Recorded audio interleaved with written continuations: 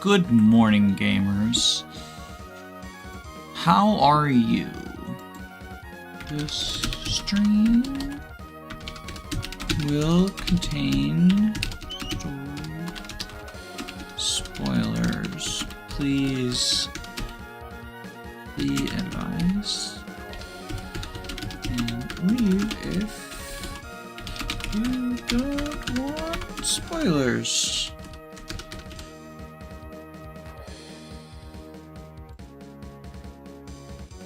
Pin this message.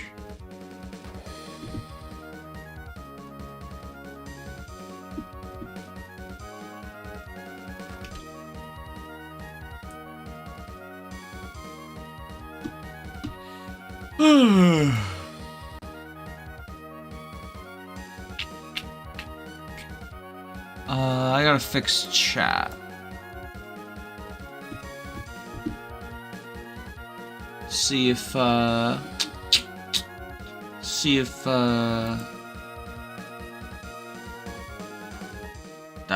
worked. Testing. Okay, Twitch is working.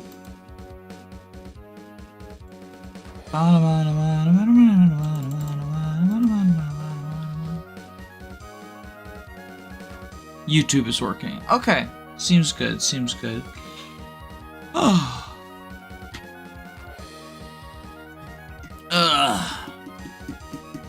Sorry for the, I guess late start. I mean, it's 10, you know, 10:30. I had it scheduled, I wanted to start at like 8 a.m.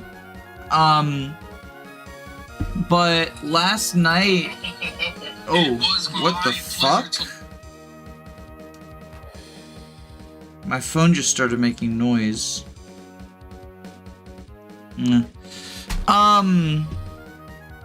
Yeah, sorry for the late start. I wanted to start at like 8 a.m. But last night I had a pretty bad disability flare-up. Couldn't get to bed. So I fell asleep at like, probably like 2 or 3 in the morning. And so I couldn't get up on time, you know? I'm not gonna set an alarm for, yeah, I think my health is more important. And I think y'all would agree, right? But, you know, we're here. I've got coffee. I'm eager. I'm excited because I have a plan. And Yosef is actually a key part of that plan. We're dancing Yosef turn 1.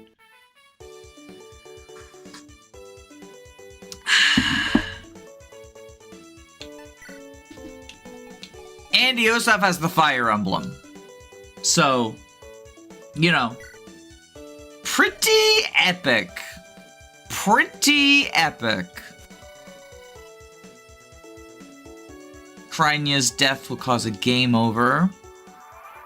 I forgot Krynia was game over on this chapter. So I guess we'll jump into unit reviews. Krynia is a recruit. She is the second trainee of the game. And so her promotions work under the same rules we explained with Gecko, where she promotes at level 10 and at level 20. So she gets 2 separate promotions, and since they are not tied to the pay raise, she usually gets the first promotion, if you're using her, before everyone else, right? Which is nice. Of course, you know, the downside is she starts out as a, you know, a lower level, a lower stats, lower all that. Not as low as Gecko, which is nice. And she has a skill that actually boosts her damage. Instead of Gale Force, she gets Tenacious. She adds 25% of the foe's max HP when she's attacking. And if she's defending, if it's on enemy phase, right, she reduces the damage dealt to her by 25%. That's pretty huge. This is probably one of the units carried the most by their skill. I would argue, I mean, her skill certainly helps with training her more than Gecko's does. Gecko's skill is like, it's a payoff. If you do train her, you can, you know, use Gale Force to help train her. But Krynia, her skill lets her like, oh, you actually deal like good damage despite being 6 strength, right? By the way, these are her growths, right? Like, very lopsided trainee growths, but they are trainee growths. She'll get strength and skill every level up, and HP. And then she's unlikely to get anything else except for maybe defense and luck. I think the thing that carries her the most is not her personal skill, but her personal weapon. In Chapter 10, she gets access to basically like Dragon Breath. I forget what it's called, but it gives her a stat bonus. She's force deployed in Chapter 10 as a dragon permanently. But she gets access to a weapon after that lets her basically use the dragon bonuses for 4 rounds of combat. And those stat bonuses are pretty ridiculous. Brave Lance gets 50% of the enemy HP as extra damage in player phase. Yeah, this skill does definitely very much synergize with Brave Weapons. Or just doubling, right? Like, if obviously she's in that speed tier alongside Mince, Lindros, you know, everyone we've talked about so far, where it's like, yeah, it's fine. But you're not going to be doubling as much as you would like. She does at the very least have more levels to grow than most people. Well, I mean, I guess technically the others, you know, they have more levels to grow because they start at level 1. But as a recruit, you know, she's sort of the trainee. But I don't think she's going to double that frequently to get Tenacious to activate twice. And so instead, Brave Weapons are probably the way you do that. I like Krenya. I think she is probably the best of the trainees. But like not by a huge amount. I think Gecko has positive attributes to her as well. It's Foxberry's the one that is unfortunate, and it's just because of her join time, to be honest. But yeah, I like Krenya. Am I missing? So, because she's another very plot-relevant character, so I feel like I might be missing something. I used her long-term in my second playthrough. But I didn't find any other story events, or at least I can't remember any. So I just want to make sure, am I forgetting anything about Krenya for the unit review? Other than just like, big berserker stats, right? With the 105 strength growth. There's none. Yeah, which is weird. She's a story-relevant character. Like, she retreats instead of dying. And she's, like, very story-relevant in Act 1, and then fairly story-relevant in Act 3. She's not really relevant to Act 2, but that's okay. But, yeah. Pretty good. Pretty good. I think she's the trainee that sells herself to non-trainee fans because she's the most competent at base, thanks to Tenacious. If you don't like trainees, you might end up liking Krenya because of her skill, but you still might not because she is ultimately still a trainee. Not Yosef. Rahesia next. Rahesia is a zealot archetype. Rahesia is basically, we heard you liked one Jagan, but what about second Jagan? Pippin Took, Lord of the Rings. She's a sword saint. This is a sword mastery, sword saint master thing. These are her growths. It's what you expect from a sword master. Except for that everything's fucking broken and bonkers. Like, her speed and skill are the highest, but it's not like she doesn't have good strength and defense. These are phenomenal growths. But she's a level 14 promoted unit, which means she gains experience as if she was level 17. And to compare to the rest of my army, that's gonna be a lot slower. I think there's only one unit she gains more than 1 experience on, and that's this guy who's level 30. She'll get a full level from killing him. Otherwise she gains like 1 experience per kill or something ridiculous like that, right? Now, you might think, like, that's pretty bad because 80% strength growth on a 10 base. Like, yeah, her growths are quite good, but only speed and skill are good in terms of bases. But she has Decapitation, which is an auto crit skill on initiation. She also has S-rank swords at base, which is pretty awesome. I mean, she can use, well, any sword you want. And she starts out with the Fancy Stabber, which is a very good sword. Not great for her because it can't crit, but it's a 1-2 range sword that gives Kanto plus, and it's B rank. The only other character in our army that currently has B rank swords is Orianna, and no one else is close. You know, Gecko has D, and we used her, you know, despite it being 0 growths.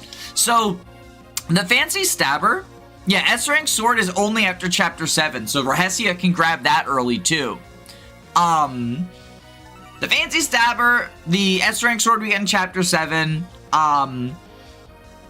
any high rank sword, right? They're gonna be good for her, and they're gonna be confined to her and Orianna for the most part. I mean, the S rank sword isn't even confined to her and Orianna, it's just her. With the auto crit, this also means that she can kill anyone on player phase, and with 10 defense, even though she's not killing stuff on player phase or on enemy phase, she'll live. Like 31 HP and 10 defense is quite bulky for this point in the game. I like Rahesia a lot. Rahesia has an event. What is Rahesia's event? Because I've never used her long term. I use her always short term, and it's not even because I think she's bad, it's because the other characters are more fun. I usually ditch her for someone more gimmicky, like Whipjack.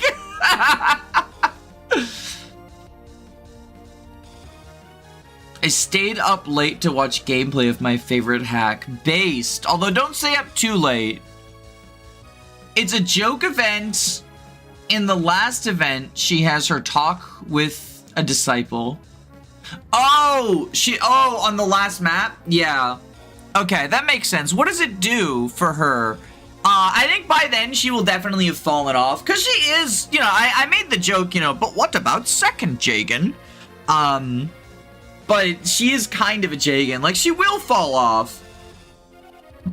Eventually, others start getting kills, and her auto crit is less impressive because of that. She promotes to obtain bonkers promo bonuses. We might actually just do that for funnies, on the final map, you know? But yeah, oh, also worth noting, she's got 7 move. So this is more than most infantry. If we look at like the rest of our infantry, right? They're on 6 move, or 5 if they're unpromoted.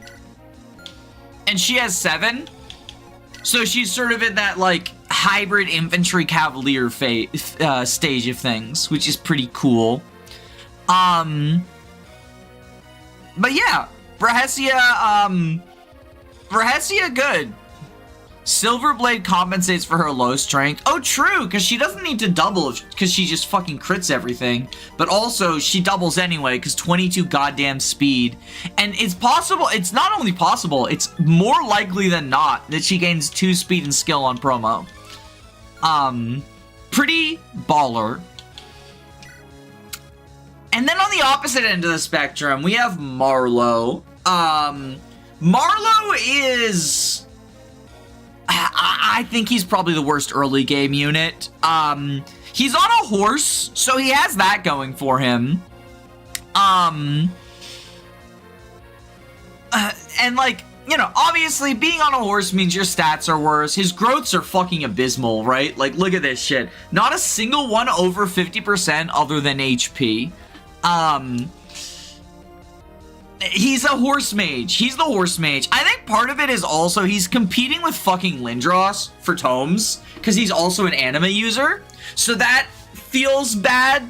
And his gimmick is a lot worse than Lindros, in my opinion. So he has, basically, if you've played Dungeons and Dragons, he has like kind of wild magic. So Wild Surge gives him... all enemies within 2 tiles of him, whenever he attacks, get negative status effects. Those are random, so it could be like something like Silence on a warrior, which does nothing. It could be Sleep or Freeze. It could be you know, a variety of things, right? And then enemies with statuses within 2 tiles of him lose 20 hit, and they give life drain to whoever attacks them. Which is counter-synergistic with Canto Plus. Like, part of the cool thing about being on a horse, right, is you get Canto Plus. But then he can attack with Wild Surge, give people status, but if he moves away from them, then you don't get the Wild Drain effects. I also just don't think Wild Surge is particularly, like, thrilling on its own because of the RNG aspect of things. You know, Edward is widely considered the worst character in Final Fantasy IV. And that's his gimmick, is giving random statuses. Marlowe is just underwhelming in my opinion. Less base magic than Lindros with a fucking 40% growth. He has worse skill, doesn't hit shit with Brave Tomes without auto grip. Yeah, he can't even really use Brave Tomes to make up for it. He has better speed, I guess. Cool story, bro. 0 times 2. I mean, it's not actually 0 times 2, but you know. His base stats are okay. He has 11 speed. Yeah, I mean, 11 speed it's above many of our characters, right? Well, I picked the 2 fast ones as an example, and that's not really fair. But, you know, looking at all the rest of our cast, right? 11 speed it's above a lot of our people. But also we're playing on 0 growths, right? Like, I don't think it would be actually... Oh, Marlowe gives the Wide Water event. Yeah, but that's unrelated to him as a character, because that's in a Gaiden, right? Interlude. I honestly think, like, I like the design of this hack in terms of making the horse units worse off than infantry. And I don't even necessarily think Marlowe needs to be buffed, but he just feels bad to me because the infantry mage you get doesn't have problems in making cavalry movement, right? He's coin flips, man. He's coin flips. He's like unfair coin flips, man. You know, unfair flips. He needs to stay alive for that. Yeah, but like, you know, I think everyone wants to stay alive. I don't know. I don't give units credit for what they do in interludes, personally. I tried to use him in Misery. He needed auto grip for Brave to do huge damage. We will probably be making use of him in this run. Like, that's the unfortunate thing is we'll probably be making use of him just because, you know, he exists. We're going to be making use of almost everyone. I mean, we're making use of Eosaf here. Am I missing any secret events for Marlowe that anyone knows about? Or is he just, you know, mage on a horse? I almost feel like his skills basically don't fucking exist. Like, I think that's part of why I just find him underwhelming, is the way I look at things is as if his skills just don't fucking exist. You can gamble for Petrify. Yeah, I mean, like, if you're a fan of gambling, this is the unit for you. Because he is gamble maxing. I think that conceptually, this very much feels like a D&D character, right? With the wild magic. And I love that. Cool in concept, poor in practice. That's how I feel. But honestly, that's fine. Because it's still fun to use, right? Like, I'm being very negative about him, but I want to be clear. I don't think it's bad design. Sometimes bad units are good design, and I do think Marlowe is a good design for a unit. I think he's incredibly fun to use for the people who want that type of effect. I'm not one of the people who likes that type of effect, and 2, I don't think that type of effect is particularly strong. And fun and strong do not have to be synonymous. I think he is fun for a certain audience, and I think that's great. We're mostly going to be using him as just a horse mage.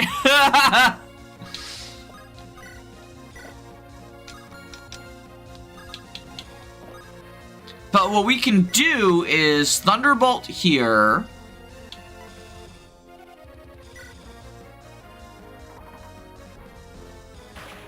Apply status.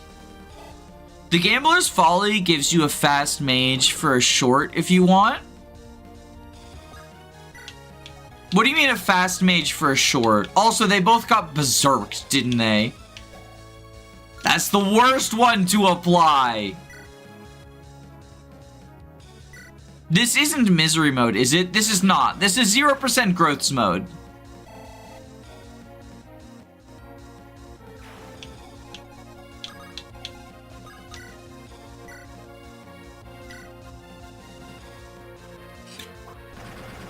Boom! His skill is relevant for the introduction chapter. Is it? I've never felt like his skill was relevant in this particular chapter.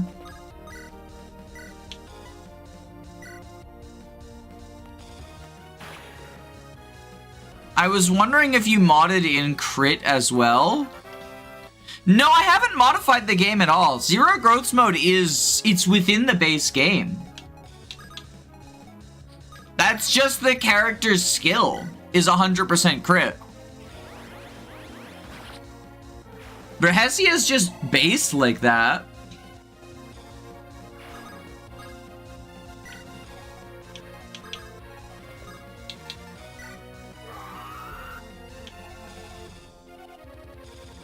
To kill Rahesia and Krynia in the solo part?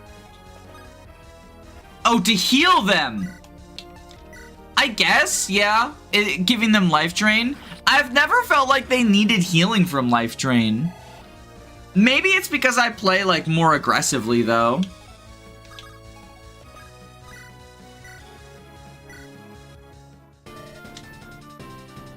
I tend to play this map quite aggressively, as you'll see with my turn 1.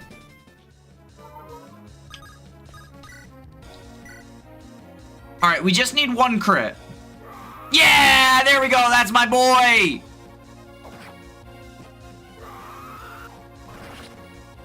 I mean, I'll take 2 crits. The overkill.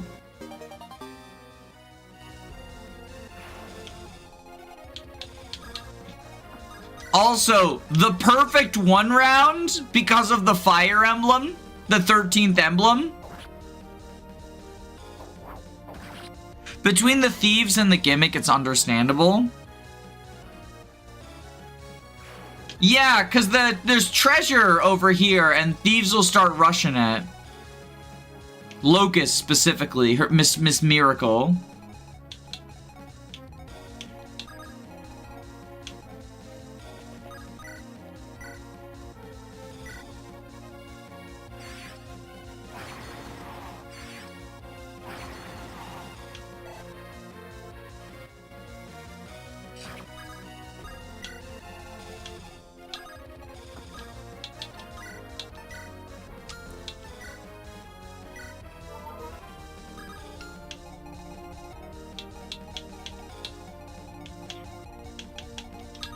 And I believe we dance here.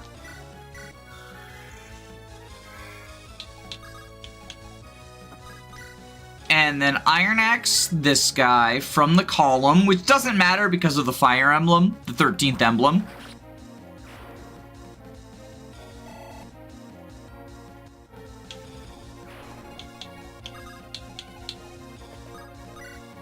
And then we can Iron Sword this guy.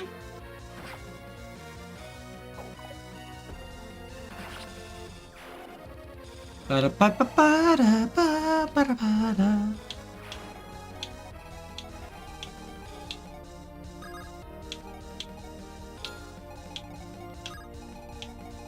Alright, so Lindros with the Sanctuary goes here. With Thunder. You go here.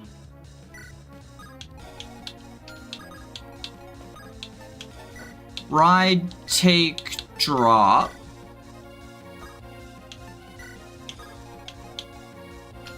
You heal.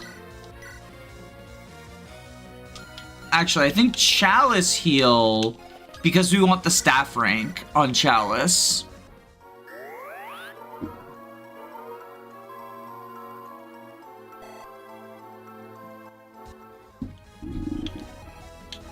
And then Put Yvette here with the iron bow equipped. Kill the hammer guy. And then Canto plus backwards.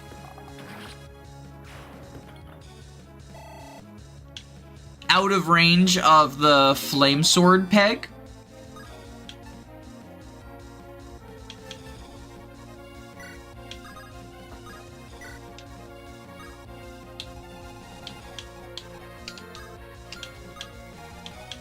And then I believe tower goes here.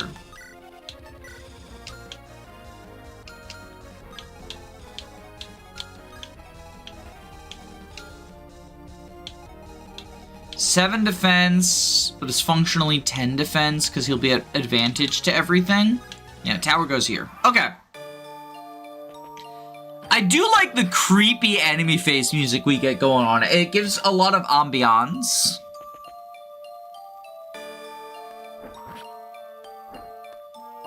Yosef! Smash! Hit another? Yes! The 62s! Yosef is the unit that suckers from competence called Tower and Mins. Yeah, I mean, again, it's one of those, like, you want a balanced number of weapon triangle users because of the way that, weapon triangle works. Because of how strong it is. And unfortunately, that means that axe users are kind of SOL. This is a song from the Clock Tower, so it's creepy and very fitting.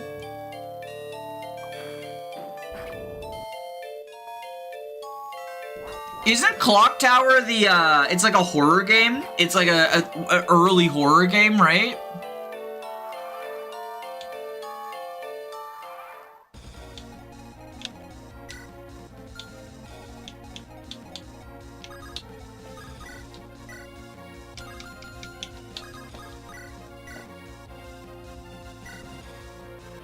It's a SNES point-and-click horror.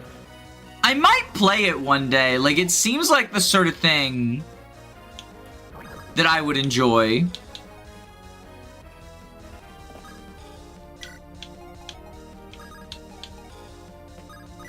What stat? Oh, was that Petrify?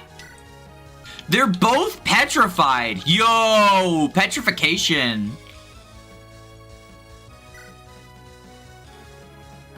To be fair, Mince is secretly a bow unit anyway. I mean, I think Mince can be both, and that's part of what makes him so awesome.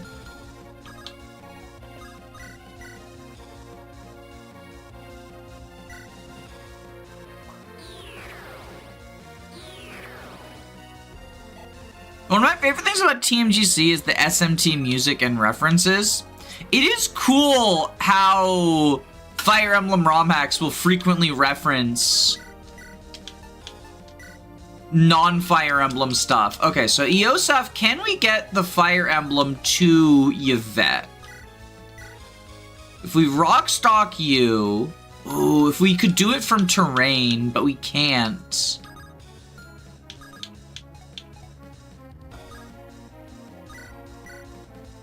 That's unfortunate.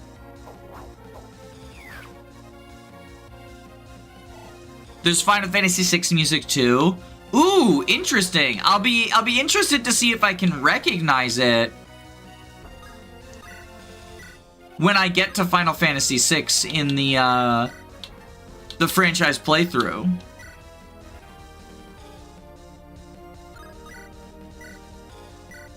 So we don't need the Fire Emblem to kill you, so we throw out the throwing pick with the Osaf.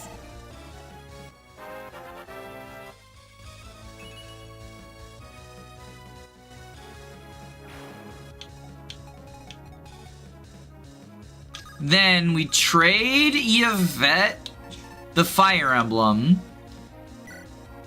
and drink a Vulnerary with Lindros.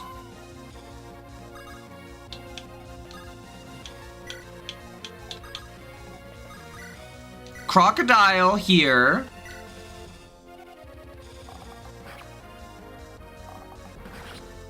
I think too many of a weapon type can be kind of a pitfall anyway. You might have missed the first stream, but weapon triangle in this game is as cracked as it's ever been. It's sort of ridiculously pushed, right? And so for that reason, you kind of want to balance, because maintaining weapon triangle advantage is such a huge benefit.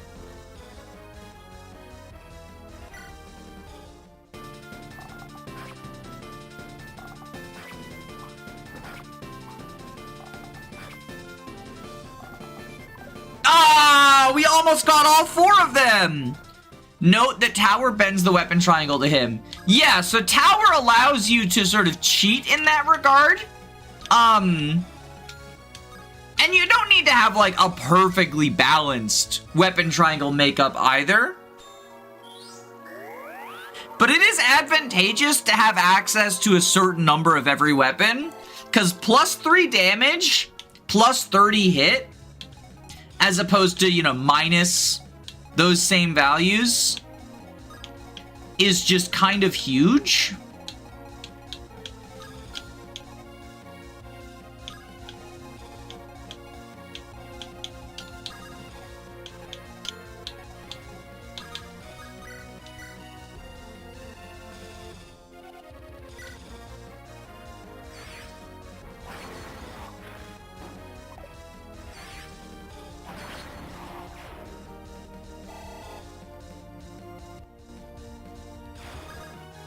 My point is that Eosaf's sole weapon triangle contributor competition is 1 unit.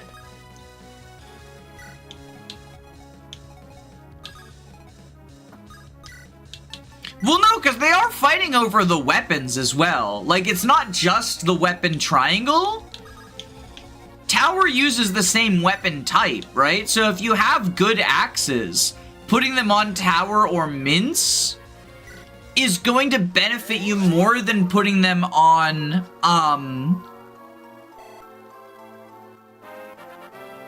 Eosaf most of the time. You know, and obviously there's exceptions, like being able to double with a hammer before can be good in certain situations. You have freeze, right? Yeah, so you're gonna free. Oh no, you don't reach, right? You're just shy.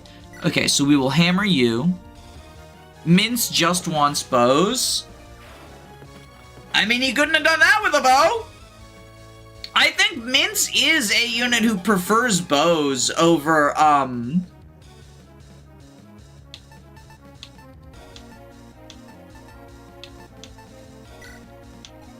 over the other weapons.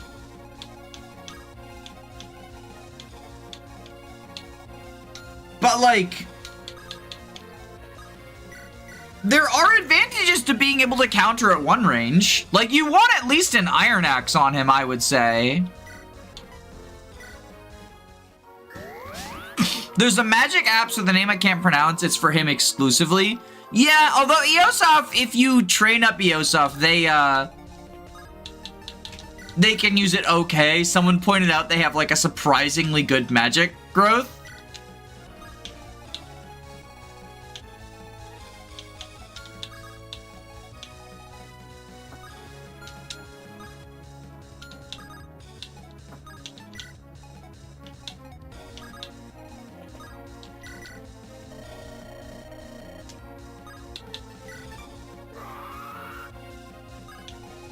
Tower is a better staffer, and it increases the swarp range for Mince. Yeah, it is also, it is also appreciated by everyone.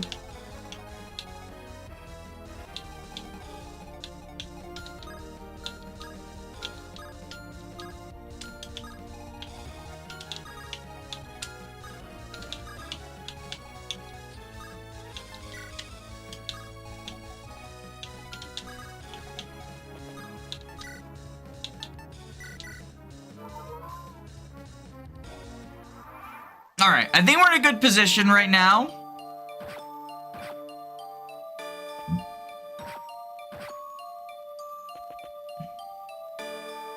Wayfarer is plus 12 on terrain. There's a lot of terrain in this hack. I think it's plus 8. So if you're doubling, plus 16. Or it might be plus 6, which is if you're doubling plus 12. We're overlooking Magical Axe Betrayer. Yo, Betrayer!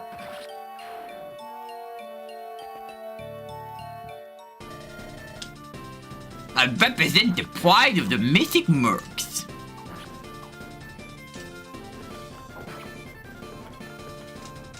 Oh, fuck!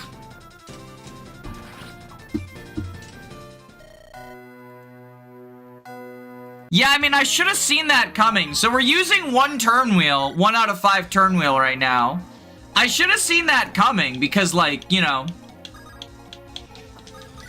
Armor Knight versus Merm.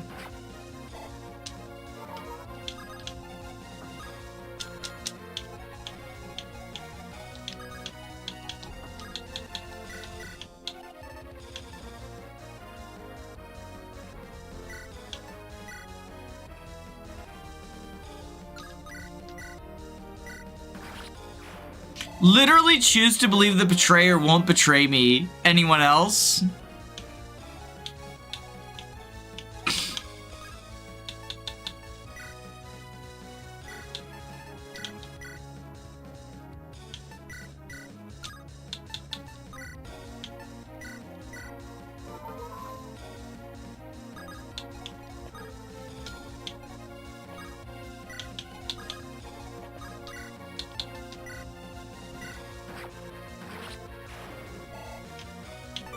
Oh, we have to re-roll these statuses now, because we don't guaranteed get Petrify anymore. Oh, well the important one got Petrified, because this one's getting killed by Krynia anyway.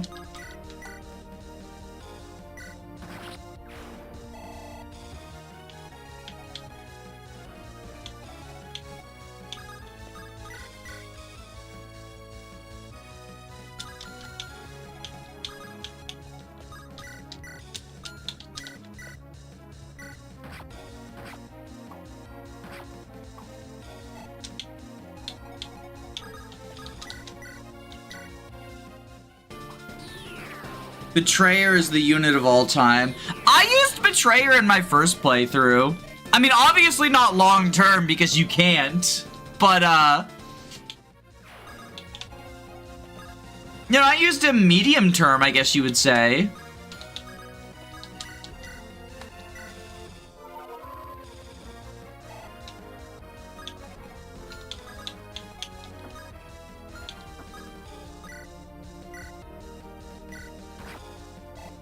He's okay in the post-split filler. Yeah, that's basically what I used him for, right?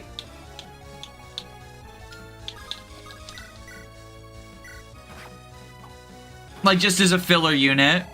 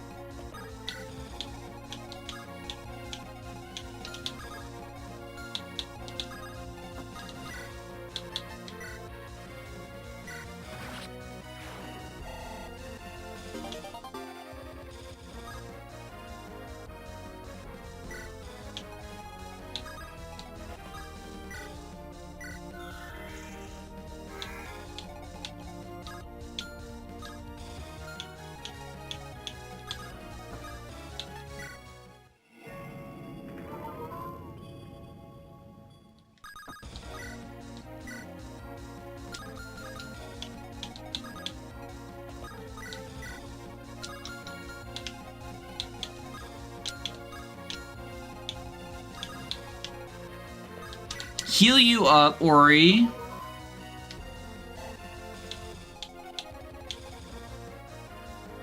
Okay, that's Luna, right? Yeah, so it's 14.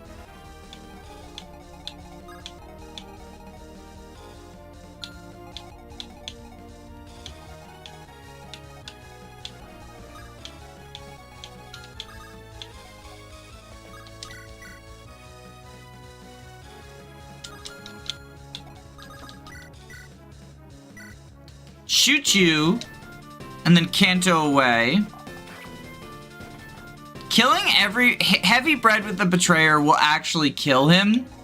I think I did that, right? You mean kill heavy bread? Heavy bread's the one of the cultists on Betrayer's join map, right?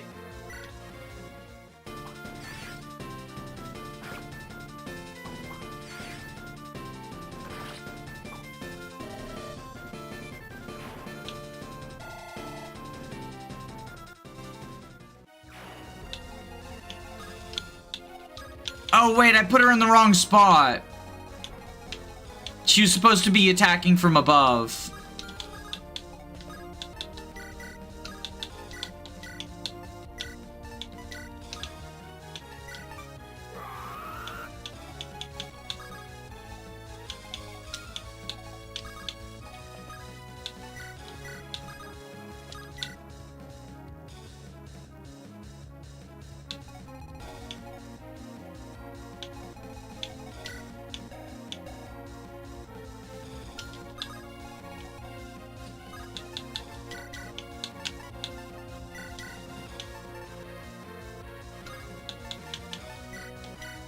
That should help anyway.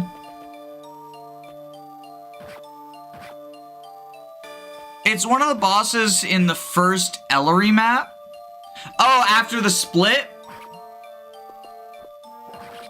Never mind, then I definitely didn't do that. Because I had him kill one of the bosses on his joy map, and they had unique dialogue, so I assumed that's what you were referring to.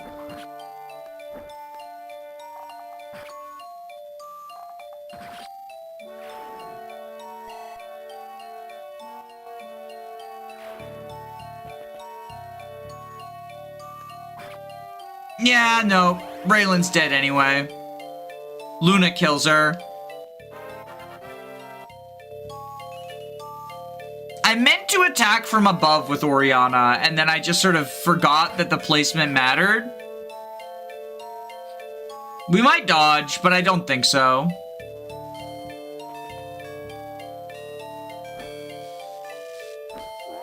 $67 hit. So that's 2 turn wheels, and this one was just my own fucking idiocy.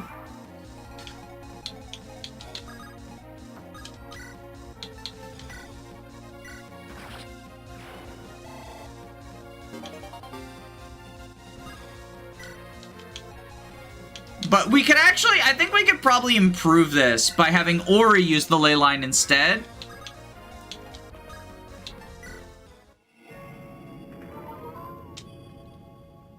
Attack from above.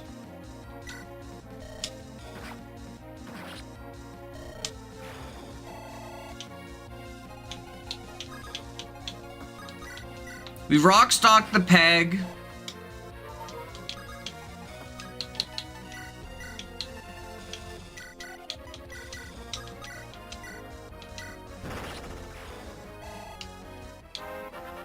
Hey Danny, I missed the ending of your first playthrough. Did your opinion on the story ever change? Do you mean did I like the story? I did not like the story. You know, I was intrigued by it at the start of the campaign, but my opinion went down over time. I think the story's pretty bad. But, you know, I left a spoiler warning because I think people, you know, are entitled to different opinions, and I don't think my dislike of the story should dissuade someone else from trying to enjoy it. Oh, that's unfortunate.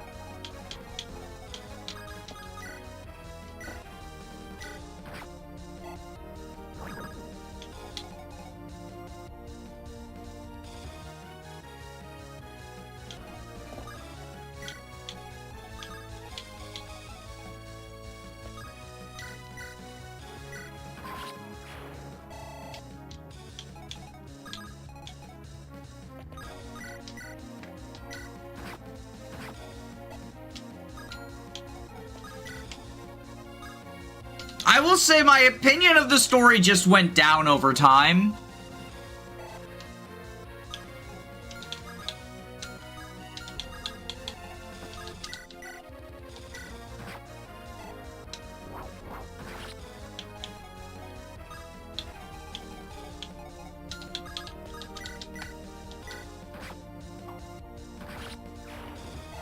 The Marlowe Lorette is merciful for now. Yeah, for now.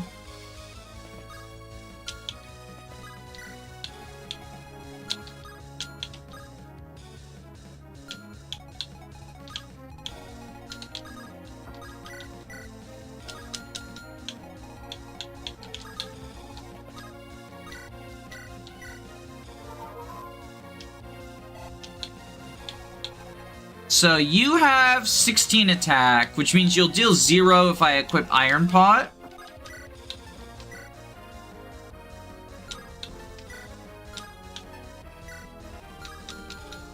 Or 6 if I don't. You don't reach there. You deal 14. AS of 8, AS of 12, AS of 7. So that'd be 12 plus 14 is 26.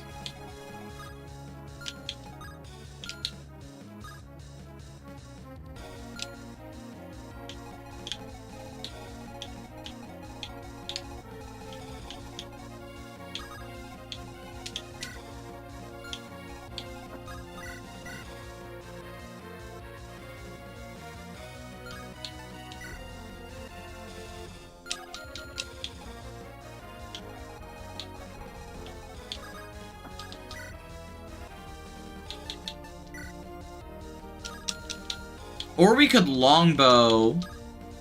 Ah, but we're still in range of both of them.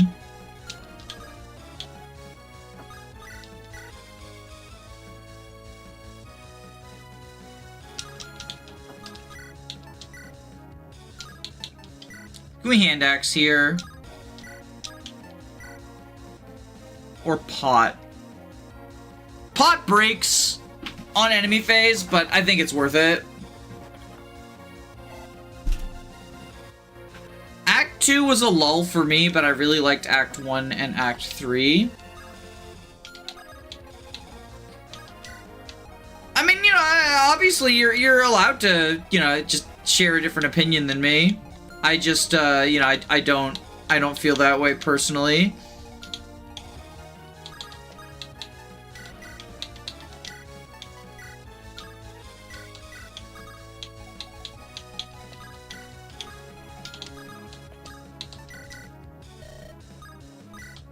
Heal you.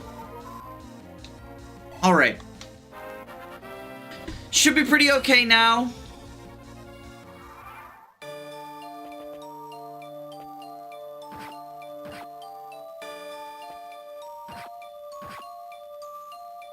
Boss codes can be a way to tell a story.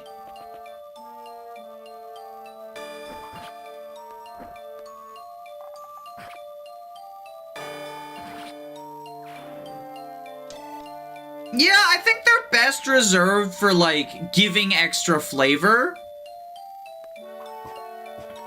The pot!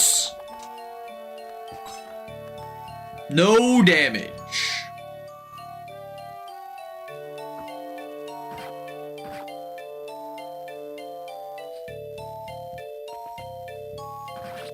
Oh, Jesus!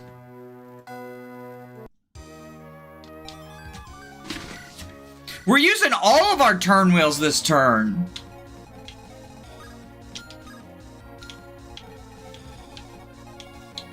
We're using all of our turn wheels this turn.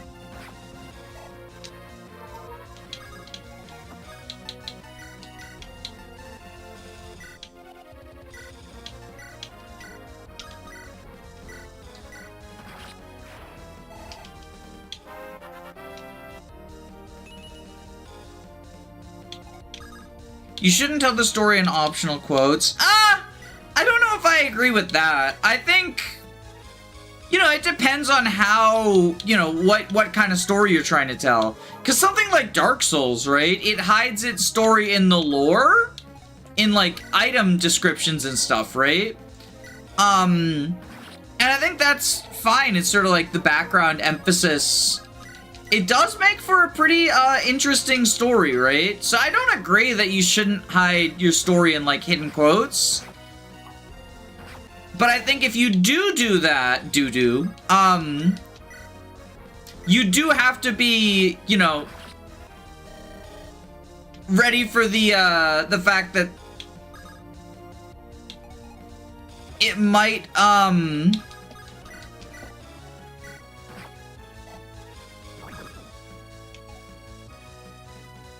now we get the bad lottery.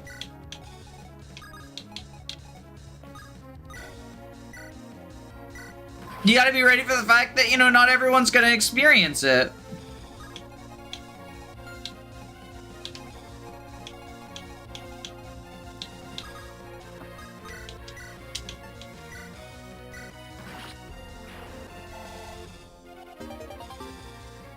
Nurgle moment. Yeah, Nurgle's backstory is another one.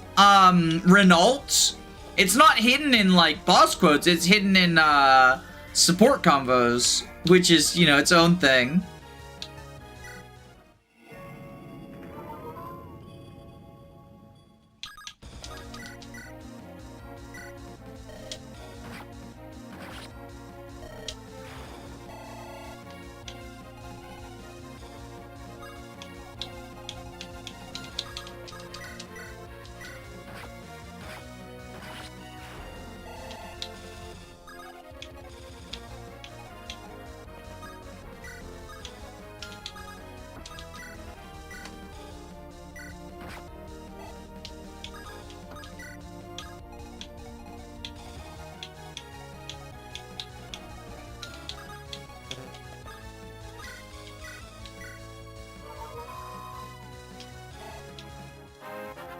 The funniest part is Renault doesn't even have the hardest supports to obtain.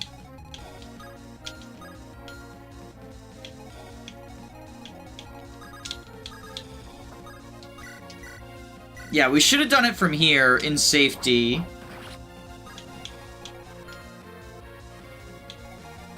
Six defense, so that's 10 plus 16.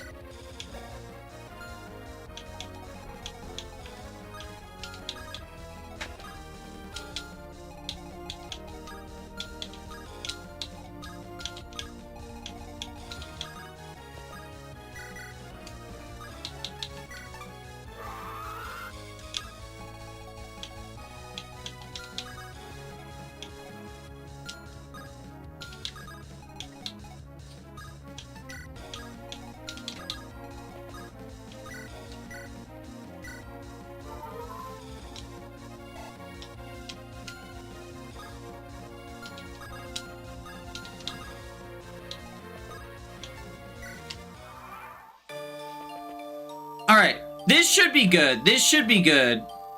Who do you think has harder supports? Is it the Vita Merlinus ones?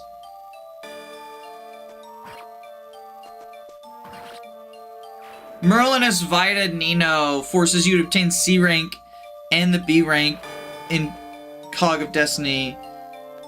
And the points for... Yeah, I've done Merlinus Vita before. It was, certainly one of the experiences of all time. But I did it in a draft.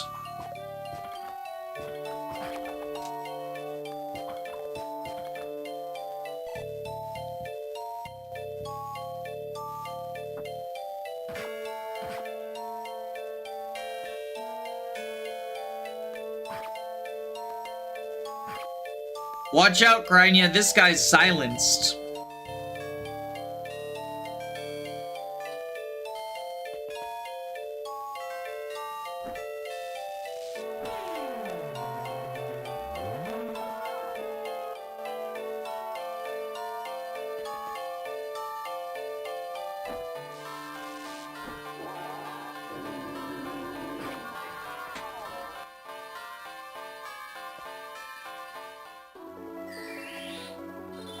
Freezing Raylan, no!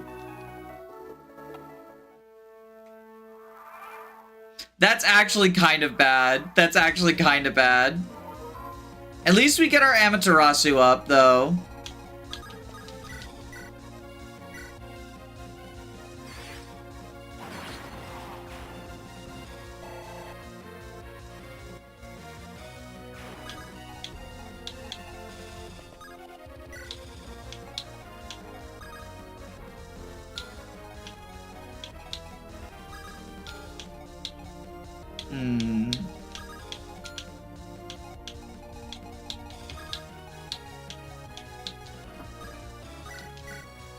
So we Powder Blast you.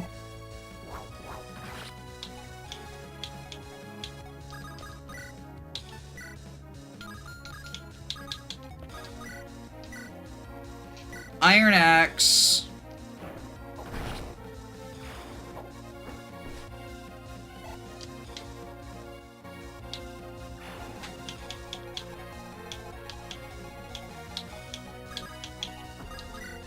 Iron Bow. Pew!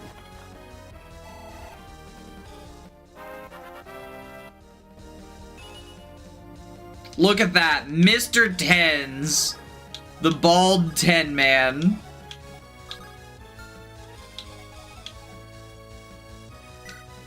Shell, 18 attack.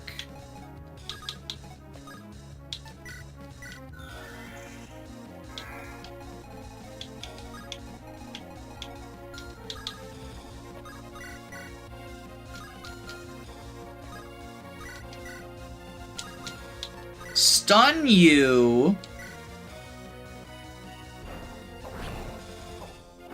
Hi gamers. Hello Luna, how are you?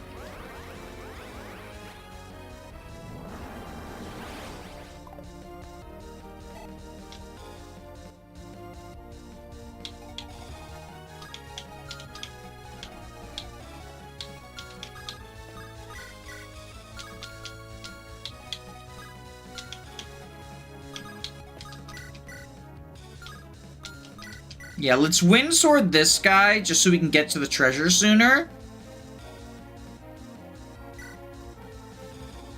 I just beat Conquest Endgame Lunatic without one-turning it for the first time. Yo, that's awesome! I think that's... What did you think of the map? I think that's the best final map in the franchise, personally. But I understand why people one-turn it because... I mean, one, it's very hard, right? And there is a reliable one-turn if you're into that sort of thing. Two, the other reason is the way that the save system works is fairly obnoxious.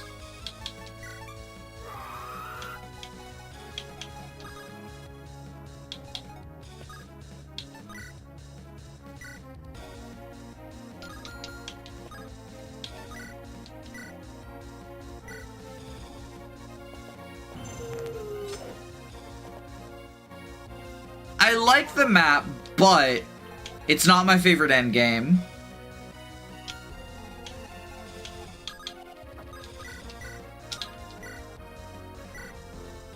I also prefer the one turn. No! The dark side!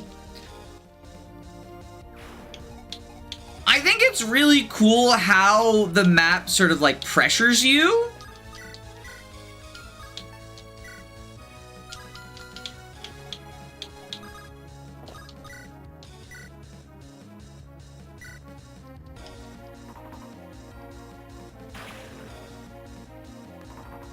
This guy's got an animation that makes his regular attacks look like crits. It lets my favorite unit shine. Who do you one turn with? As like your favorite unit that can shine. Shine bright like a diamond.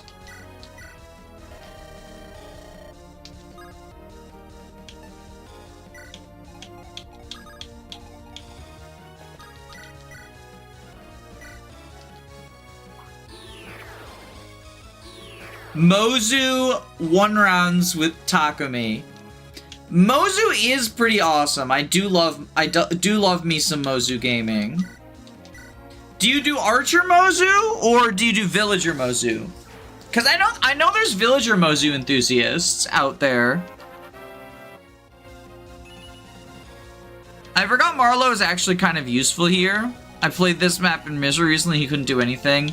Yeah, you know, it's almost as if the enemy's speed values are balanced with him in mind.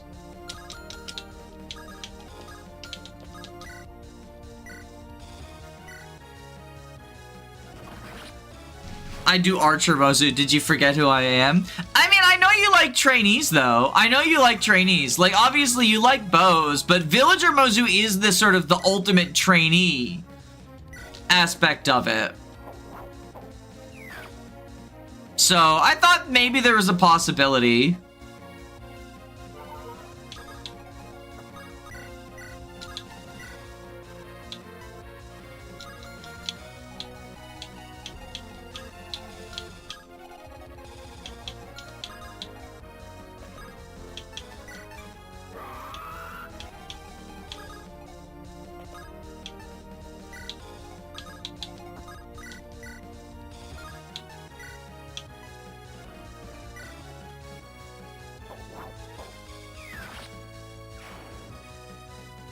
What is Misery Mode? Misery Mode is a mode in this game that is intentionally unbalanced. Untested just increases enemy stats by a stupid degree.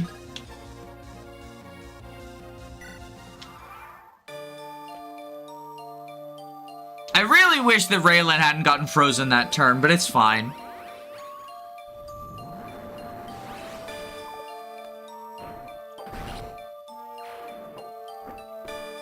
The Gambler's Folly is +4 speed. Is that why Marlowe is +4 speed?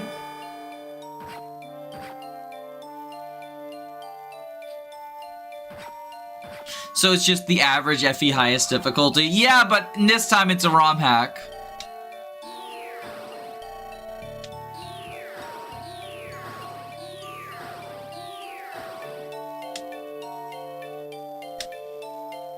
So now we gotta rush that guy.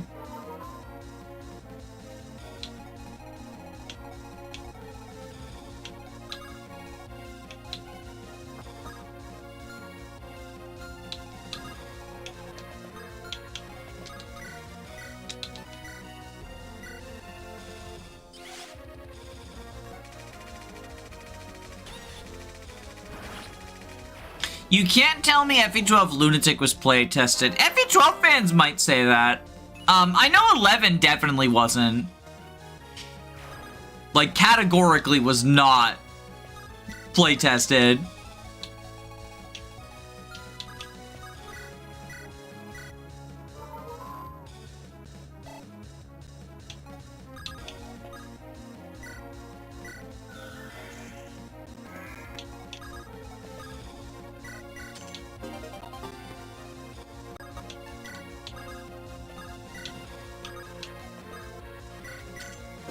Okay, we get our treasures.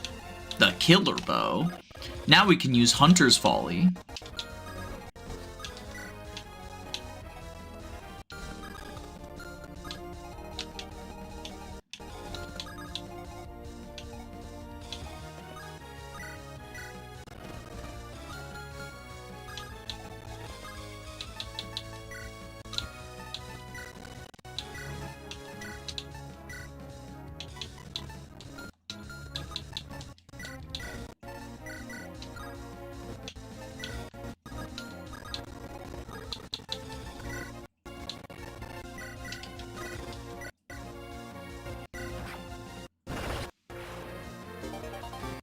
We get our tools.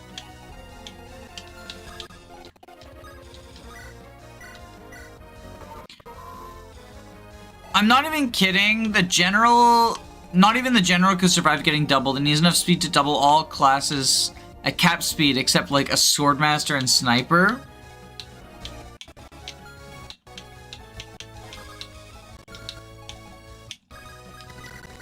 The enemy general?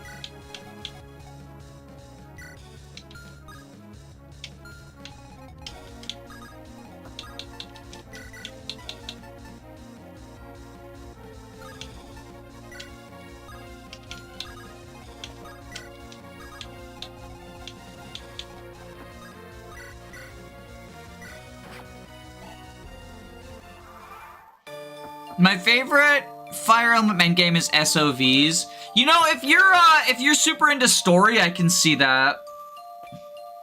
I was hoping the peg would attack first, but oh well.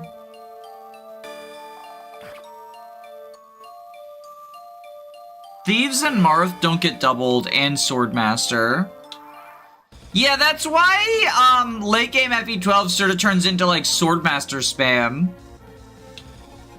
From my understanding.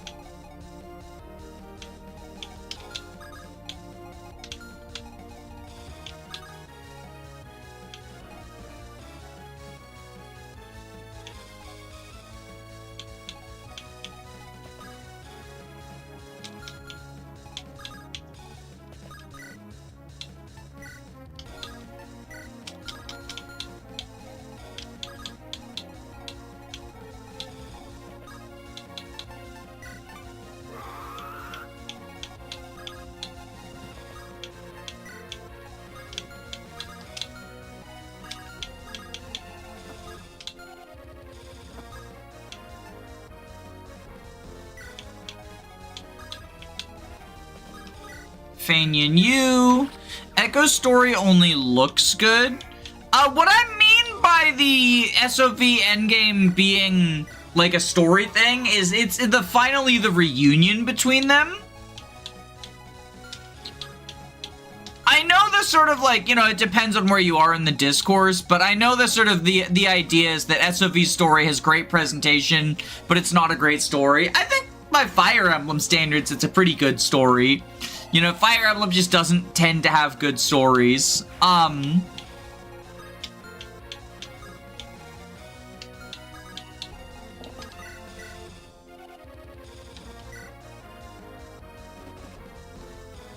kind of hate Echoes because it's just used as better than Fates.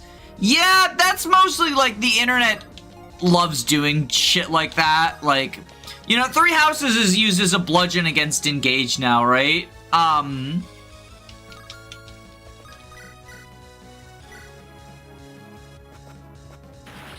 is my favorite Fire Emblem, and it's probably my favorite video game. Good for you. That's awesome. I always find it interesting when people's like favorite of something is a thing that I really dislike. Because I don't care for SOV.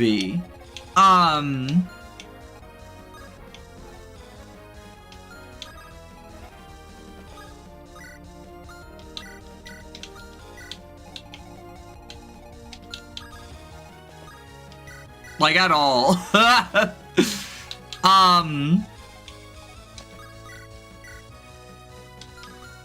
We can't get you the Fire Emblem.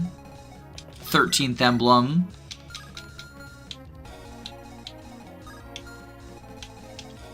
One, two, three, four, 5, 6, 7.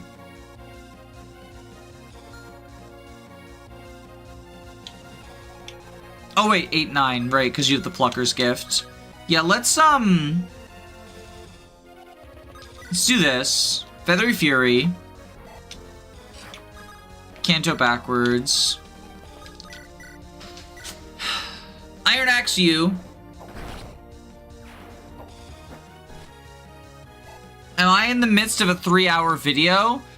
We only just started like an hour ago. So not quite.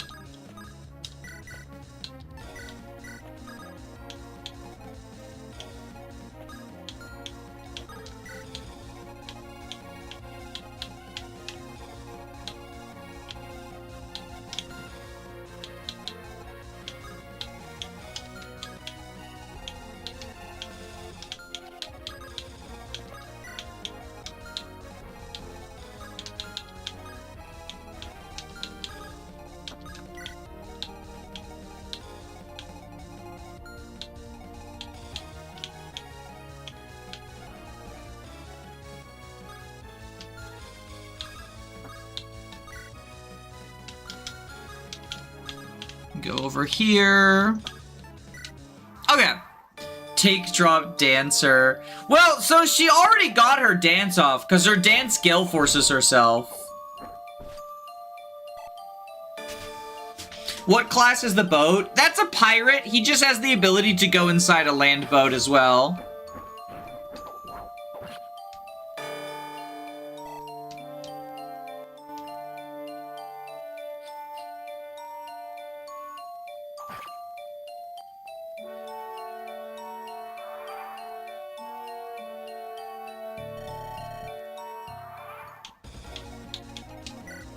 See, he's a pirate.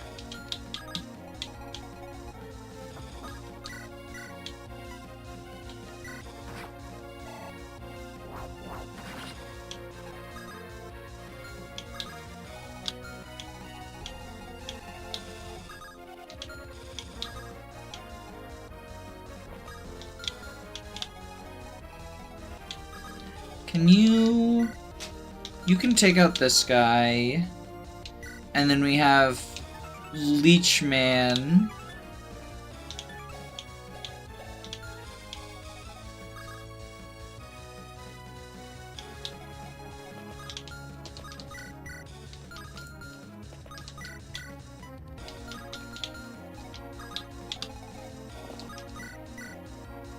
Okay, Marlowe can do this.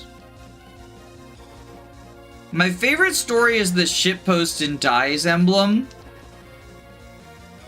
I still haven't played Dye's Emblem, mostly because I'm just not, like, in tune with FEU, like, culture or whatever, so I feel like a lot of stuff would go over my head.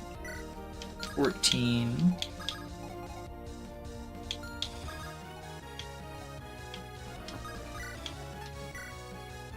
Alright, we'll do this. And that way we can set up a leadership.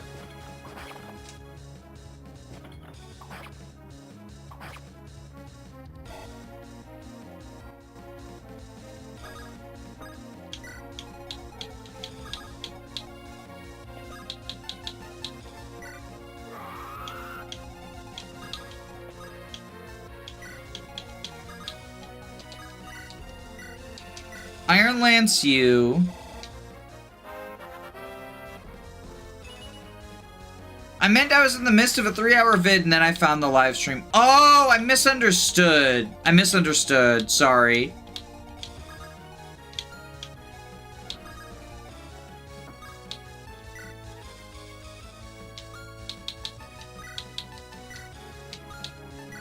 Swarp with tower.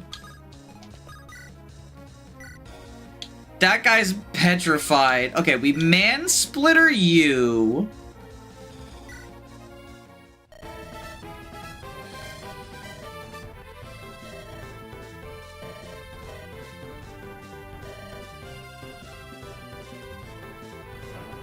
That man has been split. You will be judged.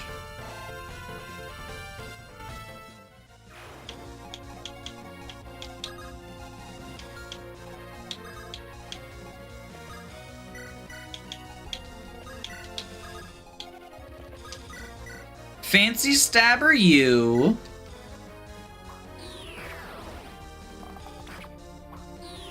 There we go, Rahesia Gaming. I haven't played Dye's Emblem, but it sounds funny from what the creator told me. It does sound like our Laugh Riot.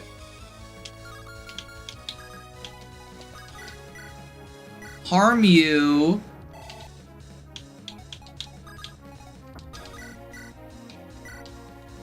Iron Axe you.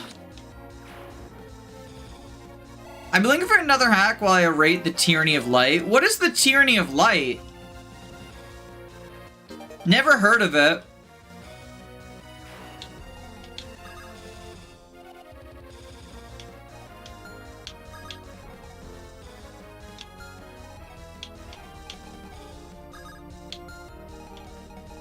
One, two, three, four, five.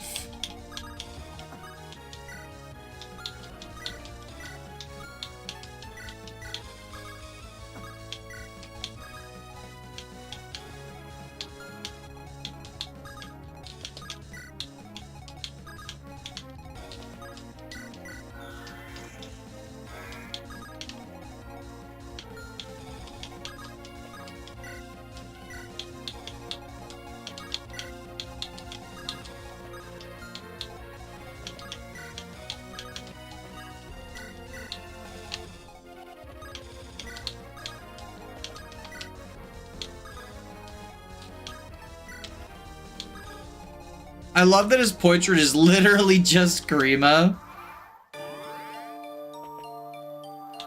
He's been unpetrified now. Zombies coming up. Alright, so we gotta talk.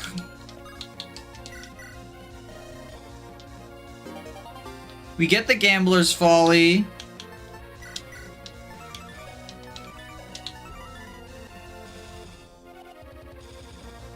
Used to get a random status. Doesn't end turn if positive status. Ends turn if negative status.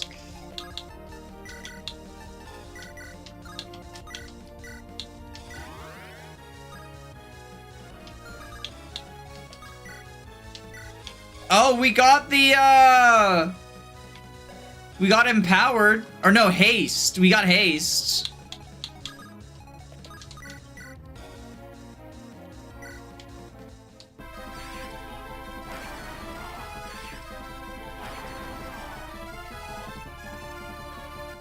Gambling is good for you.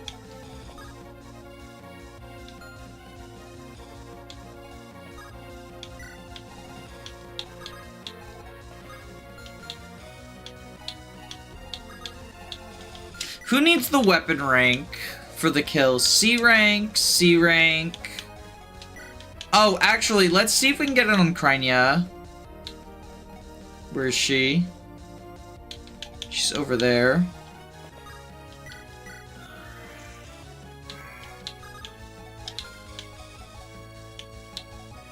He has 21 HP.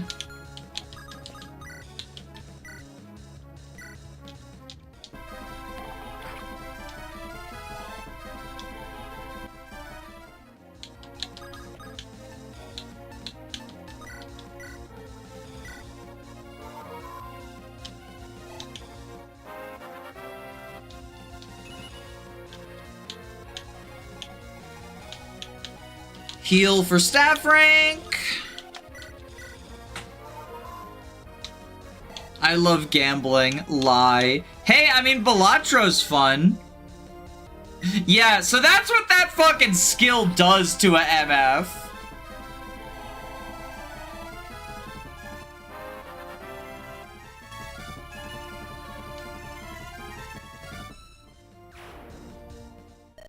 What the hell was that about?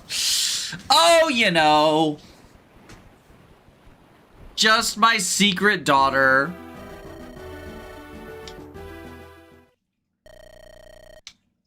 My secret dragon daughter.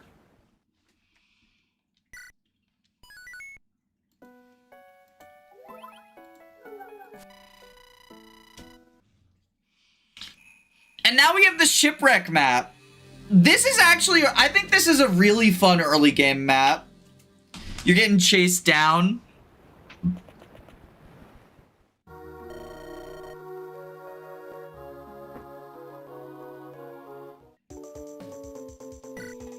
All right.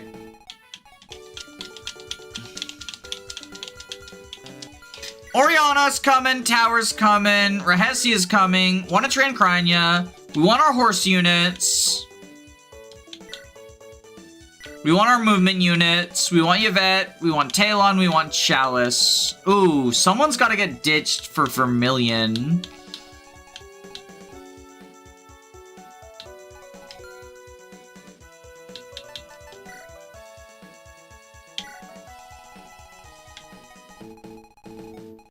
There are flyers that show up later. So I do still want Yvette.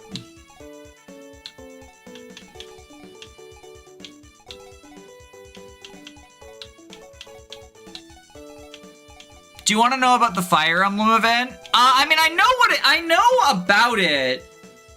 I would like to know more specifics, if that's possible.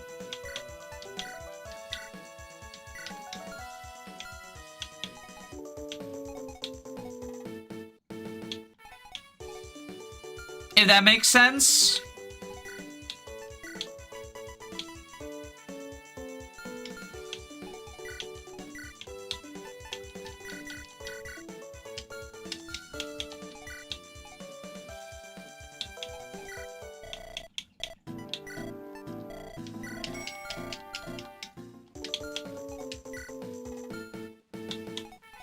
Maybe we ditch Talon?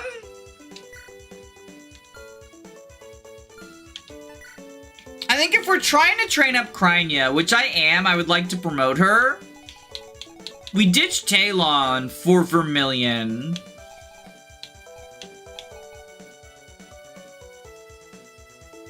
+1 strength and magic and a null crit in 3 tiles as a skill. Yeah, I think the Fire Emblem is better than that. Cause like, who would we be giving that to? Like Rahesia?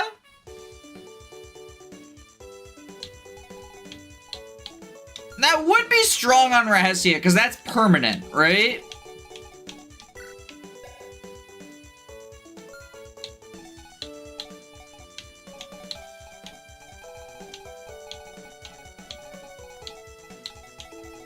Do you know when we lose the Fire Emblem? Because you said we don't get to keep it forever.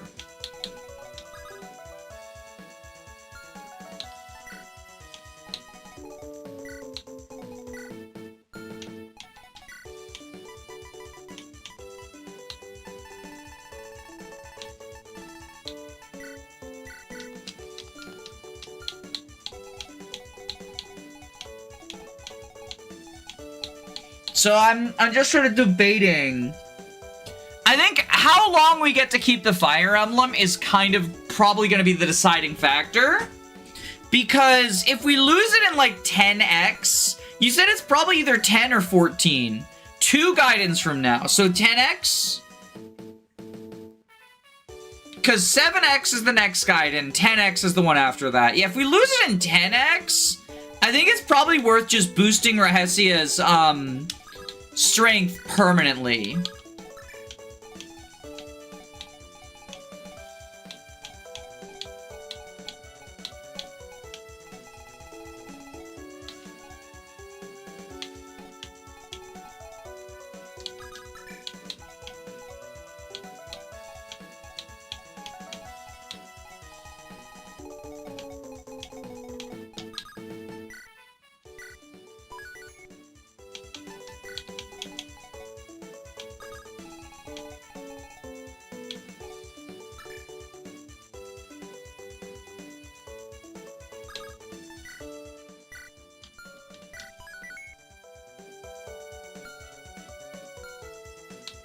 Alright, let's check our items.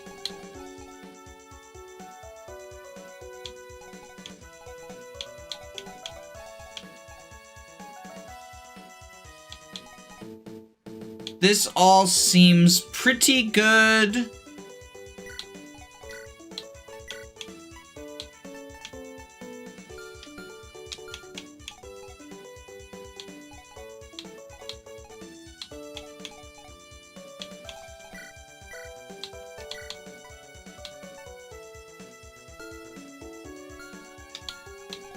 Yeah, this seems good. Okay.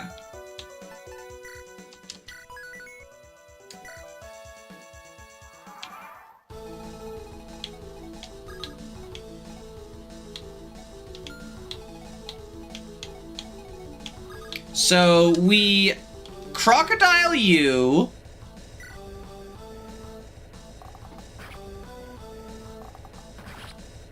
In order to turn 1 recruit Whipjack.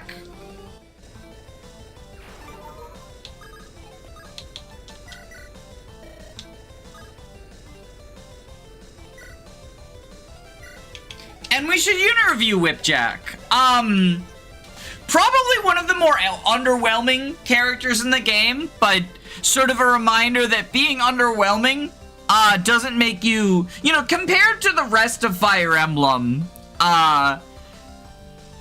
this is a very strong cast. So he is the big strength guy, 60% strength growth, and unlike Rahesia, he's, you know, actually a low enough level to gain experience. 40% speed's not where you want to be, not terrible. Everything else is kind of just like meh. But he can tank using Nosferatu, kind of. So Corpse Drinker lowers his defense and resistance, which is already not great. But it gives him the Nos effect, and it's a 14 might, 65 crit weapon. It's honestly kind of just pretty cool on player phase. It's a nice way to let him, like, recover, and then you can equip something else. Or if he has it on enemy phase, he can, like, you know, NOS on enemy phase so long as the minus defense res doesn't make him die. A NOS weapon that lowers your defense and res, lol. He also just hits really hard. He adds 25% of his HP to damage, which is, like, just the worst version of Crynia's skill. But, like, he exists. He'll hit hard, and sometimes he'll regain health from that. He's sort of a favorite of mine, but he's not very good. You know, pick a bad unit and love him. My Whipjack in my second playthrough was, like, just MVP. Very, very basic unit. Probably wasn't actually MVP, but I just favored him so much. Because his animations are funny. He has the little floppy sword animations. But yeah, that's Whipjack. He can have -7 res. I actually don't think stats go negative here, but I might be wrong. Maybe chat can correct me, but unless chat corrects me, I'm just going to assume you can't go negative. But yeah, Whipjack do be like that. Like, he's just a guy. He's just a guy who punches people. I think I like him because the mug. It's a great mug. Yeah, that's basically all there is to him, though. Unless I'm missing something. Fun unit? Not necessarily a particularly good one.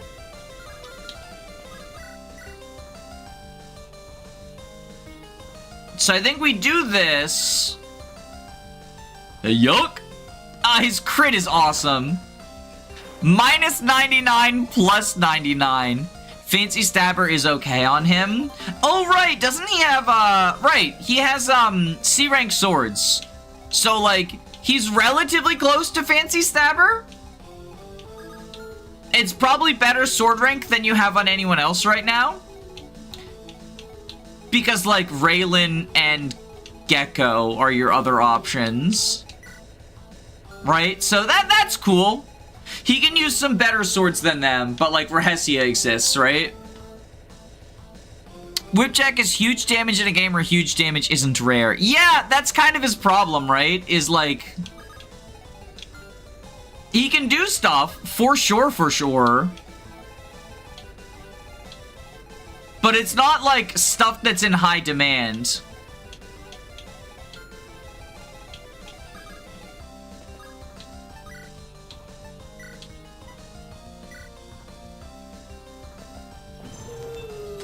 Oh, my alarm. Telling me that it's lunchtime.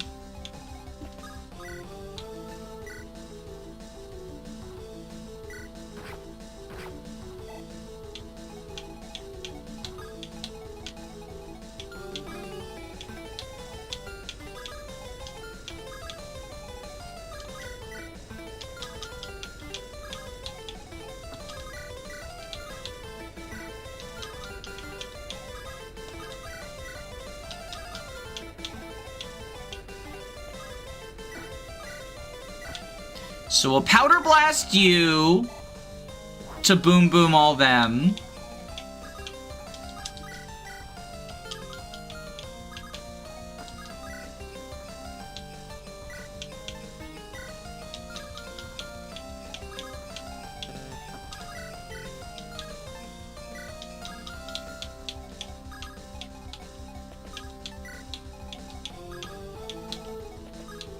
I don't think I've ever gotten this talk combo, so I think I'm gonna read through it.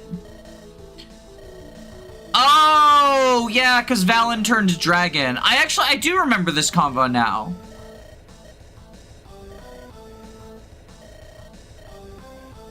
I failed Valen, I failed the sect, and these poor citizens. These symptoms were there since his adolescence, and yet it dismissed the concerns. When he truly needed me, I was powerless.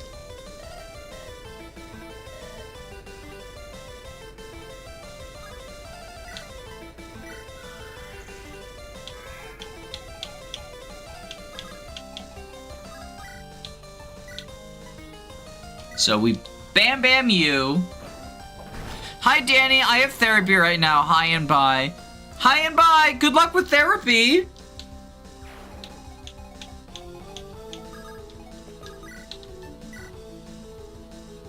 Weapon triangle advantage because of tower. I do love the sword advantage over sword symbol. It's just funny.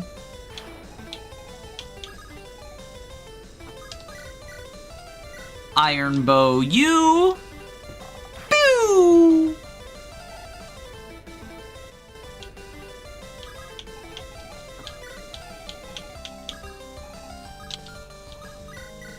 Pocket spell. Come on, hit. There we go. Good job, Raylan.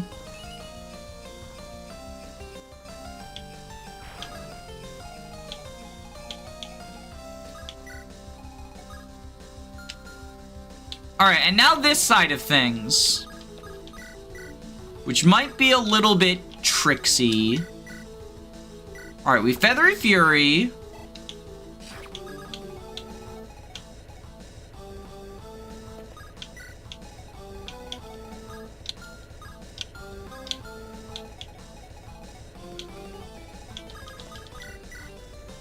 Iron Lance you.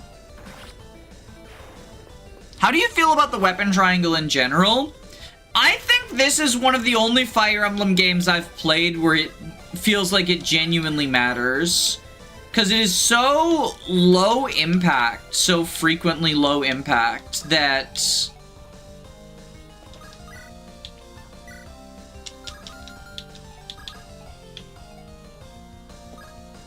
it just feels like it doesn't matter, you know?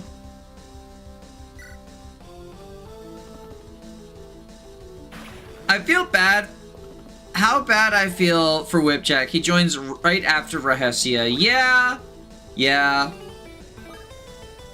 It do kind of just be like that.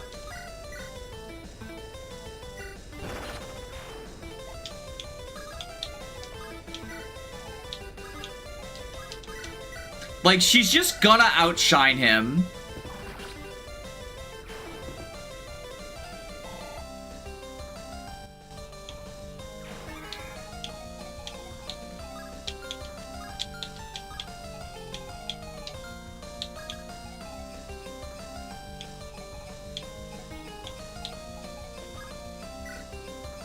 Alright, we grab the log splitter that is effective against wood.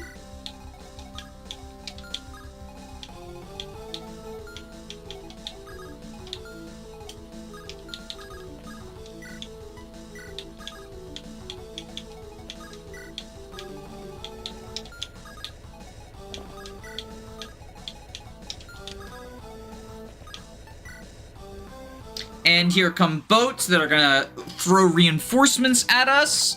We also need to rush forward to stop them from building their super machine they're trying to build.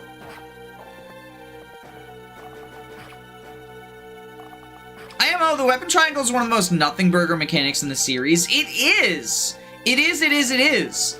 But it's one of those things that people will freak out if it's not in a game. Do you plan to fortune cookie stack on the war criminal? I do. Although someone said that that might be a bad idea because of the spirit. That like zeroes her luck out but maxes her strength and magic.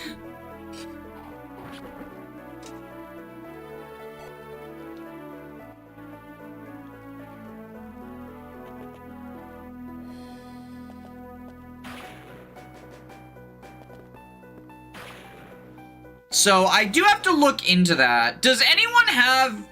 If anyone wants to be super awesome and helpful, right?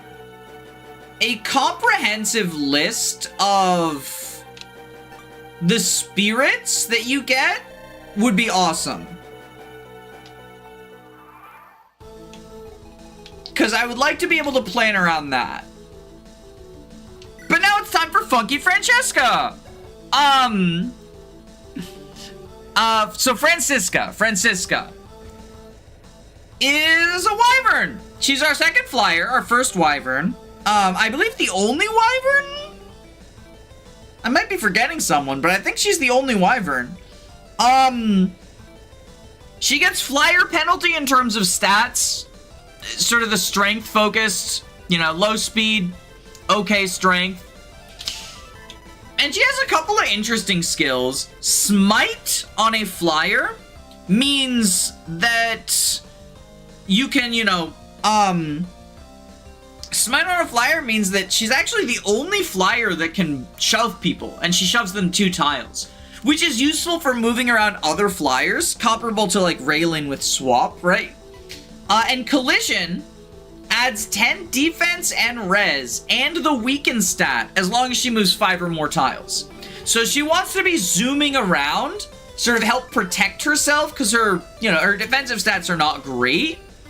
But if she does that, her defensive stats become actually pretty okay. I mean, at this point in the game, 19 defense is very good for us. She also has a personal weapon that's 1-2 range and has the Luna effect, which is pretty awesome. Like, it's 15 might, too. This basically kills anything. I think she's very good. I think she's very good. Flyer, obviously good. The stats, they could be better. Like, they certainly could be better, but I think they're honestly good enough, especially with her toolkit. She can survive a counter on player phase in 0%. Her perf is named after her. Yeah. I keep calling her Francesca because I'm praying Brave the Default and the funky Francesca is a boat there. But Francesca's awesome. Like, you know, wyvern good. Stats, they could be better, but being a flyer is more, I give more leniency to flyers, right? And Canto Plus, she can sort of Canto into position to be able to make use of her collision skill. Perhaps she's named after the axe, or the axe is named after her. Yeah. I think this unit's just very good. I really like her. And I'm sad that I missed her on the first playthrough, but she was a god on my second playthrough. Siegbert reference. She's actually a type of throwing axe. Am I missing anything in terms of her that is relevant? Or are we,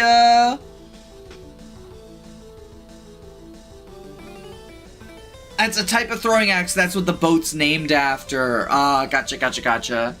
Yeah, but I think that's it. Like, she's got a lot going on in terms of even later on in 0% when her stats fall off, she'll probably just be good as a smiter.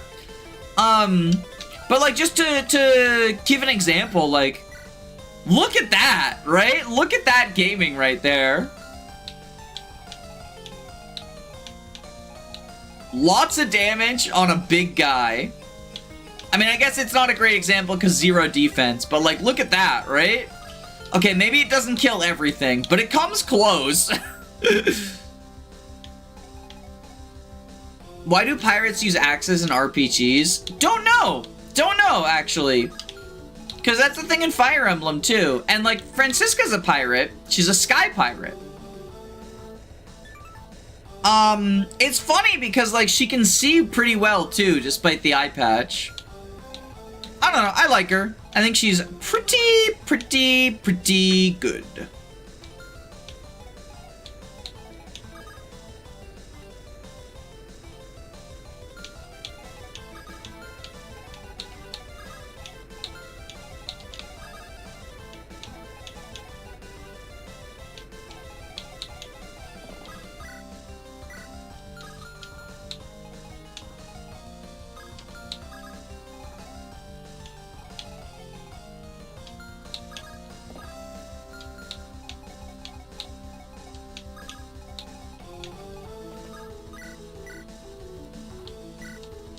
Fancy stabber you.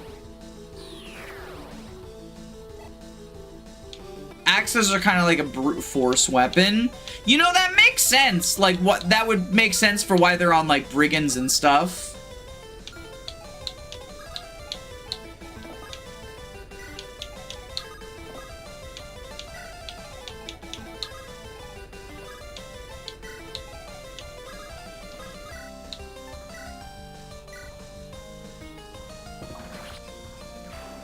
fits the description of pirates in Final Fantasy and Fire Emblem.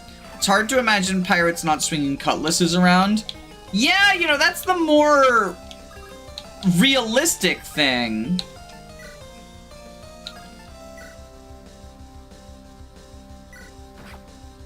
Because that's what they did in, like, real life.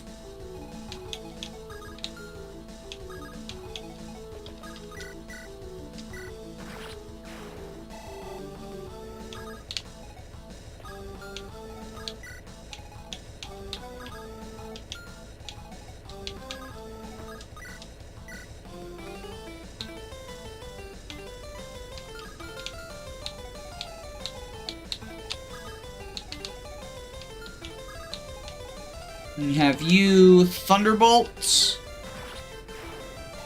Pirates using swords is a little less realistic than you may think. Did they mostly just use like cannons? I mean, not hand cannons, obviously. Well, you know, guns existed back then.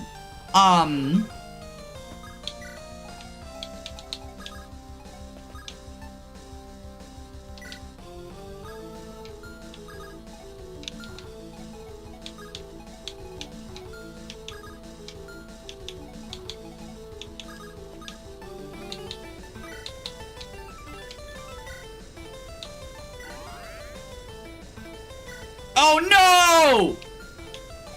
Oh wait, that doesn't matter because it'll cure.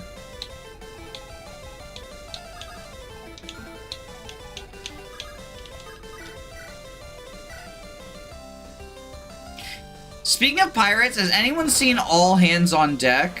The Fire Emblem ROM hack? You know, that is actually, someone asked yesterday, that is actually one I have my eyes on. Because someone asked yesterday, are there any Fire Emblem hacks you have your eyes on? And my response at the time was no, because I couldn't think of any, but that is one. That I, you know, I've been thinking of, or been anticipating. You know, it's not out yet.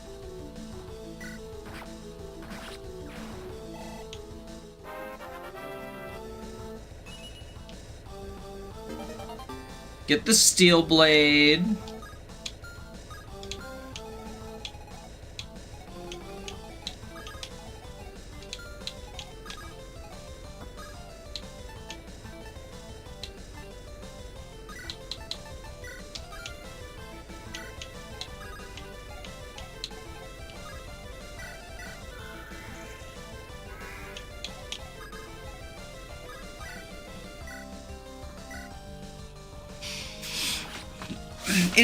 It's way better than Lords of the Seas.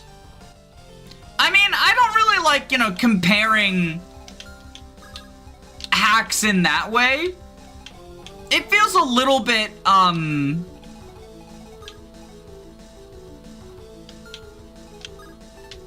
2, 3, 4, 5. It can feel a little bit, mean to, you know, label the good hack, bad hack type thing. I like Lord of the Seas, even though I have some problems with it. It's another one I've considered doing 0% on.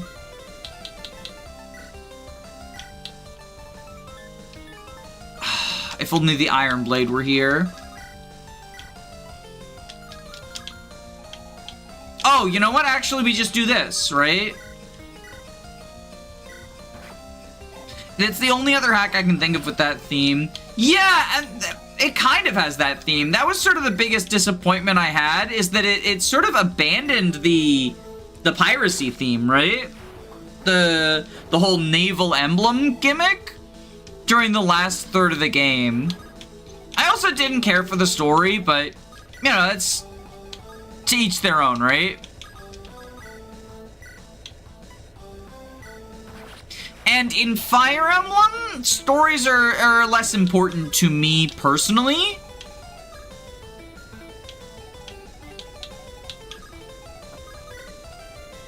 But I recognize that that's not the case for everyone, right? For some people, stories are the most important part of Fire Emblem. The correct way to go about FE hacks is to go, holy shit, 2 cakes. Yeah. I like what I played of Lord of the Seas so far. I really like it as well.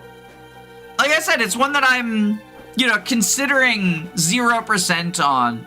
I made a 0%, I made a 0% patch of it, but I just haven't played it yet. Stories are in a weird spot. I don't super care of them, but they aren't there. It's also weird. I feel like the only Fire Emblems I can think of that literally don't have story are like the joke ones, right?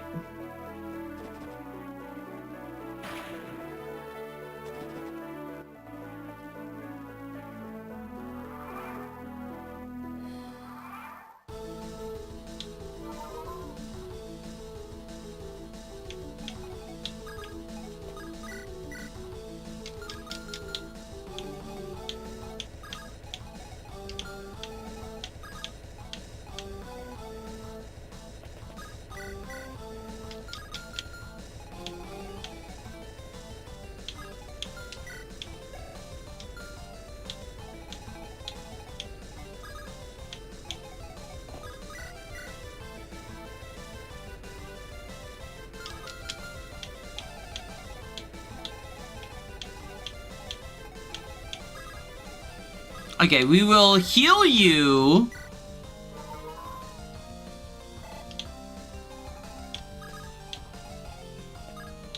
Heal you.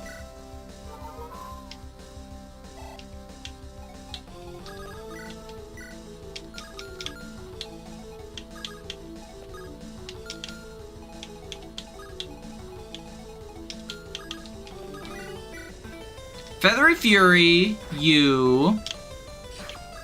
Go up here. Iron Lance, you. You're fucking kidding me. Crying, yeah!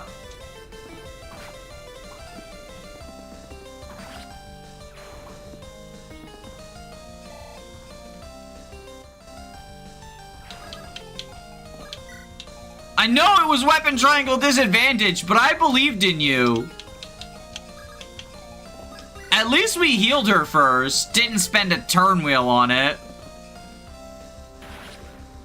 I like the Amelia sprite. It's cute. It's cute. How it stumbles over the lance.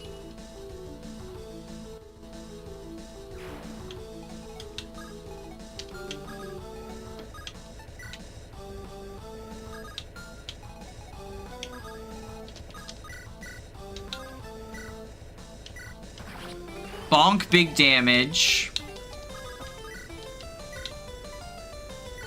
Bonk, adequate damage.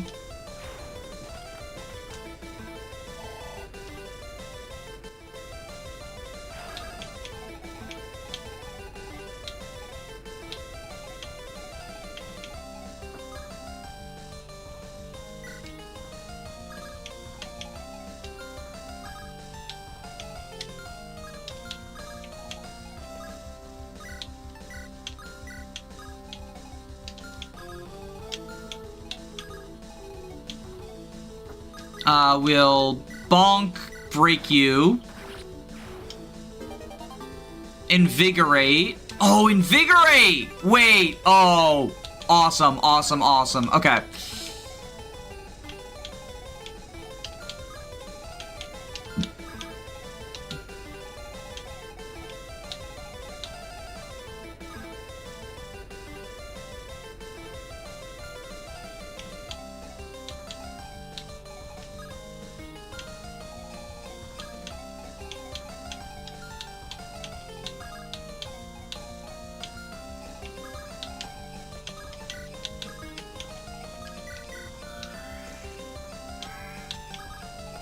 Okay, bonk you.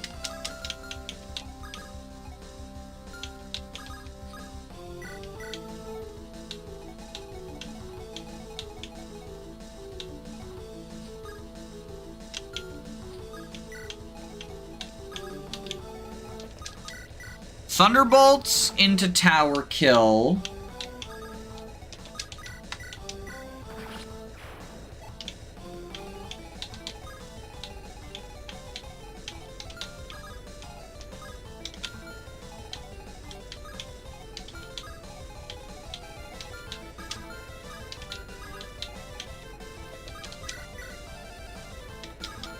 Do we bother with the wind sword on you? I think we just go here. And then Rahesia will visit and get her upgrade. Either that or let's kill this person and we'll visit next turn. There's never a playable Ross or anyone who uses that sprite in this hack. Yeah, but we do get Axe Lyn for our Axe trainee. Ewan sprite is low-key better than the Mage sprite. Ewan sprite is awesome.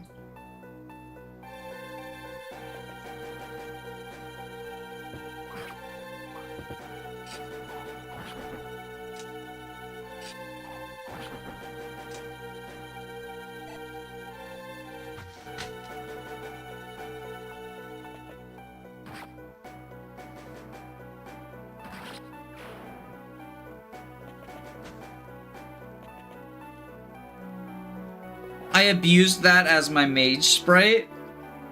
I mean, it works. I do think it works. You know, it's definitely, in my opinion, better as a pupil because they're very much like the trainee.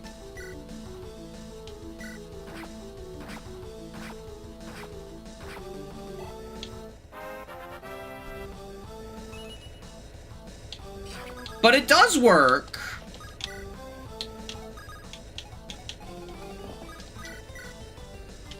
Oh, do you have a rapier? You do. Drat. Okay.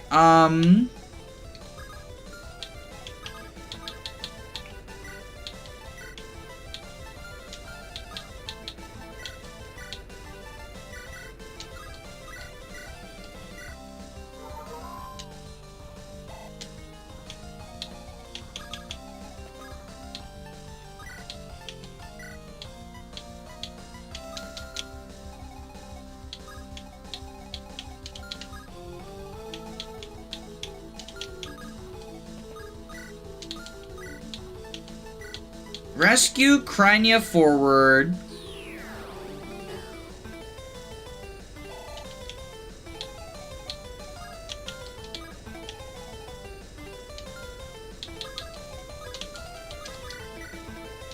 Yeah, Iron Lance you.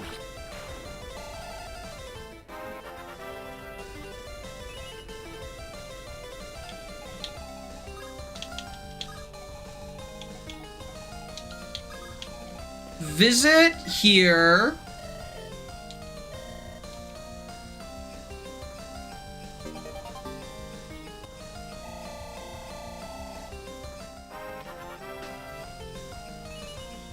Yay, we gotta level up on our Jagan! Y'all didn't tell me about the Cherish.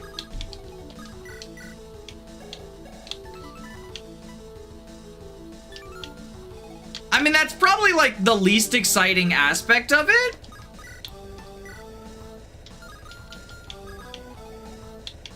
But it's something.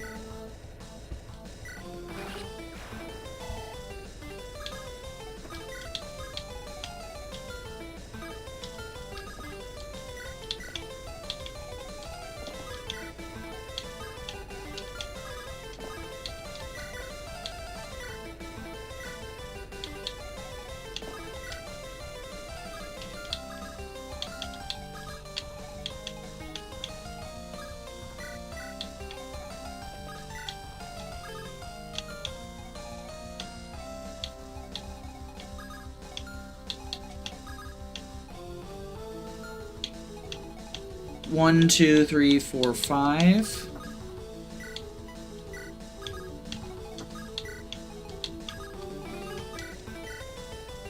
Iron Sword Big Bird. It's funny how Rahesia has this high level so she can't use her growths, but the armor in the last map and this basically guarantee 2 levels. I do think if you're using Rahesia long term, like that's the way you go about it, right?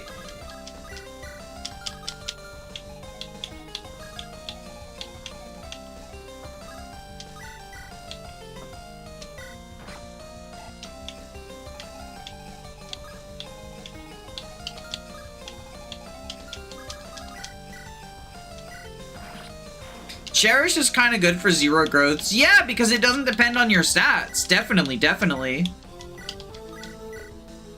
Like, I agree with that assessment. Cherish, I think, you know, I already decided Rahesia getting extra strength would be better than 4 more chapters of this, right? But Cherish feels like, you know, the cake on top.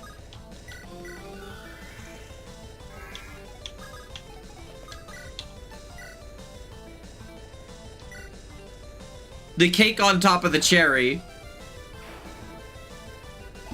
We're getting a lot of use out of Whipjack. I'm genuinely surprised. Although this is his join map, it's kind of designed to make him look good, which is a hard thing to accomplish, shall we say.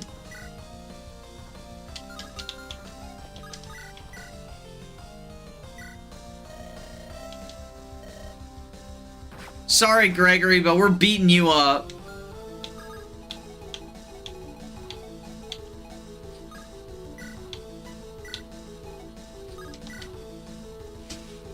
Here comes the reinforcements. Cherish is also the name of the pupil you kill on endgame. Oh, really? That's funny. Oh, shit! I forgot that guy could go up there! Okay. That's turn wheel number 1.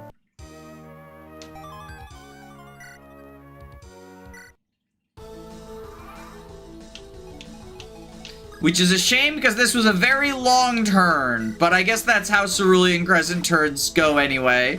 Ooh, okay, okay, you know, we get the crit this time.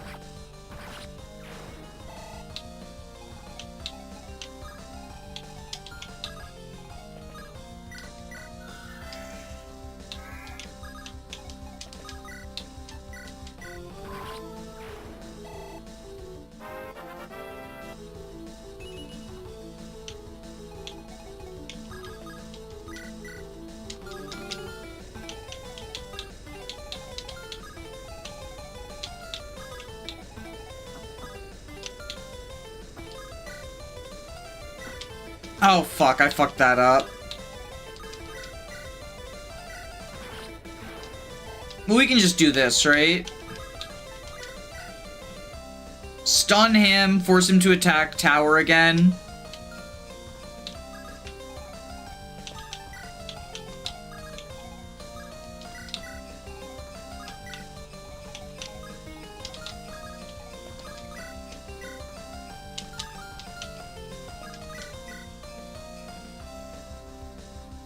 Yeah, we win sword you. What is the music for this chapter? That's a good question. I'll let you know when I get copyright claimed for it. That's how I'll know. That's how I'll know.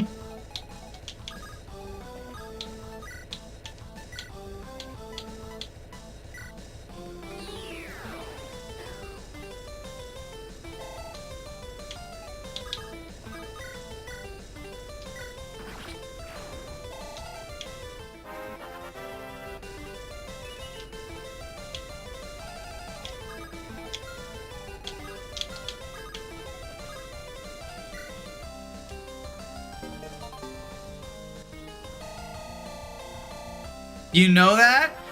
Yeah, ROM hacks are notorious for getting videos copyright claimed because they use music from games that are not Fire Emblem.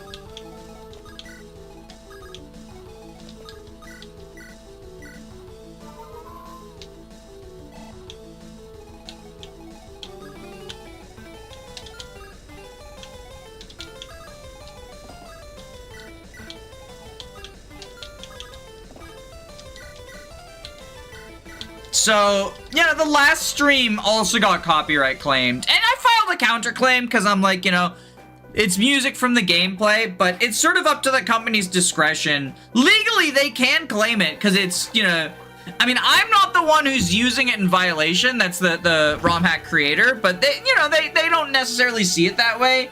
And I think from a legal perspective, it's okay. But from a sort of morals perspective, I think copyright law is often pretty stupid. Shoutouts to the time I got copyright claimed by Sony for the Mario Overworld theme. Tomorrow's video is actually about YouTube copyright sucking ass. So I'm curious to see how it'll do, like how people will think of it, right? Come on, please. Thank you.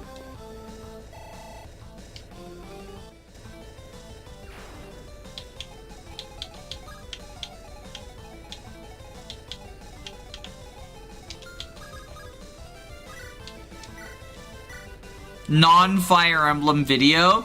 I'm trying to branch out, you know? I'm trying to branch out. I got the Final Fantasy series. I've got a Mario and Luigi video coming up in the pipeline soon. I'm trying to branch out while maintaining the amount of Fire Emblem needed for,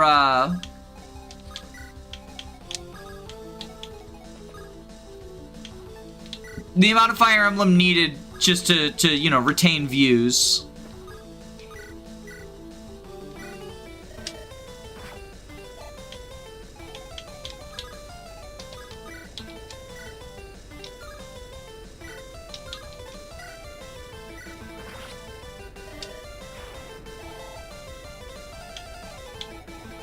Normal, the channel would burn up if it's only Fire Emblem.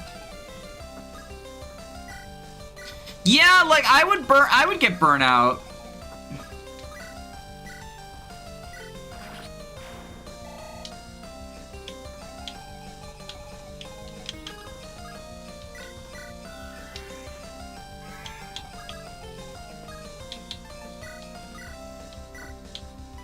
Take this, elephant!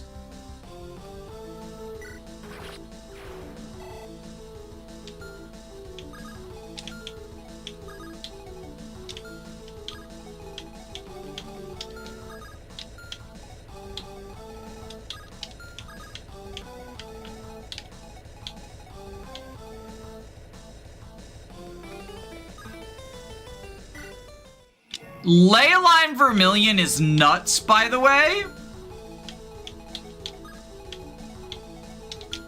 Because you get plus 10 on Astral Strike.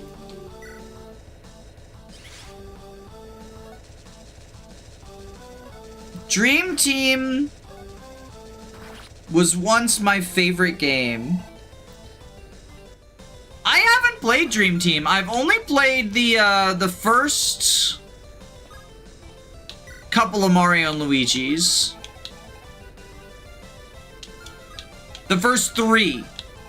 Superstar Saga, Bowser's Inside Story, Partners in Time. But I am planning a Partners in Time playthrough soon, TM.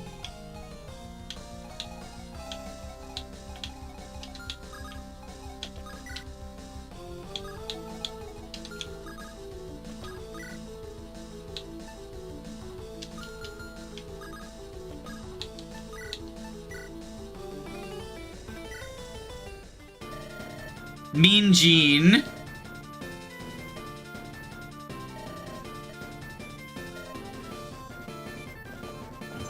Dream Team is usually good in the first run, but the tutorials are annoying on replay. That sounds like a Nintendo game. That certainly sounds like a Nintendo game.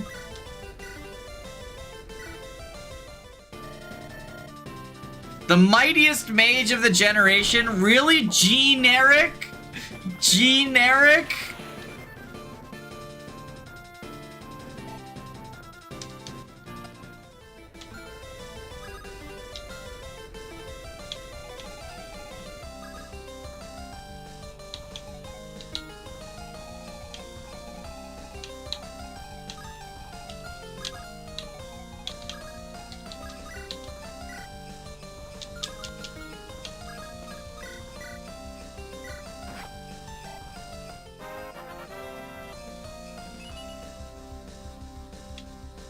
Alright, so here comes the reinforcements.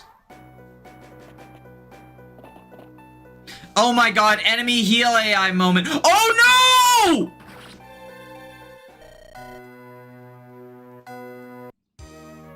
So what is this, terminal number 3?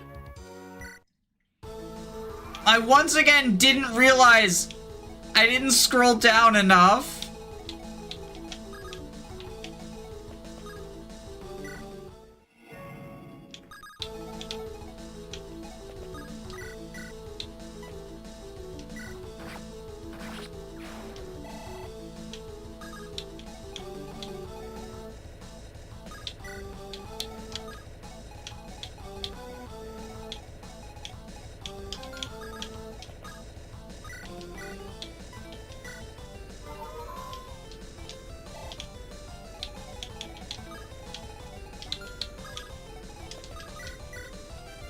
Alright, we hit this last time, so we hit this time. Hell yeah! What's so hard about just asking us, do you need a tutorial, and letting us say no? That's a Nintendo moment. That's a Nintendo moment. Unfortunately, Nintendo is just like that.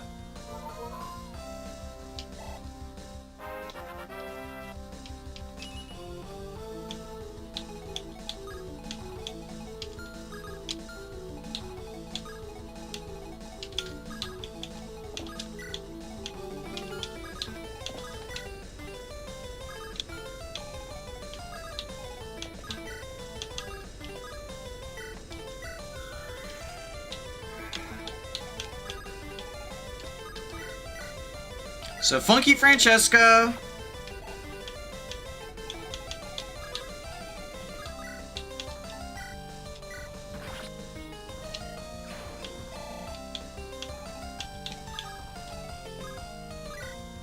Crocodilio. Take this elephant.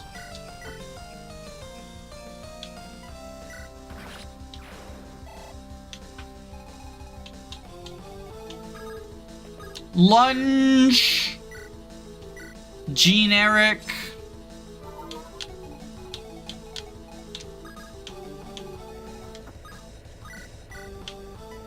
Powder Blast you. Stun you.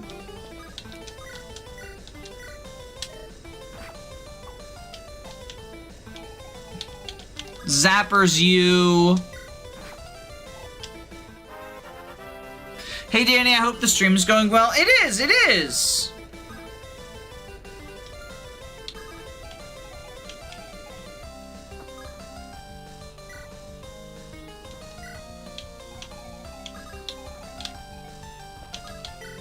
People just refuse to read anything?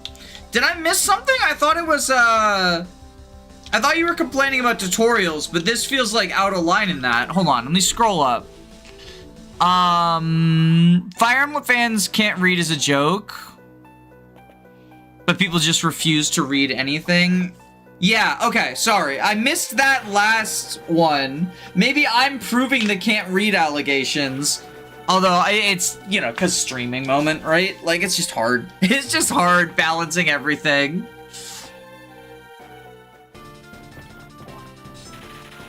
No damage. Generic? Down! Thoron, you failed me.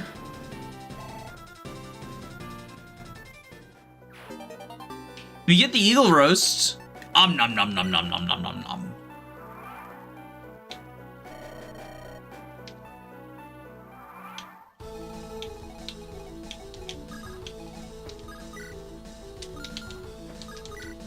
So we go Funky Francesca. Francisca.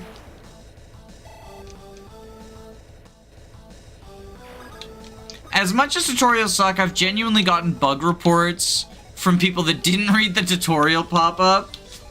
That's funny. So we get the mystery drink.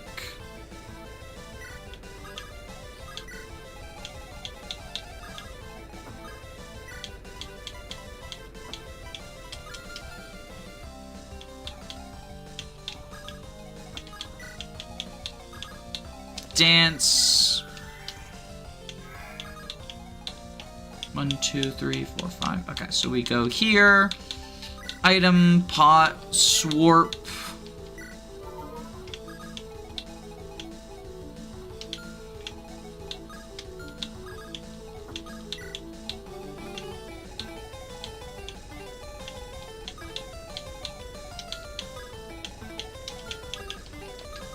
Iron Lance you. Alright, you have 4 defense, 27 attacks, that'd be 23, minus 25%. Yeah, so she's good to do that.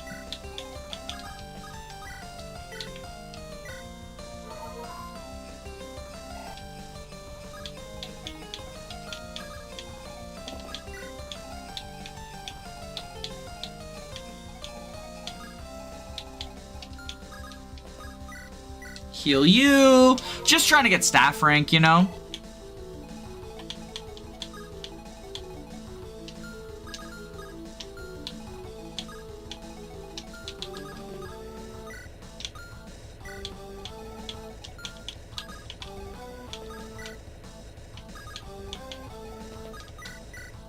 Alright, you bonk.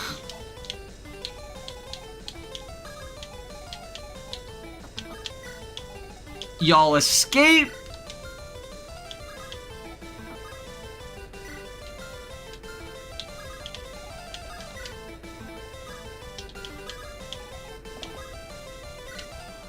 Alright, so here comes the reinforcements from behind. Warp grinding when. Yeah, we'll just spam the warp staff, smiley face. How did I never notice generic as a generic growth? Clearly I failed the FE player reading allegations. Well, I mean, in fairness, if you don't pronounce it out loud, it isn't as obvious.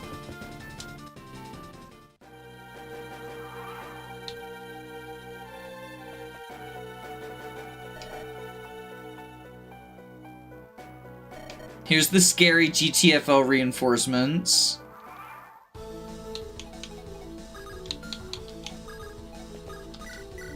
Harm you!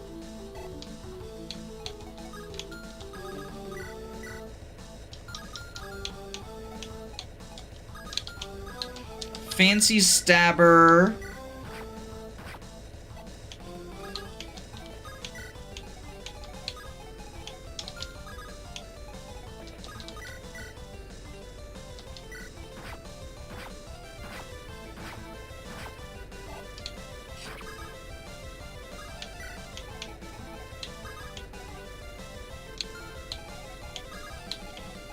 Funky Francisca.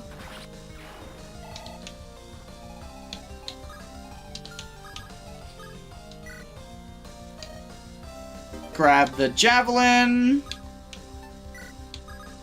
And go here.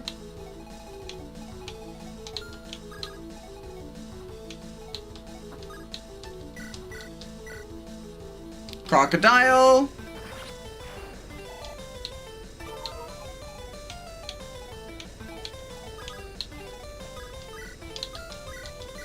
Heal up, Buttercup. Gotta stay for the droppable Levin sword. Wait, what? Where's the droppable Levin sword? Hold on. There's a... Oh, this guy has the... Oh, no. Can we do that, though? Like, these guys are so scary. What an amazing reward. I mean, magical swords are always good. Levin sword's probably the worst of them, right?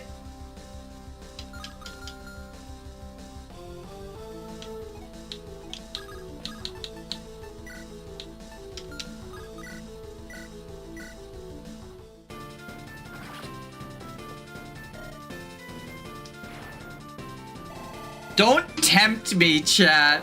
But I think we give up on it. Because it's not just him. Since this is an escape map, right?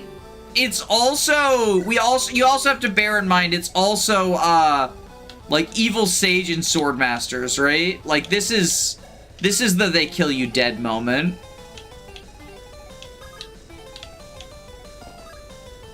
I'm home from work. Welcome home.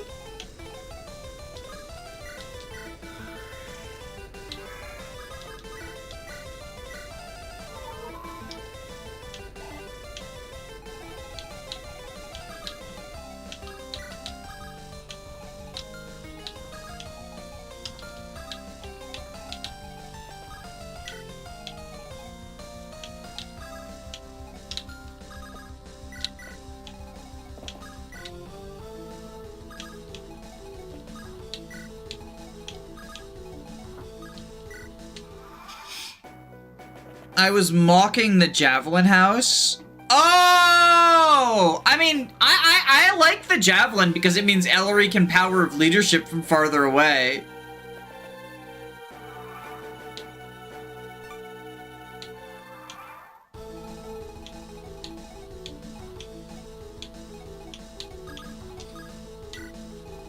I don't know, I think a Javelin is, at this point of the game, fine as a reward.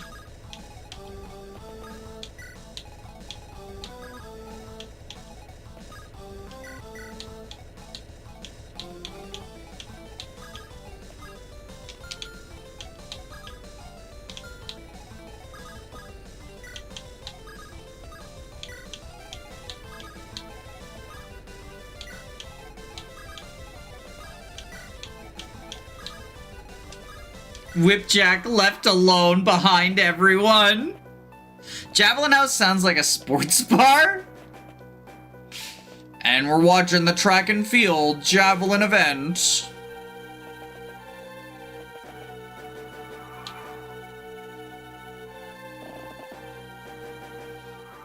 Yeah, there's also that. There's also that.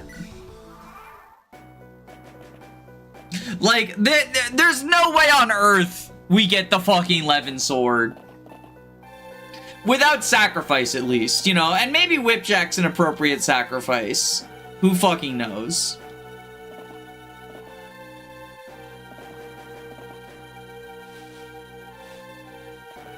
There's probably a way to cheese the Levin sword because you've got... Oh, the elephant! Yeah! Honestly, probably could cheese it with the elephant. Still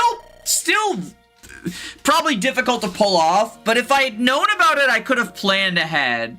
But, you know, that's for next time.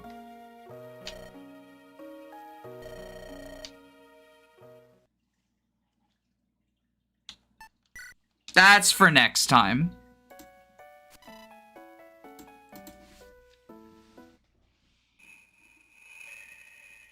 But now we get everyone's favorite recruitable unit, Ophelia Dusk.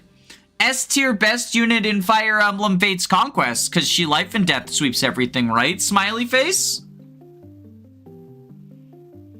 Only unit you ever use in Conquest, because she's that unit.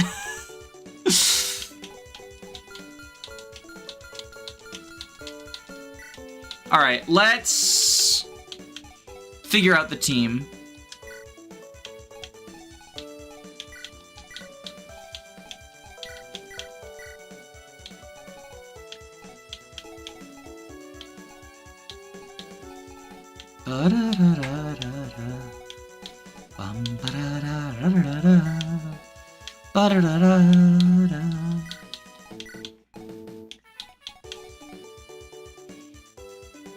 Unironically, the best unit is Justice the Log. We're not doing a Justice unit review, so, you know, be prepared for disappointment.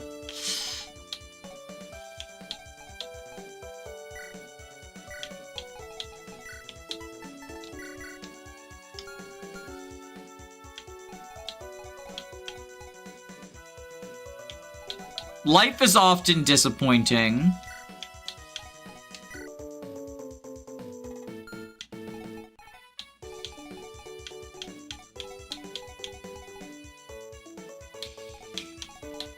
I can't think of anyone we would ditch for Marlowe or Vermilion. Like, Lindros is still better than Marlowe, right? Just because of guidance shenanigans? Justice won't be reviewed as part of a cell. No, it will. It's just he's not getting his own unit review.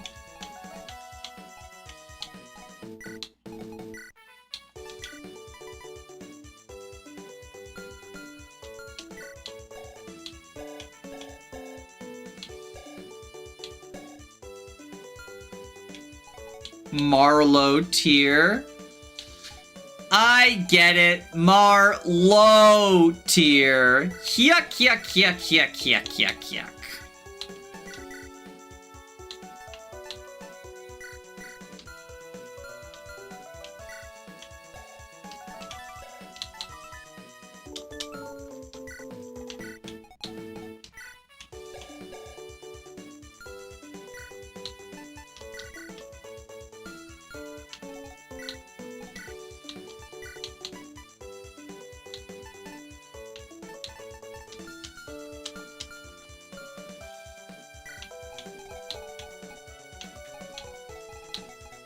Oh, right, and then the, this is the guy from earlier, the Cutlass guy.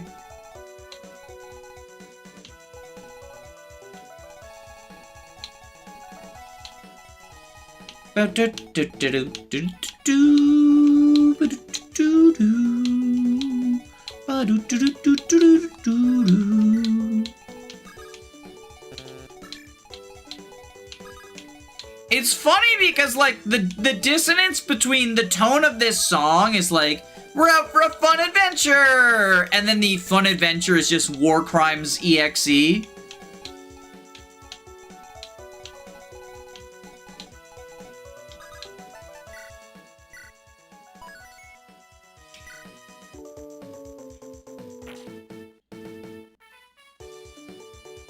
Alright, we have a cell here. So, Acel is Ophelia Dusk, that's her personality. As a unit, she's definitely different. She is the low magic, high speed mage to sort of counterpart to, Lindros's high magic, low speed. Light magic itself has some interesting tools. We just got Cherish last chapter. But light magic is a desirable weapon type, and Acel is your first light mage, although she won't be the last.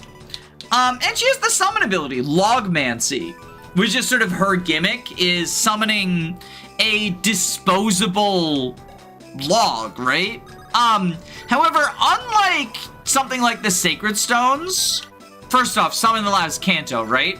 But unlike the Sacred Stones, where the summons are like 1 HP chumps, Justice does stuff. He's got 34 HP, right? So he actually exists. And he gives Acel infinite speed when she's within 3 range of him, which is pretty cool.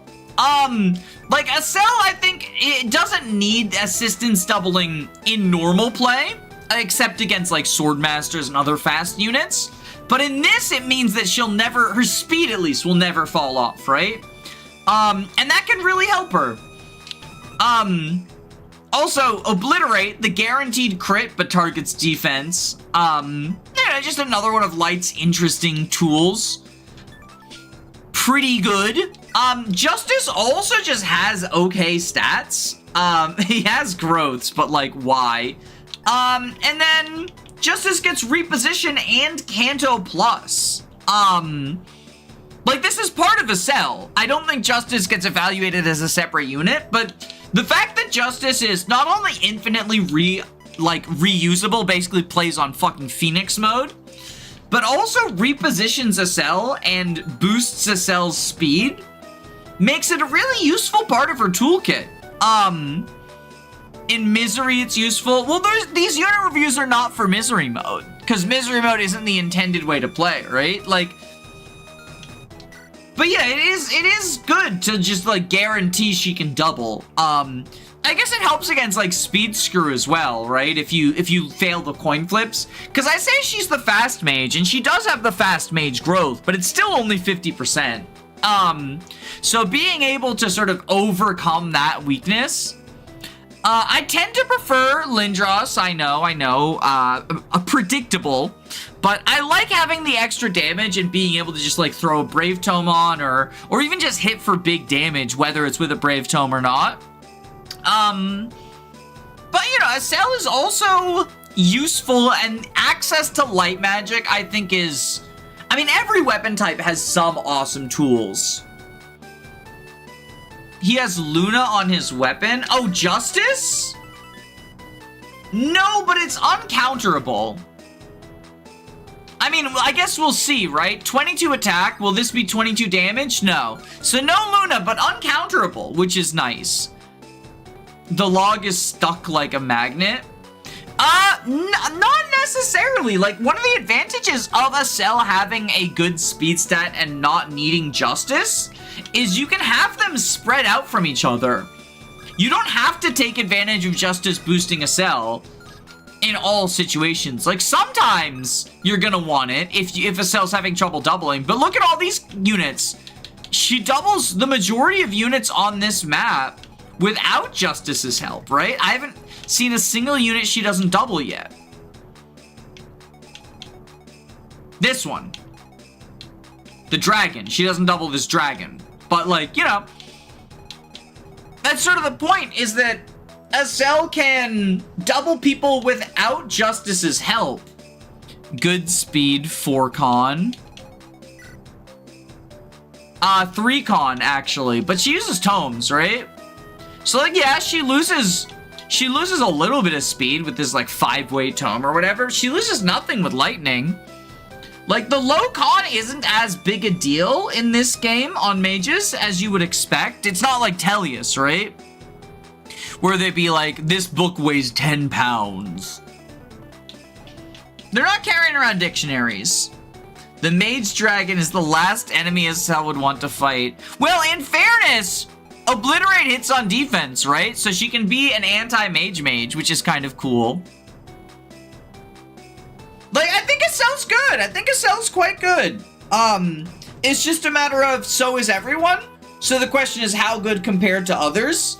And fighting over the role of not only mage, but light weapons with, like, Quilin. So, you know, it depends. It depends on where you're at. But Acel has stuff going for her.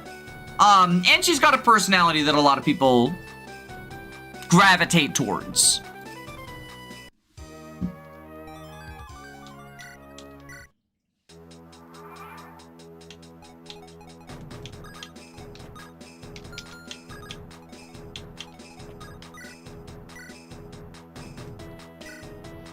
Torment and Mind Crush target defense and are effective against mages. Yeah, like, there's a lot of... Light is good for fighting other mages.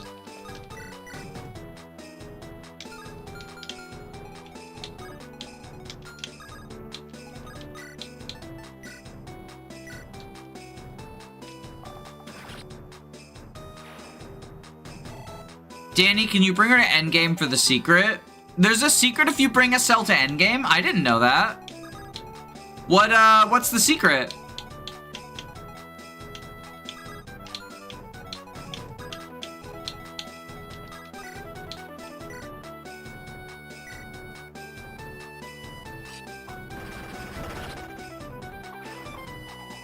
Light magic is light, so it has the lowest weight.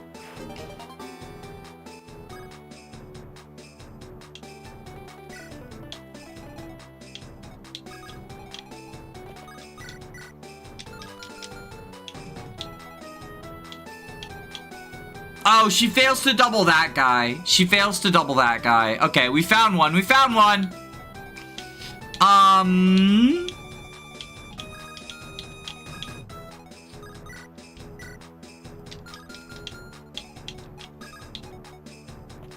Think we summon Justice here. Have him log.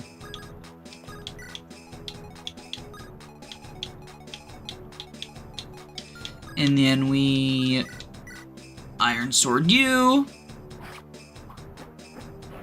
Do not reveal it, chat. Why not? You can tell me. Like, this is a spoiler-friendly zone.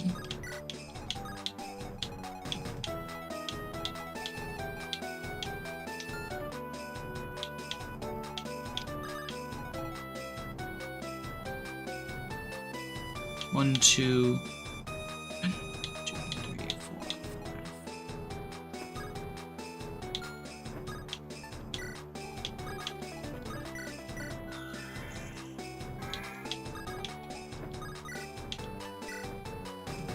Oh, are they not considered wood? They're not considered wood. Okay.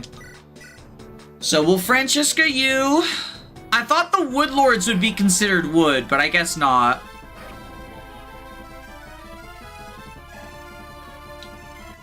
It's funny? I mean, if it's funny, I want to know what it is then.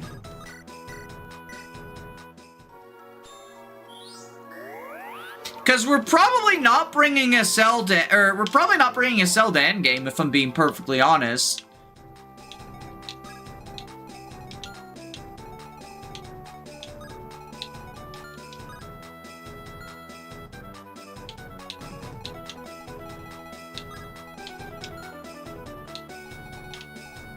Acel claims to have god powers, and then Quillen takes them away from her. Oh, that is funny. That is funny.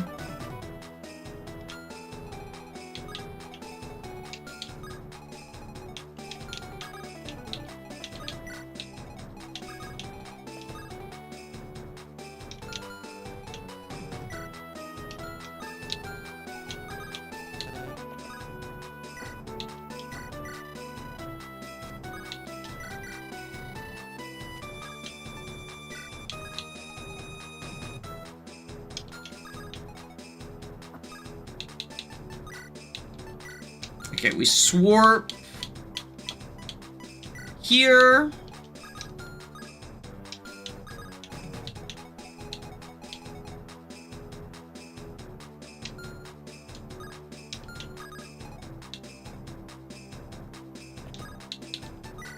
Thunderbolt you.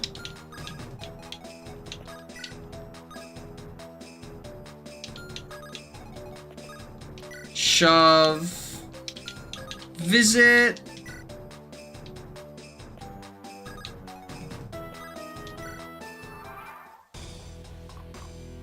So we do have to escort these green units to the escape point.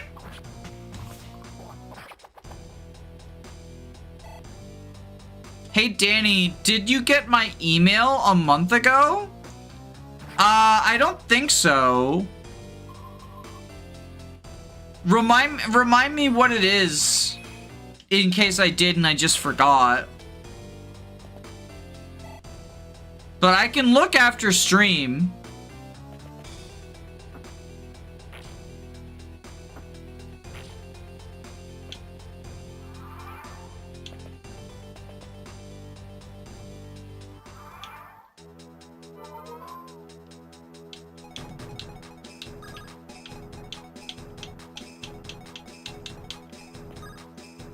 Alright, we will quick rain, or we'll crocodile you.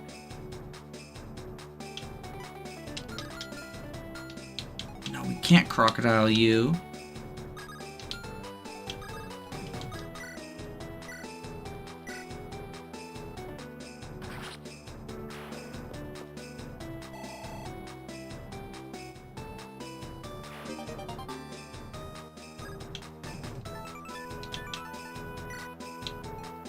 Alright, we will make you into minced meat. I made a FE4 video with your footage. I wanted you to look at it before I uploaded it. I already did. Yeah, I mean, as long as you, you know, give footage credit and tag me, that's, I think, perfectly fine. I appreciate you asking, but just sort of my general policy is I'm okay with it so long as, you know, footage credit is given.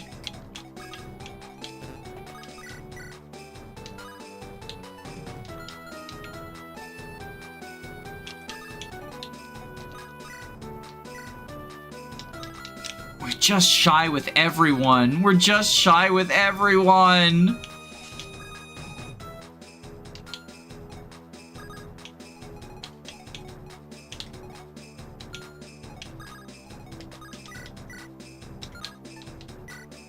14 times 2. All right, here's what we do. You go here, Powder Blast, you. You go here, Fancy Stabber it. I did. Awesome, yeah. I will, I'll check it out. If you want to, you can leave a link in chat if other people want to look or whatnot, but I'll check it out. I'll check it out.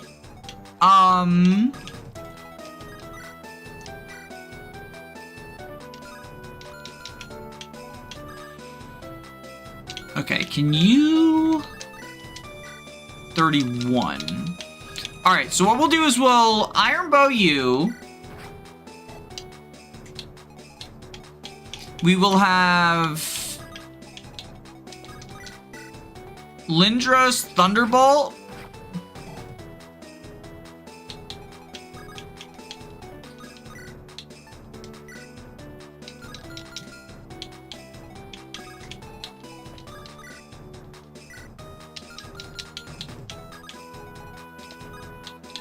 Staff Heal.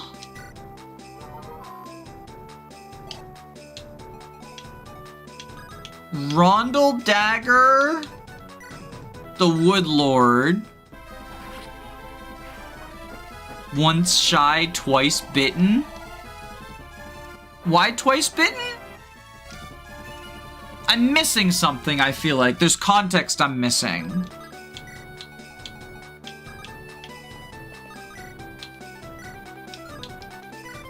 Well, Fane and you refresh these guys.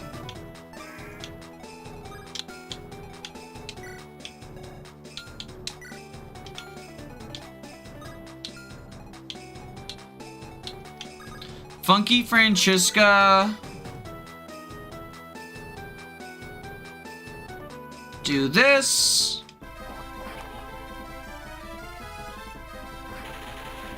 It made more sense earlier. Oh, because I was shy of killing the Woodlord?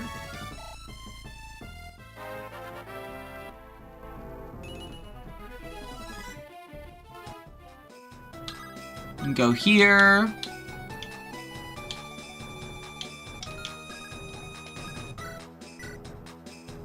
Harm you. I do like that Harm is just the fucking Fire Dragon Breath on a staff.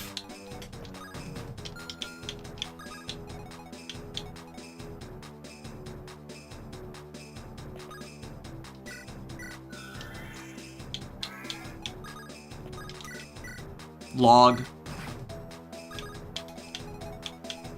Log.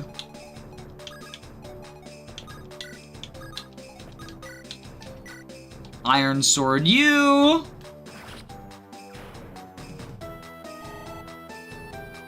The battle music transitioning to the map theme is slightly jarring.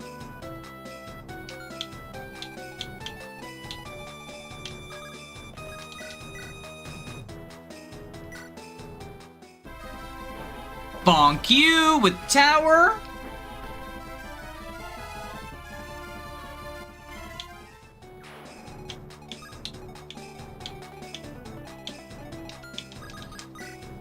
Alright, if we've Rondel Dagger, that's 8. 16. Yeah, okay, so we do this.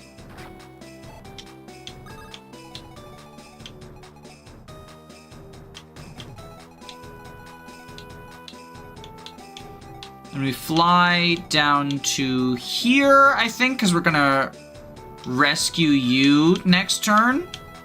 Then we go here, we ley line.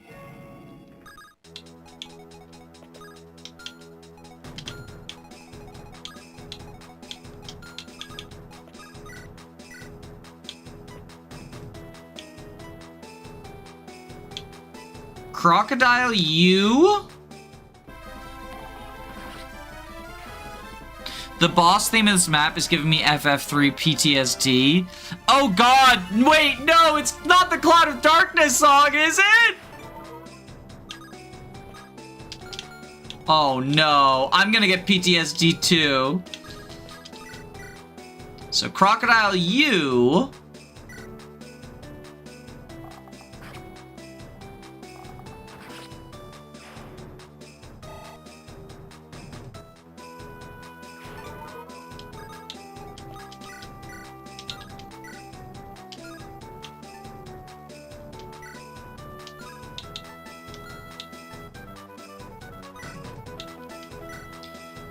we'll try... I think rather than going for Quick Rain, we just Crocodile again, and we accept Crocodile's breaking. The Cloud of Darkness, more like the Clawed of Darkness. What? What? Oh, did I Quick Rain? Oh, I Quick Rained with Crocodile. Oh, well.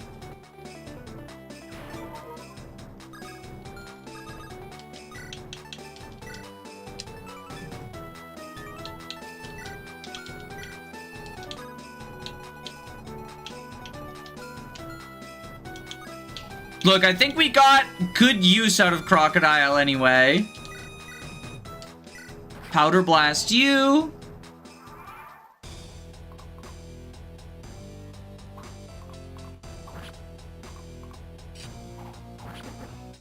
It's the boss theme is gonna be Garuda PTSD. Oh!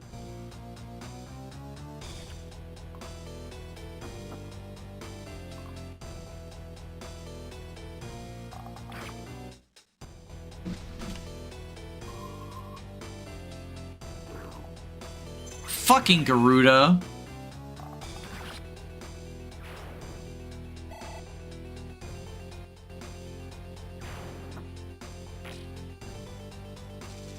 I get that, like, they wanted to encourage people to use the job system, but I feel like they went about it in the worst way possible, you know?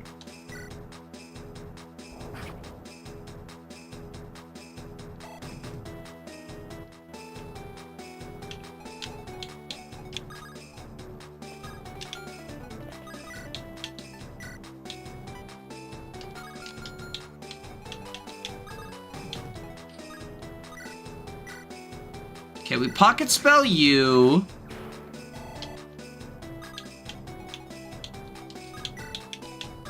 Justice log.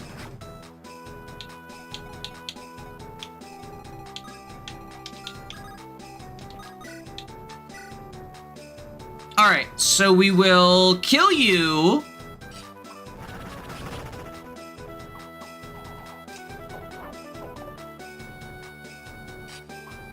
I mastered the blade.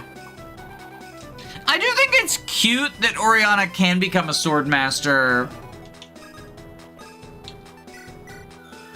Because of Mum. Because of Mumsy.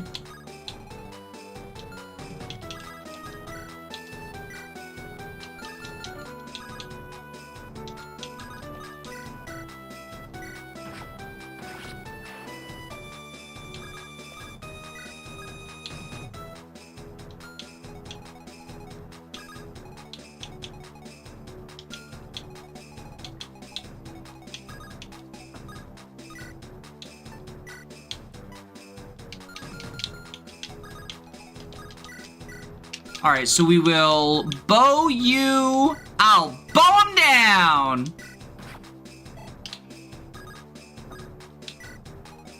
And then Amelia pilled. Based and Amelia pilled. Stabby, stabby.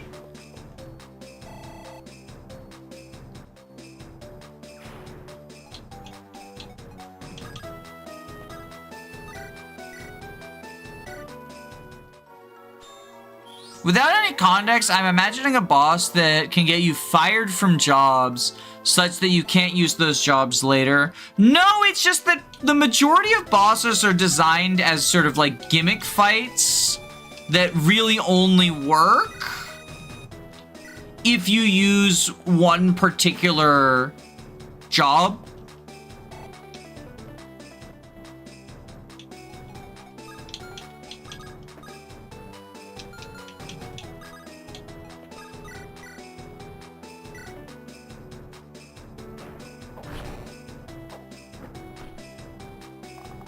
That sounds dull. Yeah, Some dungeons are like that too. Although the dungeons aren't as bad because they tend to have like multiple options, but they're still not great. IMO.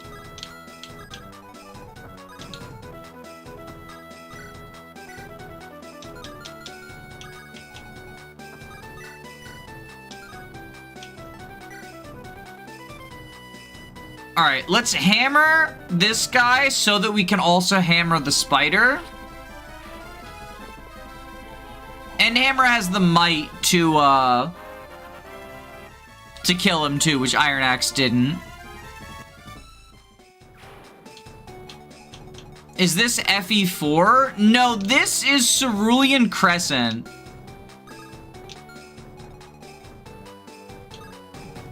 I realize now you might have been joking.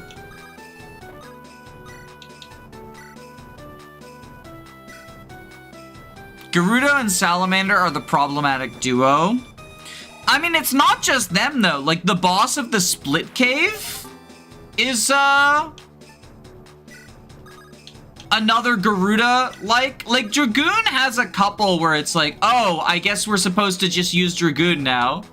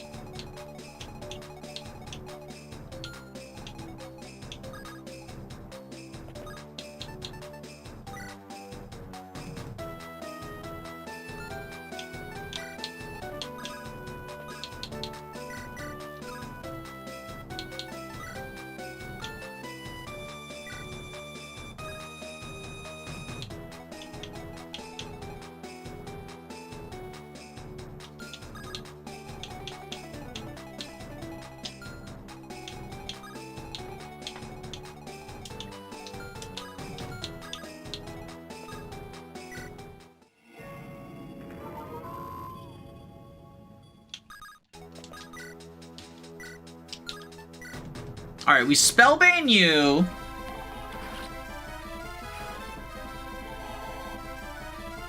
What makes Dai's emblem good? It looks like a bunch of inside jokes I would never understand. I mean, I think if you know, are on the forums, you would probably get them. I'm not, and that's part of why I haven't really, like, looked into it.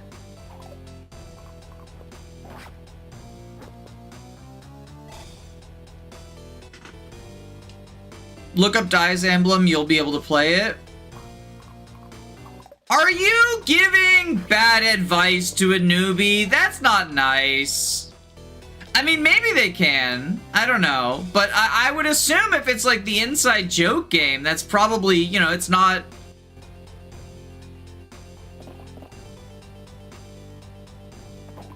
Gotta love bows with different types of effective damage. It's pretty awesome.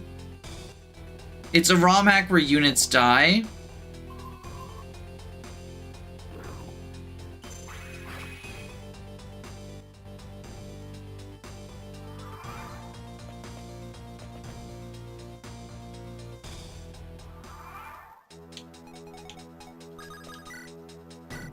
Iron Lance you. Ba-na-na-na-na. Does Sanctuary stack with Crynia's personal ability? Like, if I give her Sanctuary, will she get a 75% reduction?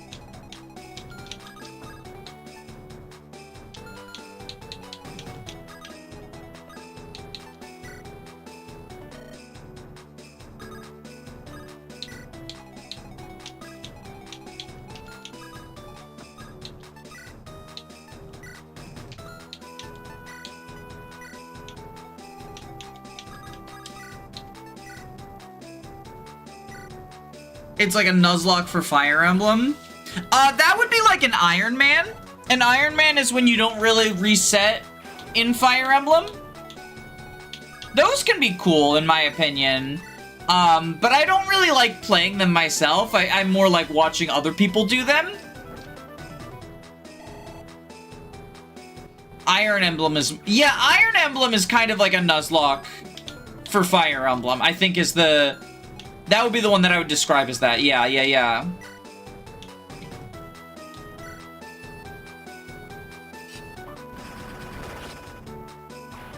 Dice Emblem is like a meme game. It's got a bunch of like jokes and references to the FEU forums.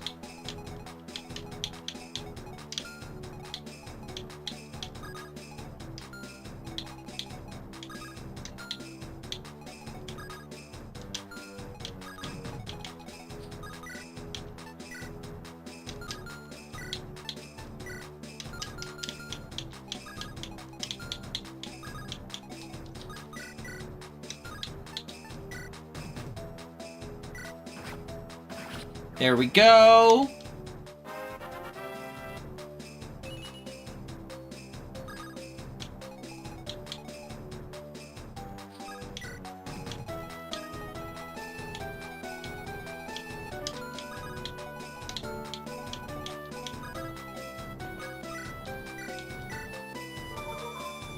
I understand, that's why I'm confused. Yeah, I think that's why I was saying, like, maybe not a new player, right? I think you're recommending something it's meant for a different type of player, right?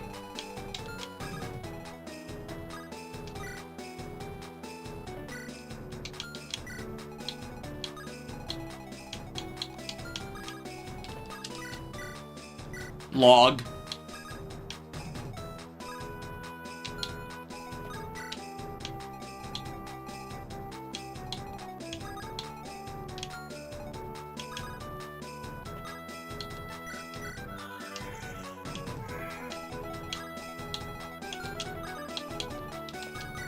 We will Iron Sword you.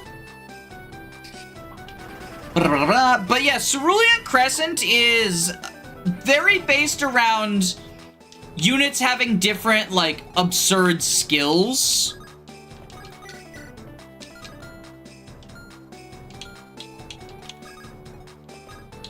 And sort of taking advantage of those.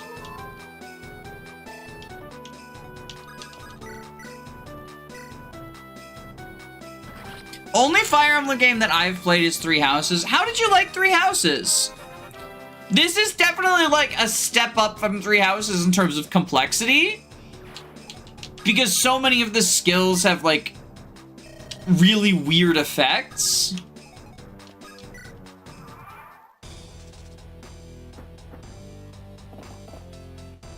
But if you played Three Houses, you know, you'd be familiar with like having skills and trying to manage them. Oh, fuck! She got doubled! Well, that's our first turn wheel. I didn't realize... I forgot that the dogs were fast like that. We can stop the doubling by doing this, though.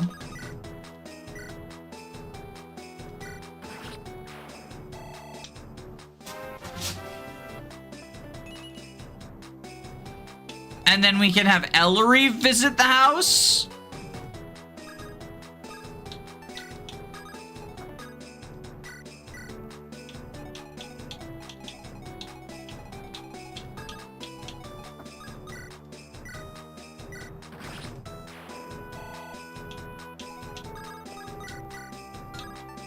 Iron Bow.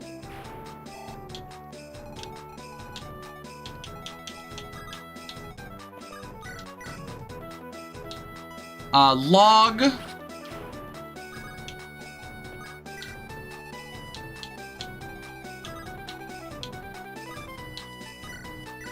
Heal you.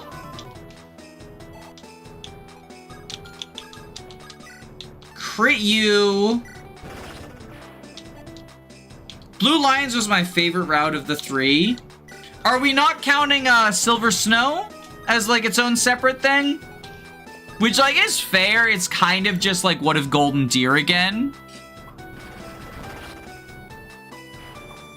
I started Black Eagles, but I didn't beat it yet. That is one of the things about Three Houses that can be exhausting, is just trying to do basically the same game 3 times in a row. It just becomes a lot, you know?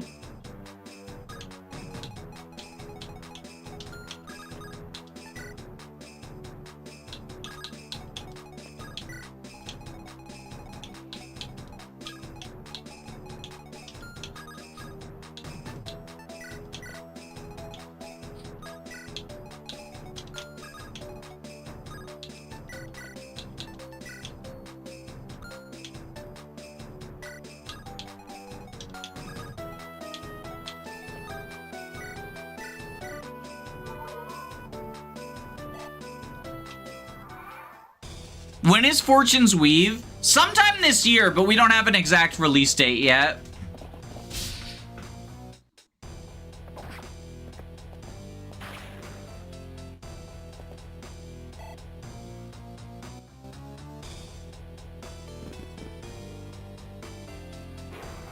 Ba-na-na-na-na.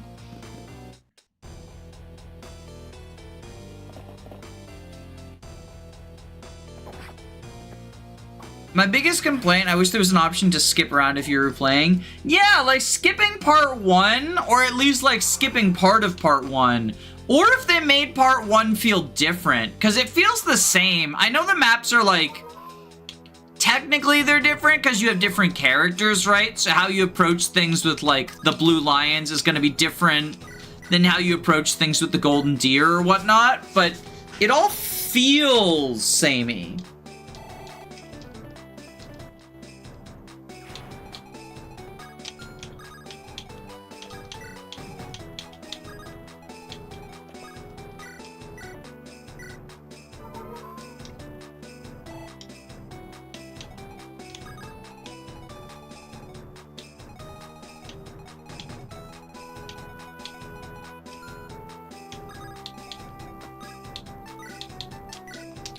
Swarp Ellerie.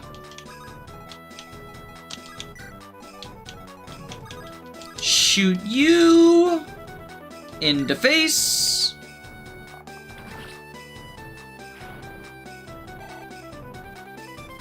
Once Fortune's Weave releases, it'll be Fortune's Wove. Why? What am I not getting here?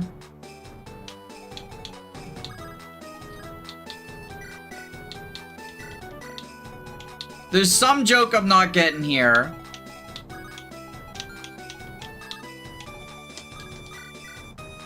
Francesca Gaming! Tenses? Oh, just like putting it in the past tense?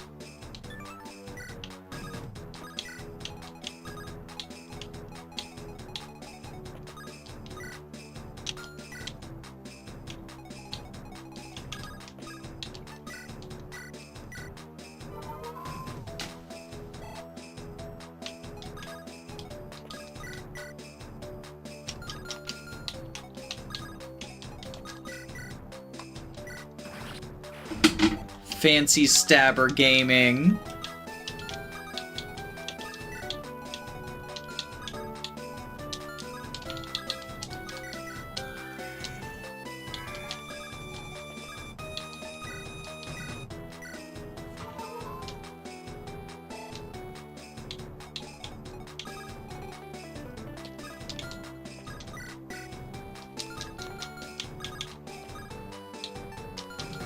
Oh, whoops.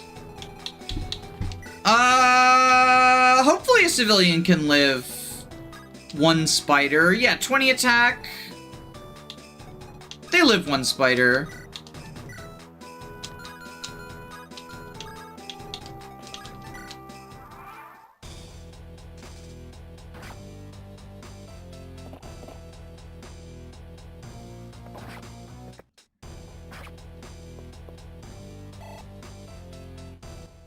You're making Danny think too hard?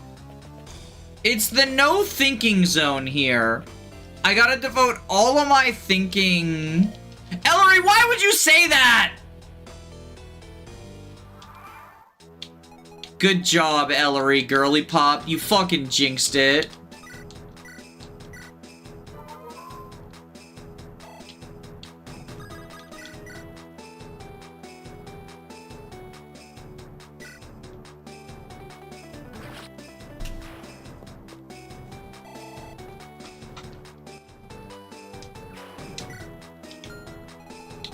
We're almost to the level up.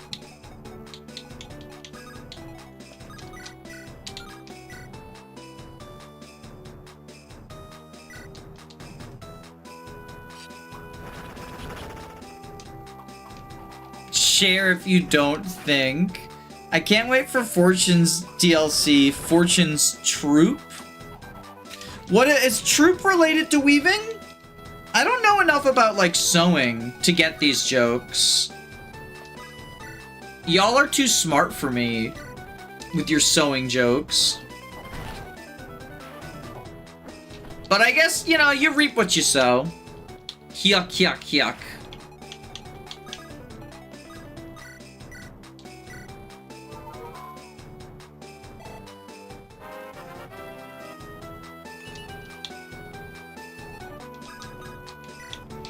Justice!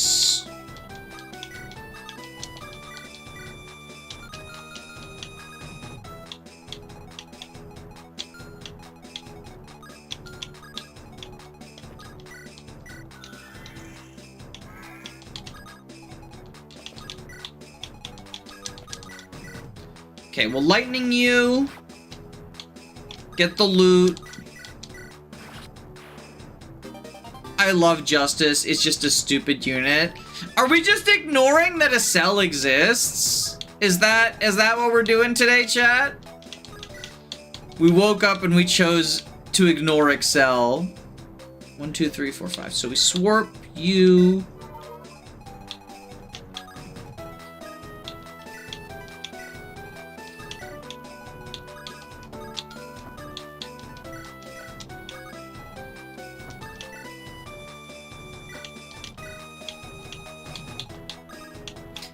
Do you get anything for going in the tunnel? Like this tunnel right here?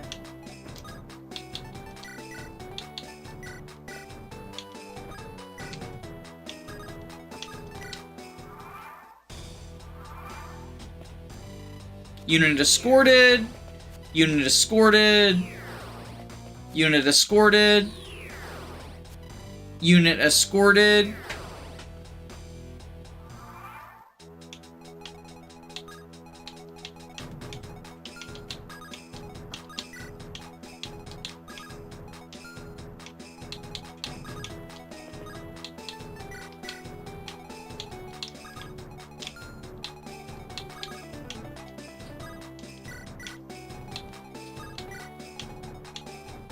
Is that where you get Tethia's Tear? No, the Mimic drops Tethia's Tear. Which is just Ellerie's personal item.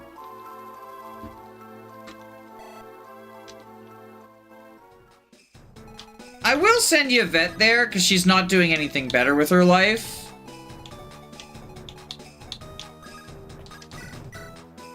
Log.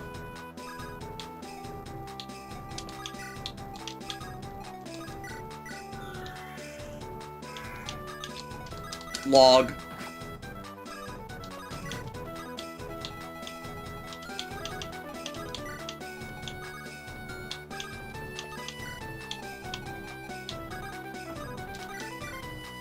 Powder Blast. Whipjack didn't even make it to chapter 7. Yeah, you know, deployment's tight.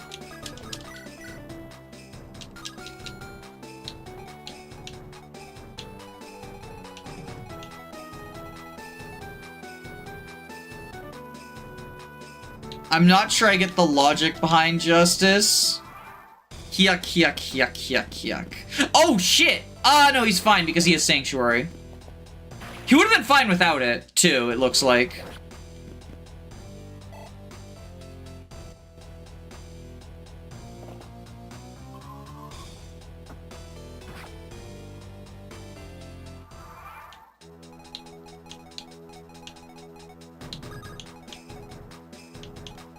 One, two, three, four, five.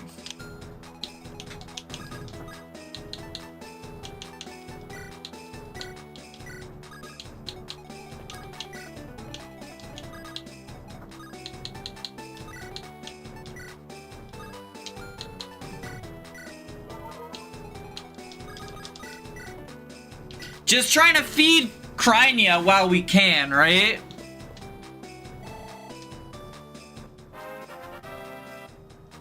Lindros lives because he pierces enemies for a decent while. Yeah.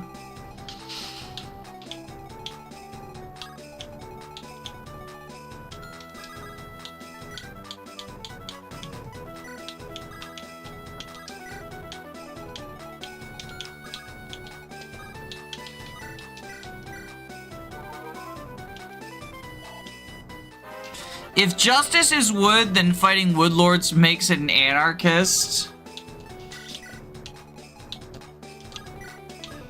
I think Ellerie's political ideology is just whatever lets her win. Nothing there, okay.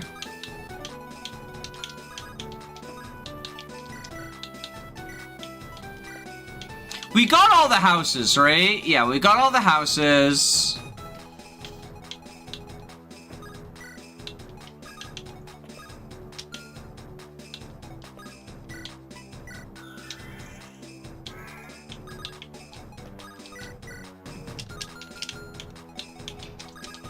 Justice!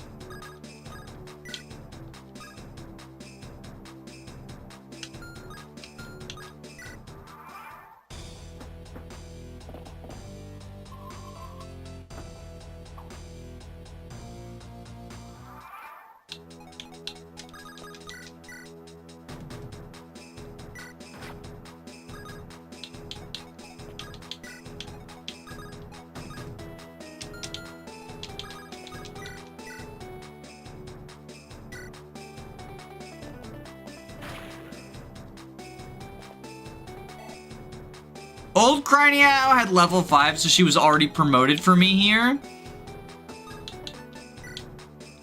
Oh, so you were like using this to train Whipjack instead? Makes sense.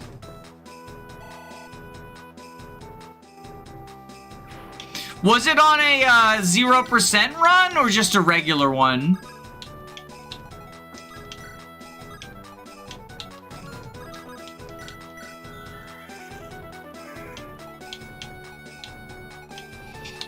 He's using Whipjack here because he has Chapter 6 bases on 0%.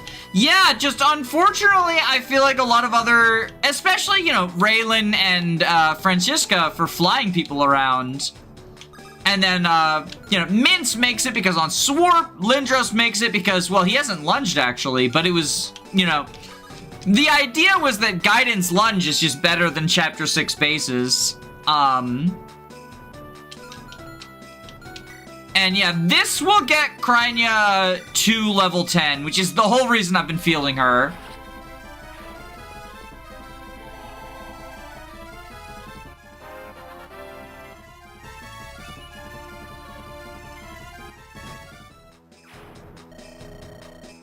Oh, right, you didn't have Cooking Pot Mince either. Mince probably doesn't get a deploy without Cooking Pot. But we get the Quality Liqueur, the Skull Smash, and this is one of those attacking staffs. And this gives us a Cutlass, right?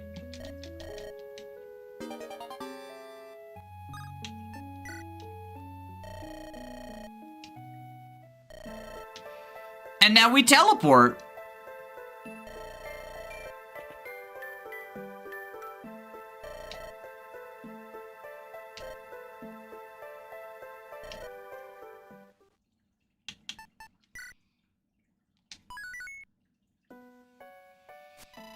But for 7X, we get to choose to, we can do the bad ending.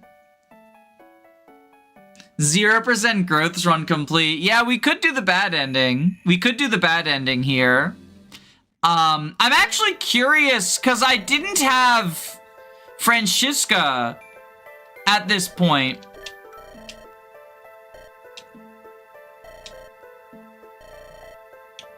Let's see what Francisca's bad ending is, because I haven't seen that one yet. Look at my LTC run, 58 turns. I bet nobody's beating that.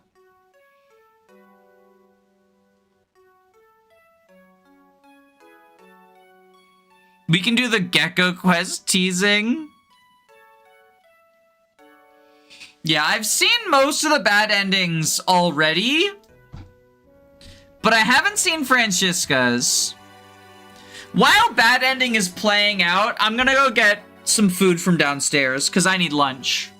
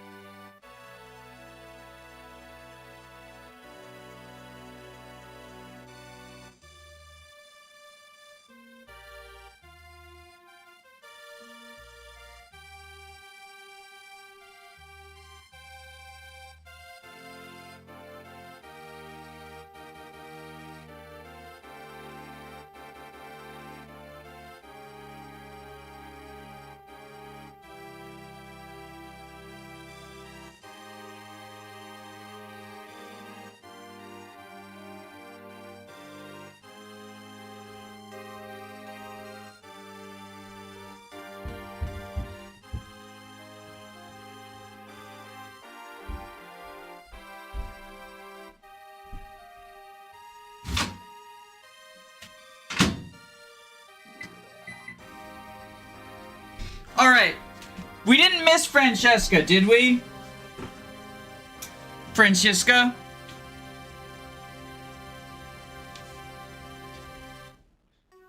Not a bad ending for Gecko. Yeah, Gecko gets a good ending, but most people die.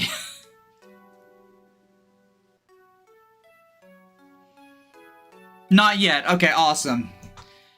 I forgot how slow the text is on Fire Emblem Ending Scrolls.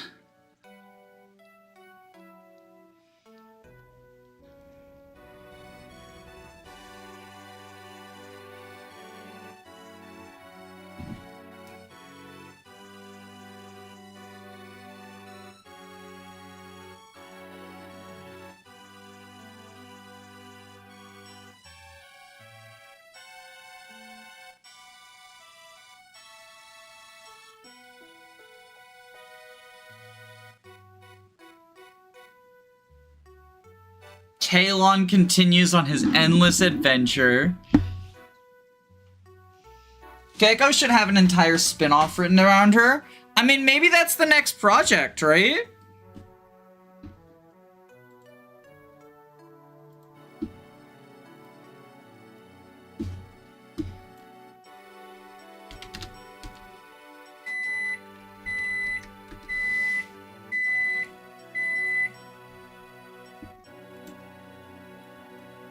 Alright, while we're in bad ending mode, I'm also gonna pull up the FEU. Because I'm curious. I have been out of the loop. Okay, we have Dai's Emblem is complete now.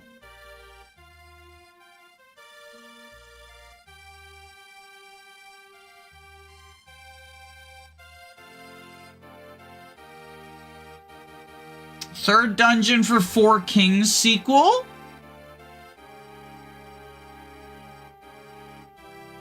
Sacred Stones and Heroes Reloaded, Dark Amulet, Dark Lord and the Maiden of Light, Eligor's Spear. Oh, you know what I have been interested in? Is, the Sacred Stones hack. That's not Sacred Stones. It's like Lagdao something, the Ruins of Lagdao, like the Curse of Lagdao. I'm interested in that, actually. That might be the next new one we play. It came out last year, or the 2.0 update was last year. But I am interested in that. Probably check that out soon.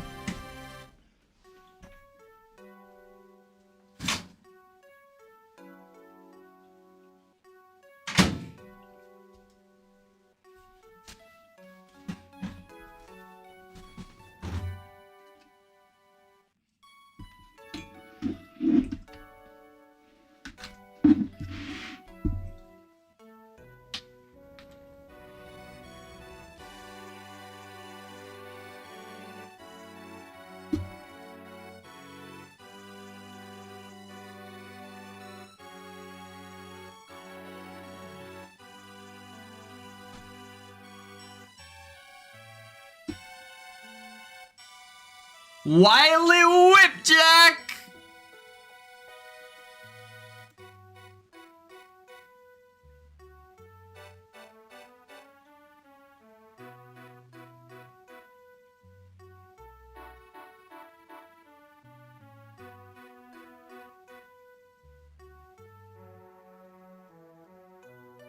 Okay, here's Francesca. Francesca joined Frosthaven's mercenary forces during the Crescent Civil War, where she eventually rose to the rank of captain.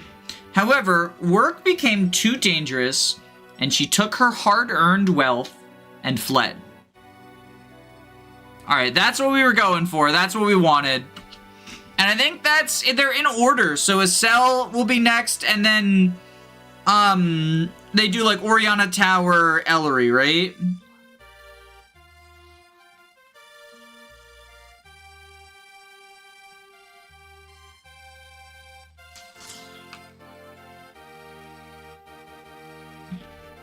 Or did we already get Oriana and Tower? It might just be Ellerie.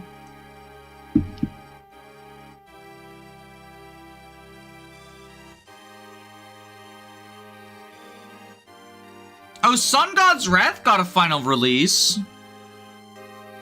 Is that recent, or is it just someone commented on it? Yeah, Curse of Lagdao 2.0. That's probably going to be the next one. But, for now we're doing this, you know? For now we're doing CC again. It's funny because, like, there's so many new ROM hacks I want to play. But, I also want to replay ones like this in 0%.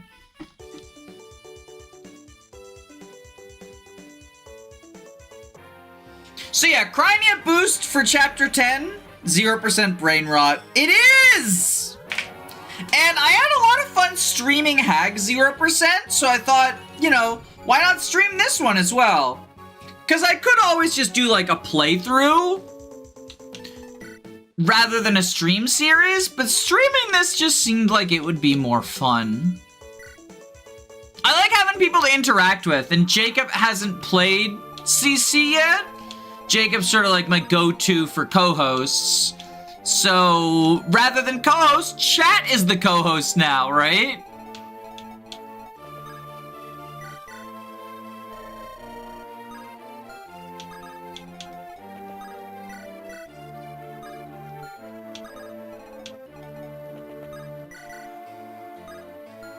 And with this in particular, as there's a ton of, like, knowledge stuff, like a lot of knowledge checks, we want the ballistas.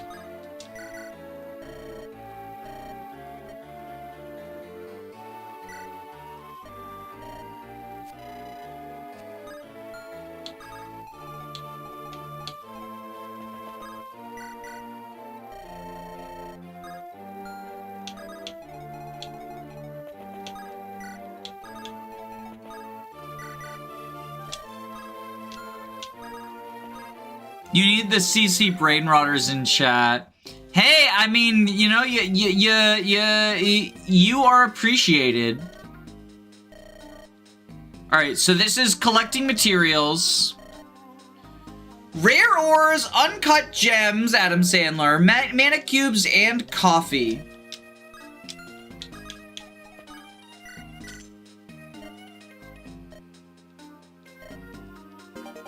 You dropped to something. More a cell weapon. Hi, librarian.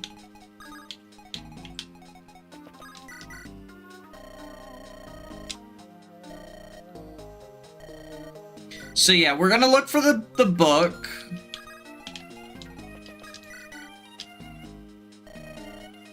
We're gonna look for the documents. That's all the side quests, right?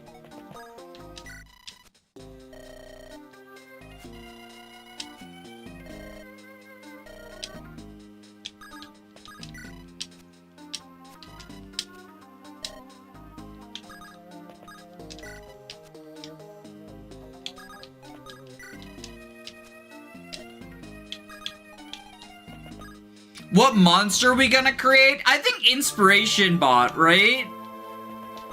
Because that's the one that won't fall off.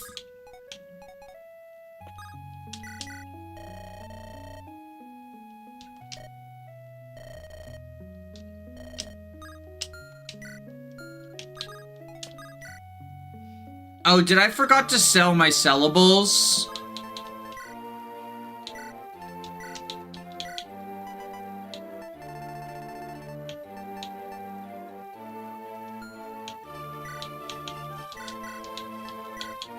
We're gonna get more quality liquor and rare ores, right? So we can sell these at the moment.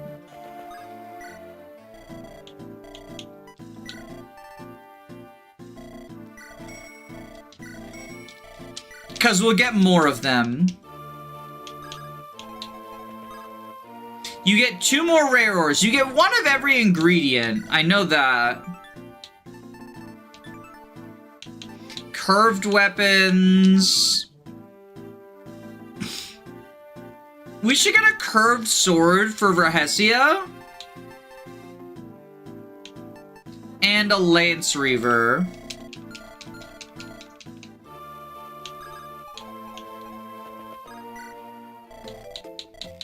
And do we want another Dicer of Dan?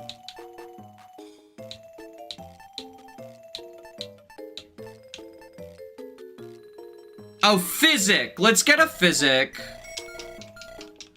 And spend our last 2,000 on the donation, right?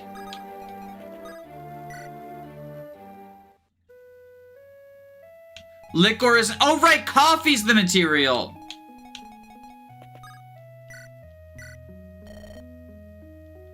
Oh, the S-rank sword, right. Okay, hold on. We gotta... Let's reset. Let's rewait. Because the economy is nuts. We have to figure out... What's the donation give?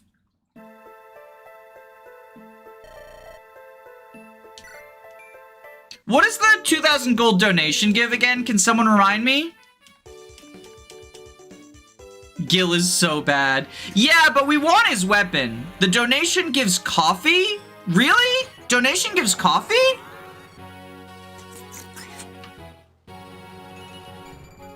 We don't want that then. We just want one coffee, the cheap one.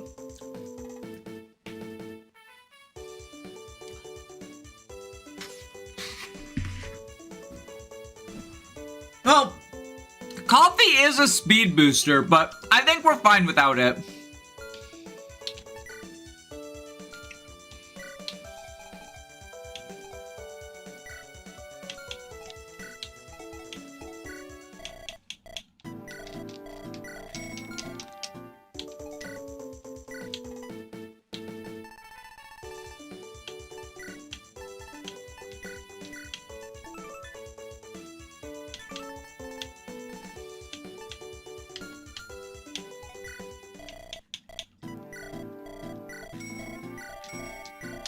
Alright. We need money for fortune cookie stacking.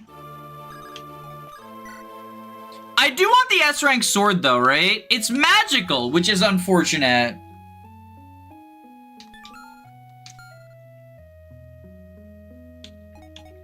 Because Rahesia doesn't have magic.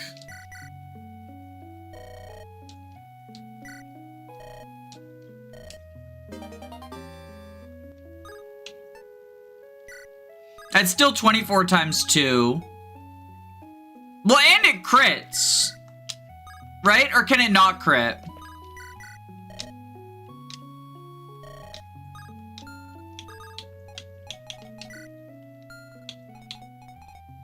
It doesn't crit, so it's bad for Rahesia. So that's basically Oriana's weapon, is what it's gonna be, right? And then I want the ballistas, because the chapter 10 ballista I find very useful.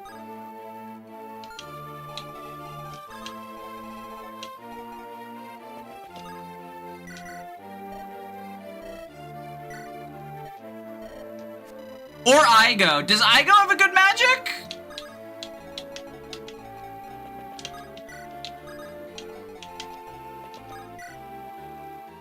Alright, now we need the side quests.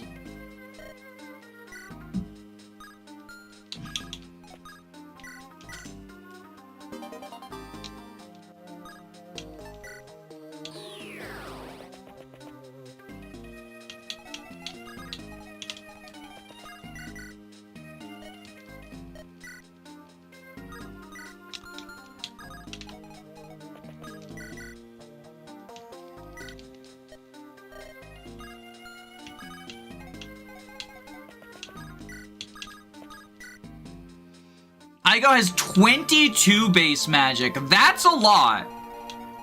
Alright. So now we can actually buy stuff, right?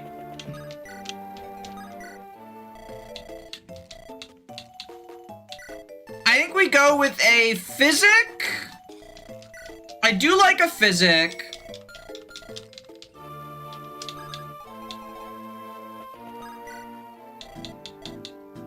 This has the crystals. Nothing we can afford.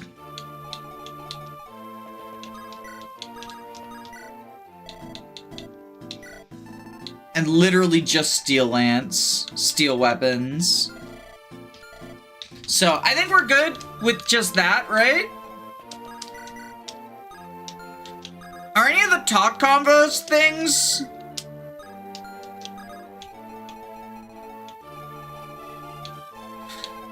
I do want to ask, does First Strike work with a Purge Tome for Eyeball John? What's First Strike? Is that like Vantage? Igo is a better unit outside of 0% growth because his magic scales. I like Igo. I really like Igo. I used him long term in my first playthrough. Only reason I didn't use him in the second one is I wanted to try out new people, right? Plus 50 attack, turn 1. Ooh, interesting.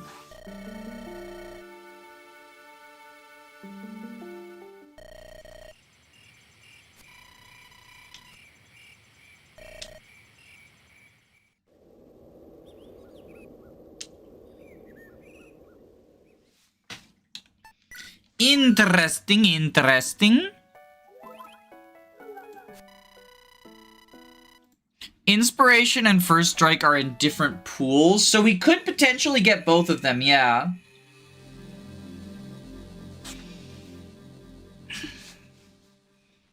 We'll see when we're making our monster.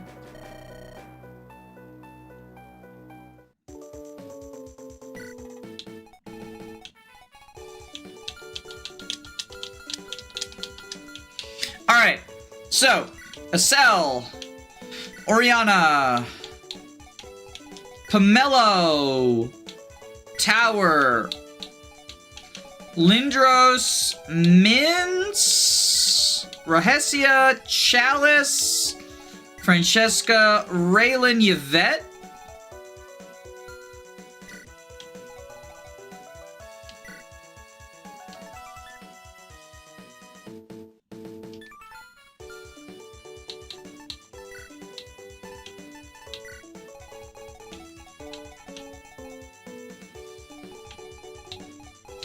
Is anyone worse than Vermilion? Raylan might be, honestly.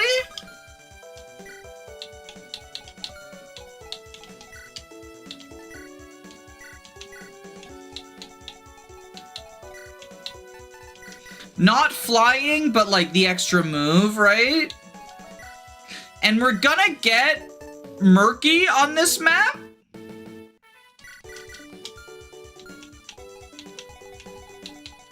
Who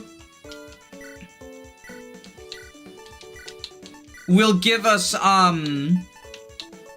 know, another rescue dropper, right? Side note, Chicken Gaiden needs Little Red to be 15. Vermilion's Little Red, right?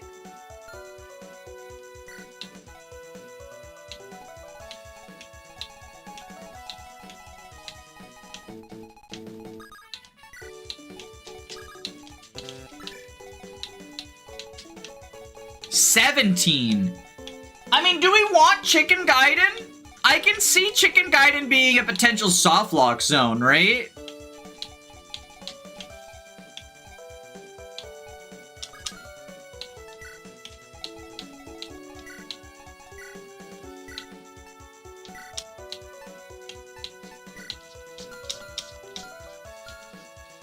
The other two can handle themselves.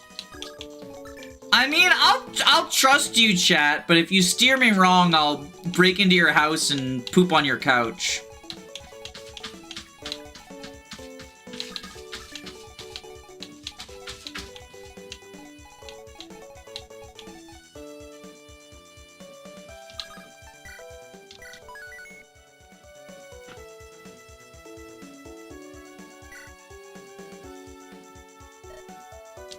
Oh, right, I forgot Quillane joins as well. Bard time. Okay, so Quillane is the first truly complicated unit in the run. She has, so let's look at her abilities, right? These are all 0 might weapons. These weapons, and if it gives her, it allows her to buff adjacent allies if she is currently in active mode. active mode is, and this is tied to her personal skill, War Ballad. Adjacent allies gain... passively, adjacent allies will gain 5 damage and 50 hit at all times. So it's like a super inspiration. And then the active mode is, if she's active, it does the buff. And you recharge active by attacking when she's not active. So basically, every 3 attacks, you get an active buff. And you can do that with regular light magic, or you can do it by attacking with these. But they do still count towards active, but you usually want to preserve these because the activeness, like buffing people with the active is good. She also just has Breath of Life, where she heals allies whenever she attacks. So that's pretty good. She is the final boss of Oriana route, so, you know, availability gets knocked by, you know, 1 chapter when she becomes a bad guy, but still absolutely worth using. Like, very busted support unit. Growths are all coin flips, by the way. Like, the relevant growths, because her strength doesn't matter. And she is a trainee! Technically speaking, she is a trainee. And she gets a horse on promotion. I believe tier 2, she gets a horse. So she'll get her promotion sooner than other units. Assuming you actually are using her, right? Sooner than other units, because she doesn't have to wait for pay raise. And she gets a horse, so she can be an even better support unit. Super aura if hyper death, except it doesn't because she's on both routes. Oh, right! She's on both routes. I forgot. She is also on Ellerie route, just like secretly in both because she's trying to record good stories. She has tail on tear availability because of that. Yeah. So very, very busted. Acel is the only unit with worse availability than her.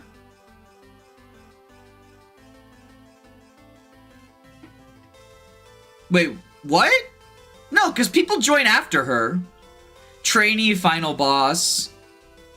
The mounted one is Zio. Oh, she's a flyer on tier 3. I got them mixed up. Sorry. Zio is kind of like the opposite of her. He does like a debuff thing. Similar gimmick, like similar skills, the ballads and whatnot. But he's a debuffer.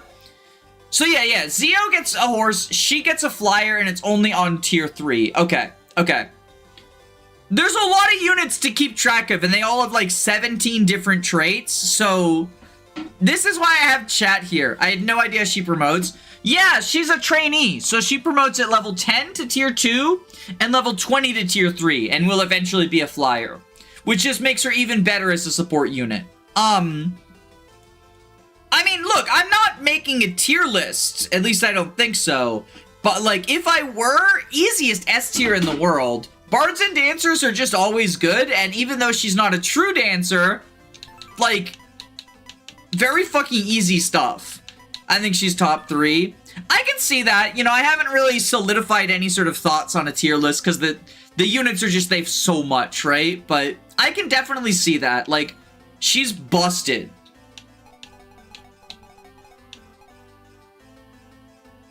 Okay, so what we want to do is... First off, ride... She debuffs units too. No, you're thinking of Zio. Zio is the debuffer. Quilin is a buffing character.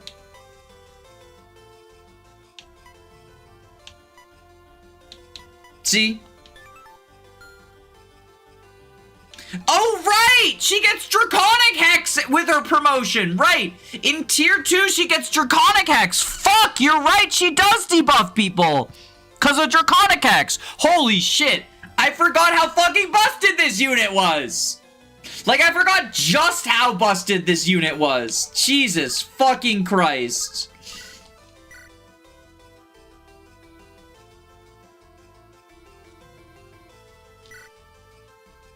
She's so good.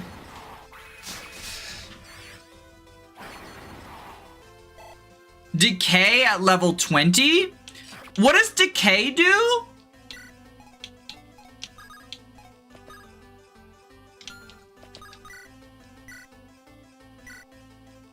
The support unit is cracked. Yeah, I guess we're not done with the unit review yet, because she gets Draconic Hex. And Decay. What is Decay? Draconic Hex has 5 range.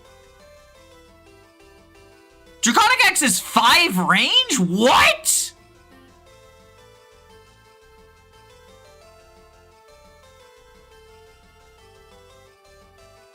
When she gets her hand on the S rank book, she will one-shot monsters at base.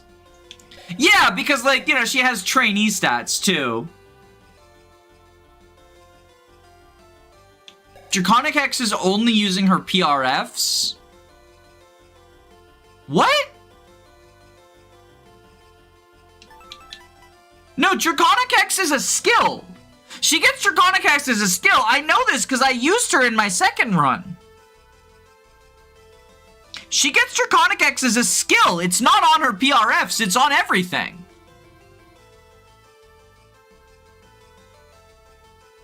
Kind of goated how busted she is to be taken away at endgame. Yeah, and like I imagine some people would be afraid to use her, learning that she leaves. But like, who cares? Use her until she leaves, right? Like, it's like the Orson thing. Of, oh no, I don't get to use them on the final map. They make literally every other map easier, though. 5 range. Yeah, no, her buff spells are 5 range. The point of using them isn't the combat. It's basically 5 range makes it easier to activate them as buffs.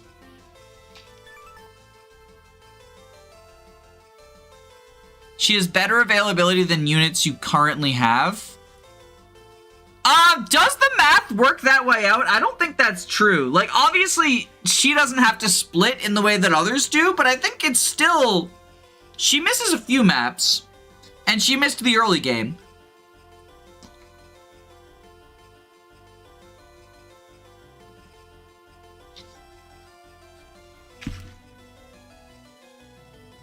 Think about half the units you have? Probably.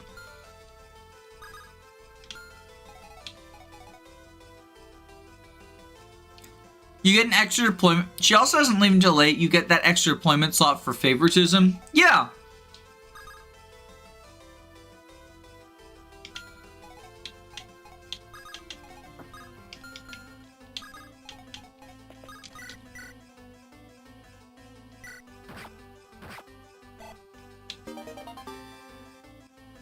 Oh wait, attacking with harm builds staff rank? I didn't think it did.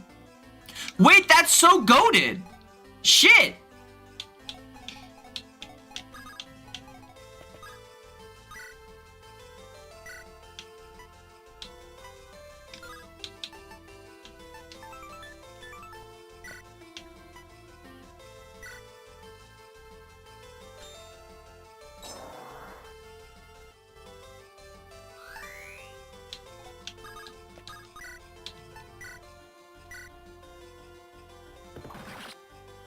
That's why Chalice grinds her staff rank fast. Yeah, I just didn't realize it.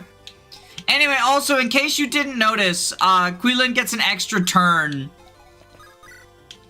for using her songs as well.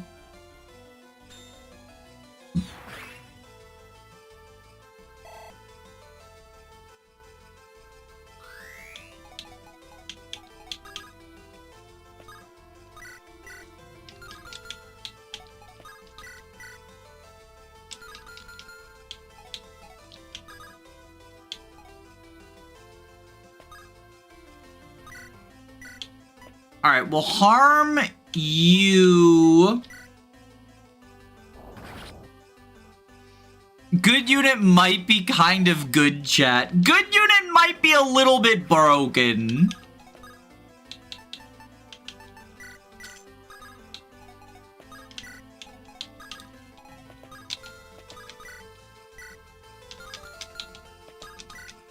Feathery Fury you. Honestly, you probably just want to train her to 30 for the wings. Doesn't she only need to reach level 20 for wings? I'm pretty sure tier 3 is level 20, right? 1, 2, 3, 4, 5, 6.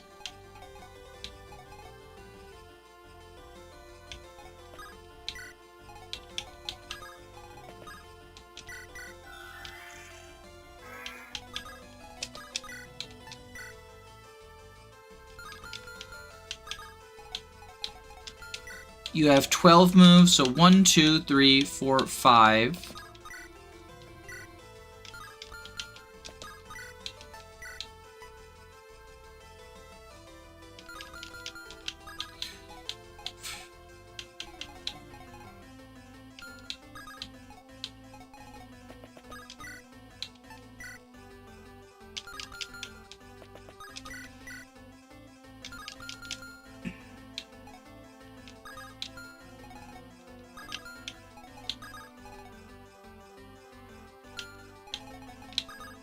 Alright, we do this.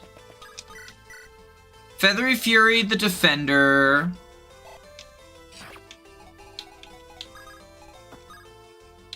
Item... Swarp.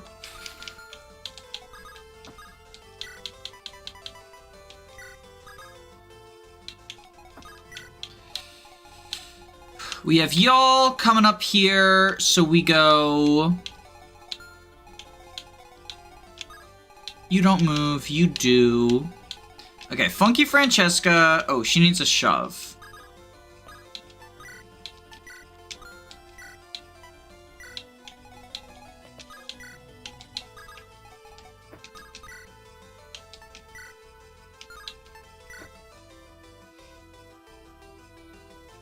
Okay, we Funky Francesca you.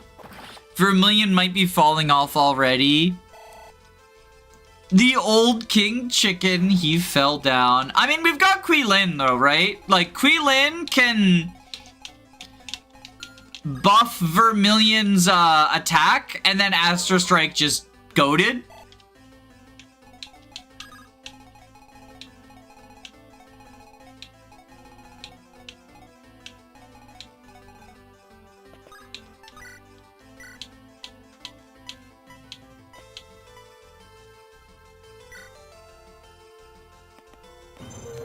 Just click the empower button. Empower button, you know, Dragon Veins is the other good one.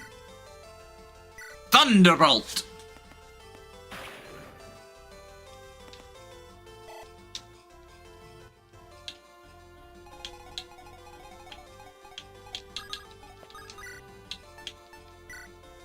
And then kill you. Bada bing, bada boom. Goddamn, Guidance Lunge is just so fucking good. Like, it's just so fucking good.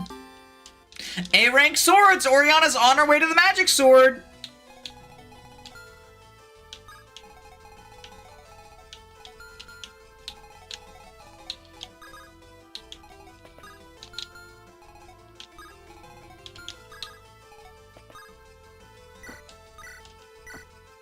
And we will Powder Blast you? The Flame Sword Salt Sworn?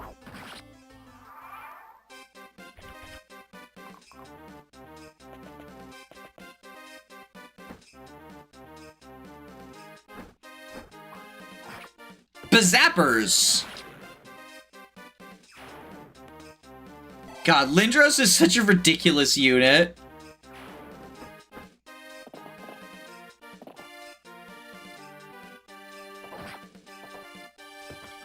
Good job, Mince. Playing the game for the first time, such an awesome experience. The abilities are overwhelming. They are. Even without Streamer Brain, like, some of them just, they end up as just so ridiculous.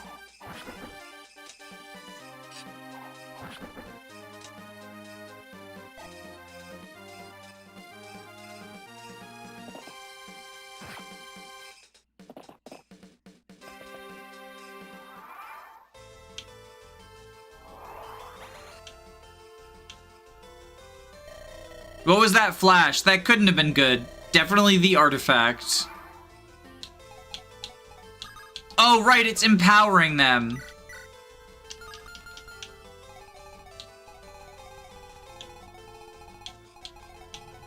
Because this guy has the morale module.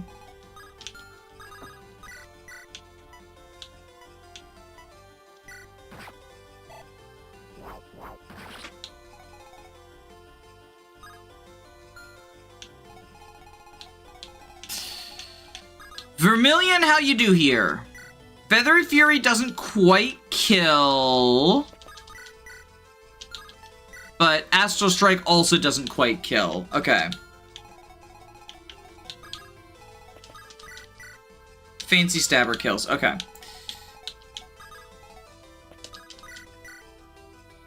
Astral Strike kills here.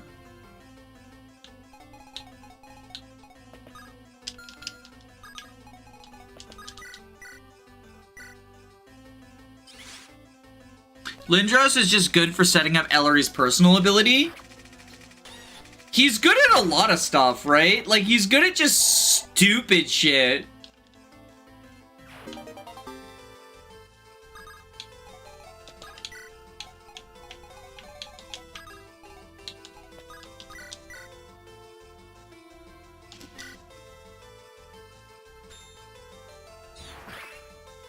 So our next sort of like pseudo mission is just to train Quillen as much as possible.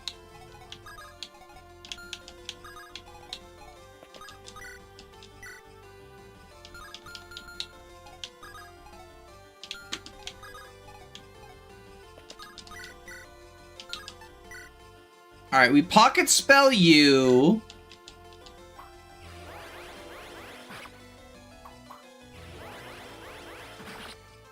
The Guidance Lunge +8 magic.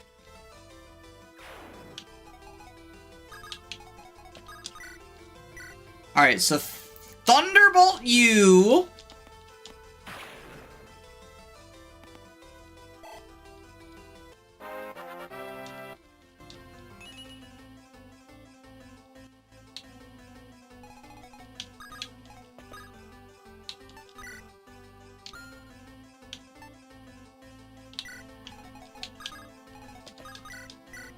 And then this is with the Quillen boost, we get this kill.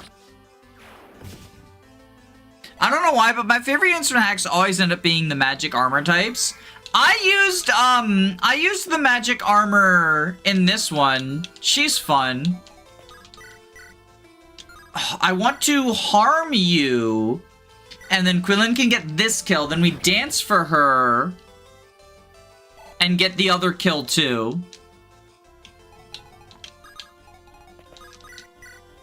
Because we're on Operation Trainee number 2.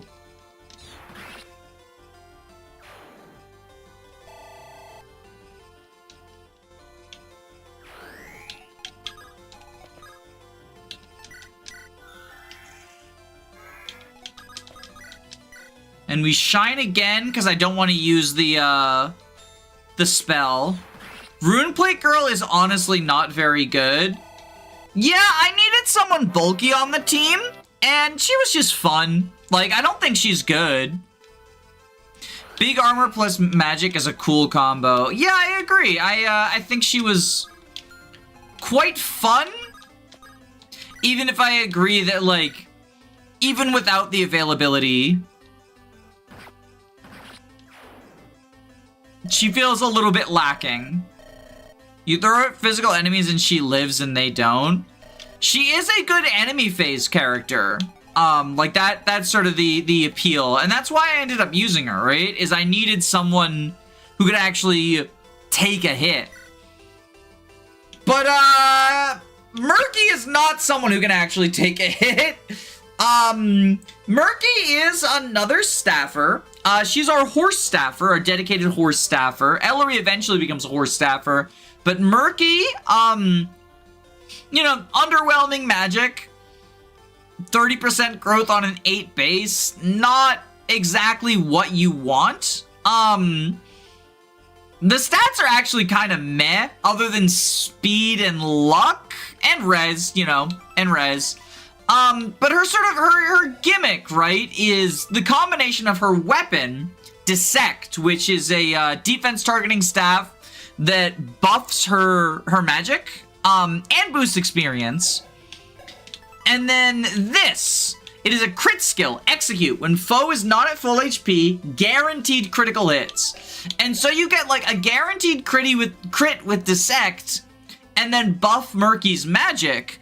And now suddenly that underwhelming 10 on 30 doesn't look so bad, and she can actually do some pretty efficient staffing. She has worse skill than Rahesia. Yeah, it's a worse skill than Rahesia.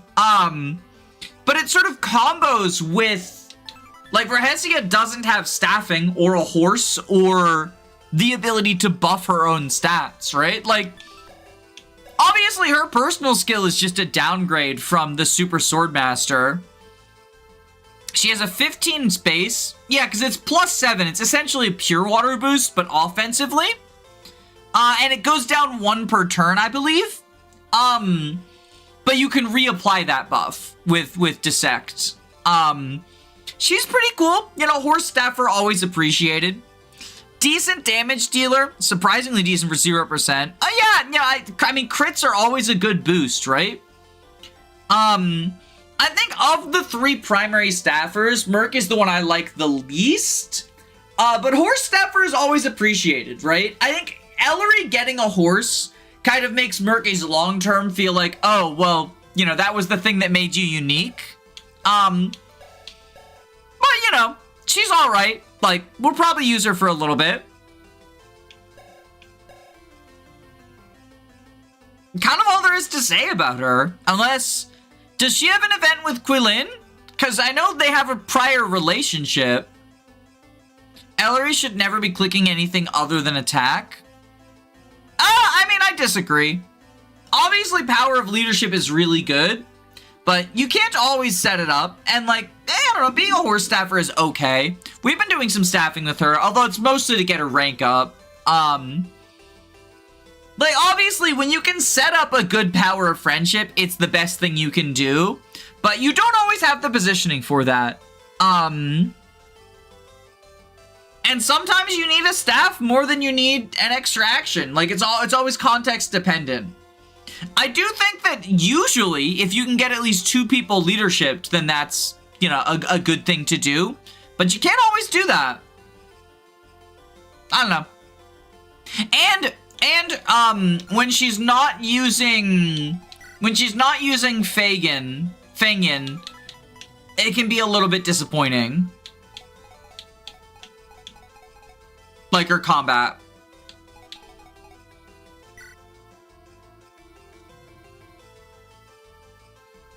By the time she's on a horse, I've never not had a Power of Friendship. Maybe I'm too good at this game. Maybe you're just a pro gamer.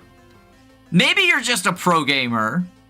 But, I don't know. I think having an extra staffer on a horse is not bad for Murky.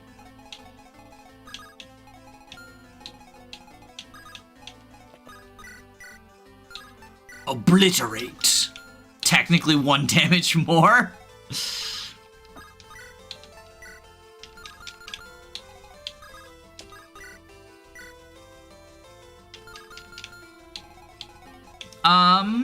How we want to do this? Alright, you delete this person with the fancy stabber.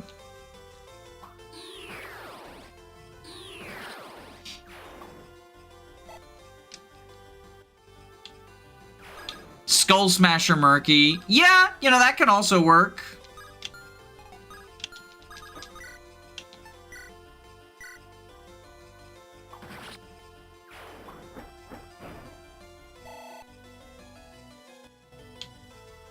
I just downloaded this hack for a flashcard. What difficulty should I play on? Normal. I mean, there isn't, like, difficulties. Misery mode is the thing that, most resembles an alternate difficulty, but it is an untested, basically alternate mode, right? It's intentionally unbalanced. So I would just play through with no modifiers. That's what the game was designed for. And then if you find yourself enjoying it and seeking a greater challenge, things like Misery mode, 0% growth mode, Manster mode, there's a lot of options for that, right?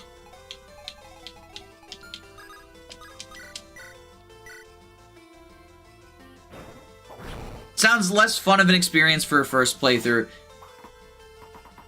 Yeah, definitely, like... For a first playthrough, you definitely probably want, to do the regular, right? Unmodified. Because the game it's challenging enough without extra modifiers. 1, 2, 3, 4, 5.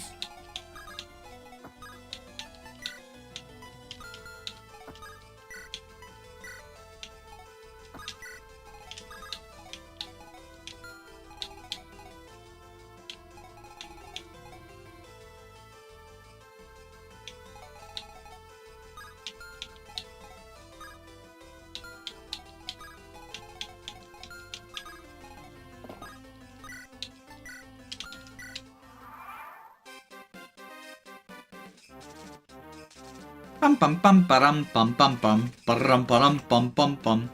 I feel like a randomizer for this would be fun, but I imagine it's a real pain. There is, I think Vesely made a ROM hack self-randomizer. I don't know if this is supported by it or not, but it would be cool.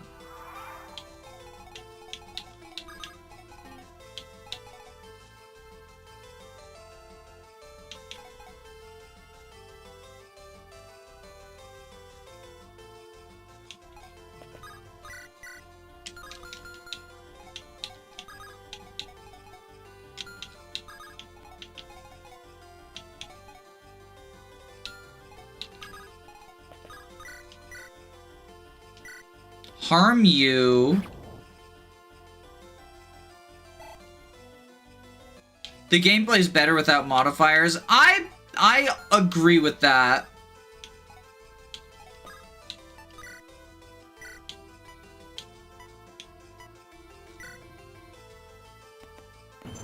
We lunge, right? I didn't not click lunge. Okay. I was paranoid that I might have, like, forgotten lunge. TFW, you forgot to lunge.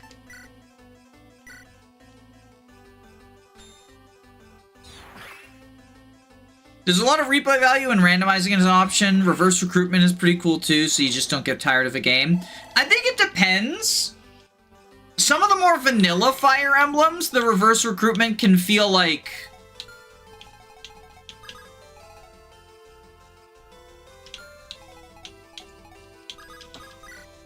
it doesn't change enough.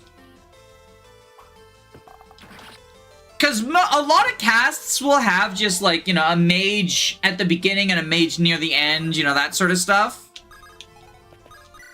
You do get some cool stuff, like what if Juno was the Jagan instead of Seth or something, but...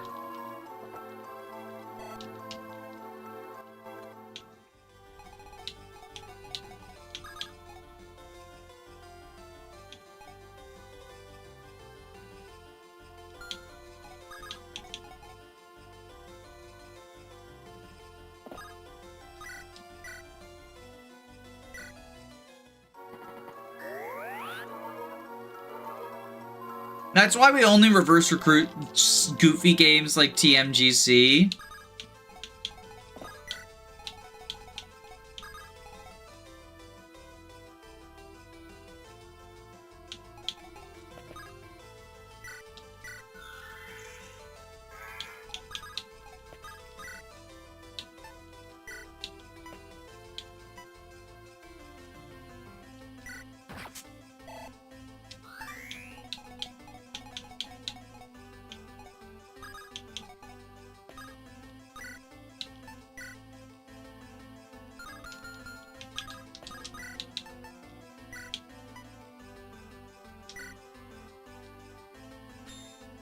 Just to get a little bit of extra experience before we do this power of leadership.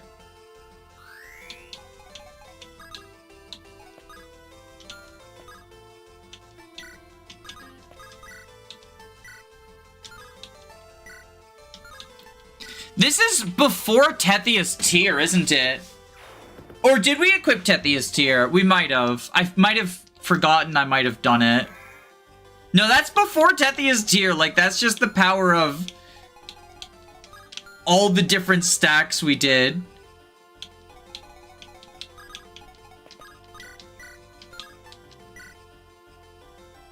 Okay, Thunderbolt you.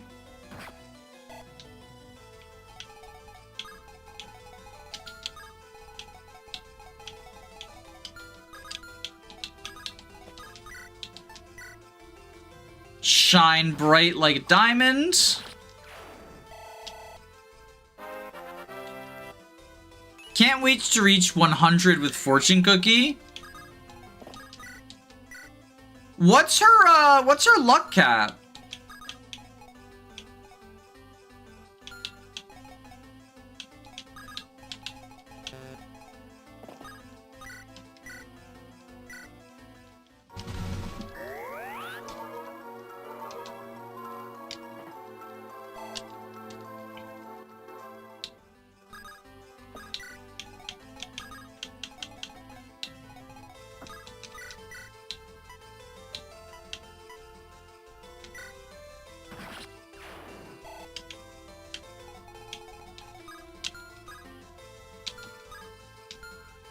$17.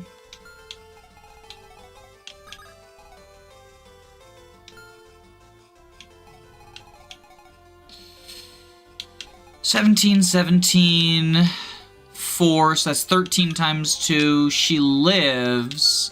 And this thing doesn't counter. You don't move, you don't move.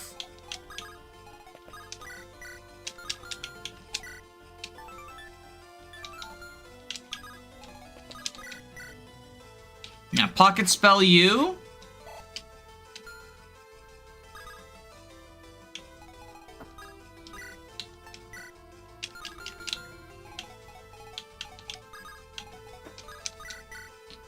Francesca's just shy. Dang it. But you can get this kill. You know what's gonna be hype? The bottom surgery store. What's the bottom surgery store?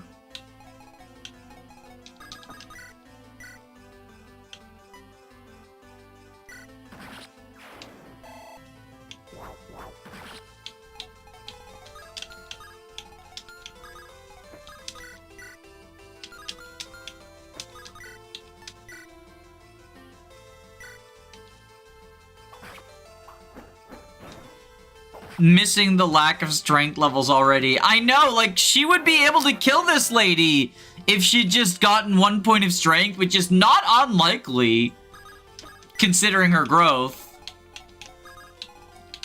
But I guess it opens the way for Vermilion Gaming.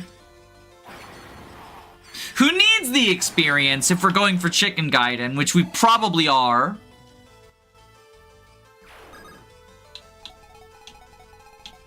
So, you know, all's well that ends well.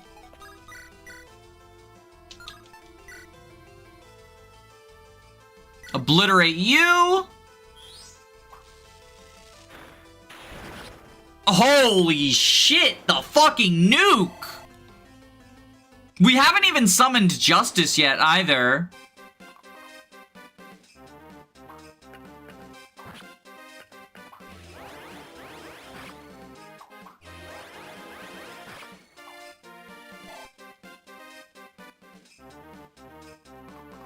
The murky stat modifications. Oh, that's the bottom surgery store?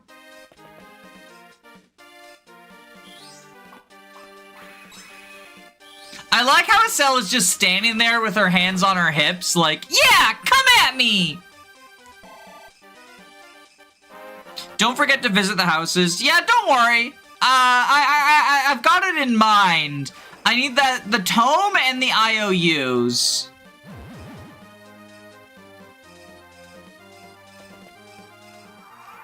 Or not the IOUs, the important document.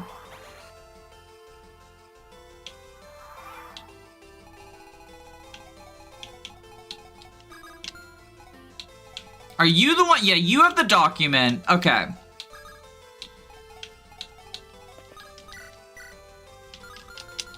That defense boost. That defense boost. So cringe. Alright, we kill you. You know who doesn't care about a defense boost, though? The person who gets fucking murdered. Okay.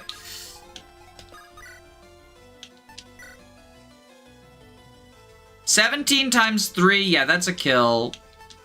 13 times 3 is 39, so we do need the steel blade for this one, but honestly, that's fine. Do not take these hallowed grounds with your filthy intent. I'll taint you with my filth. That's part of why I wanted to deploy Vermilion, is he has the movement to get the houses more easily.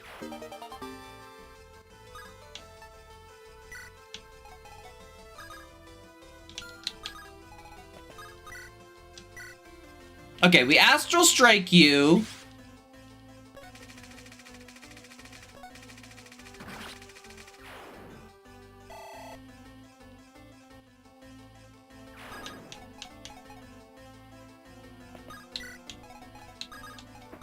Visit this house.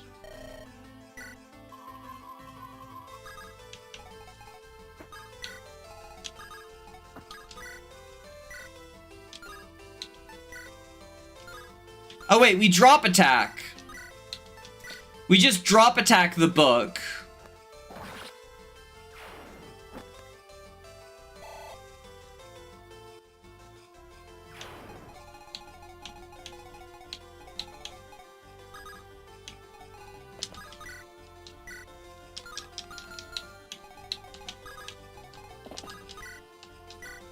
Okay, so we dissect you.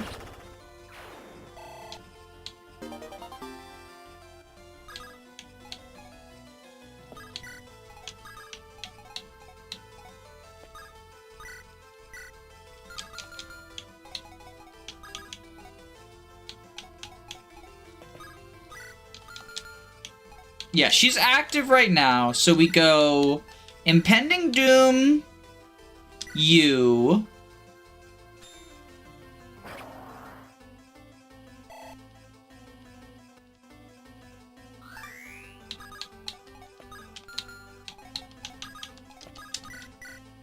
Thunderbolt.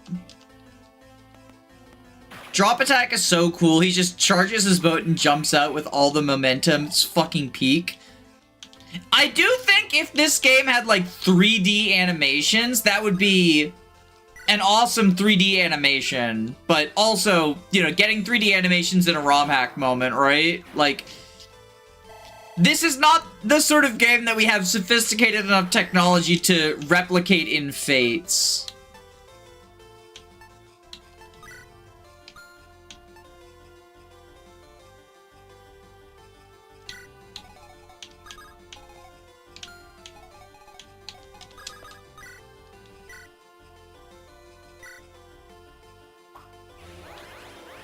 We just use our imagination instead.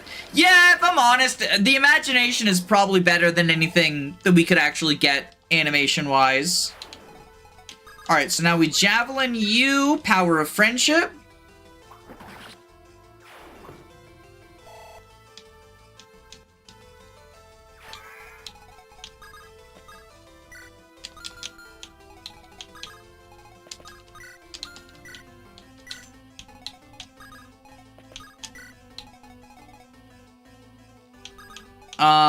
We can Light Tome.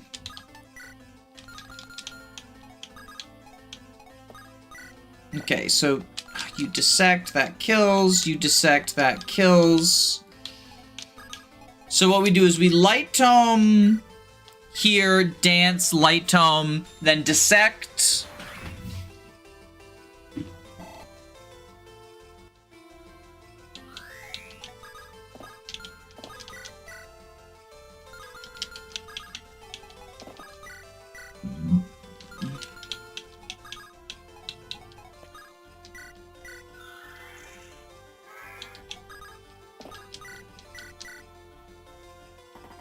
Boom.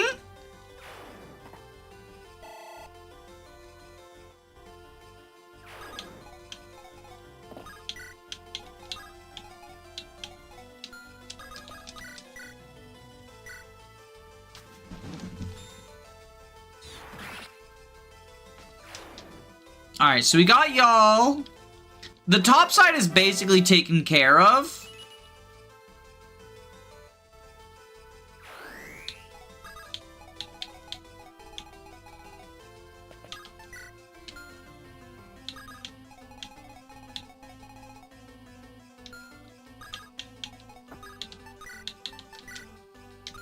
Swarp. Open. Get the incendiary bow. In another lifetime, that would be your PRF, buddy boy.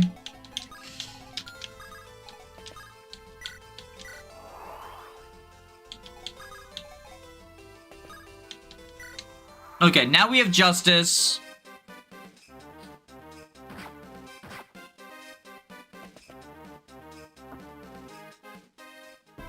Lacerate.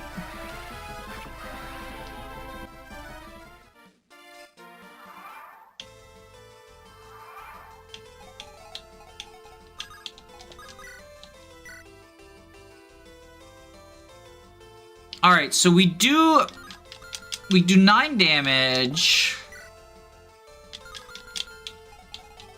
Can we set this up to be, so 9, it's 11. 26 plus 9 is 37. Yeah, okay, so we can set this up easily. We have to go Murky first so she doesn't get a crit.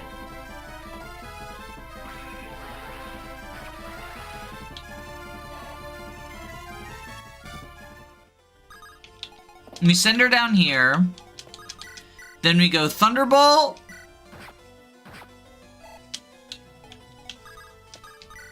And Quillin.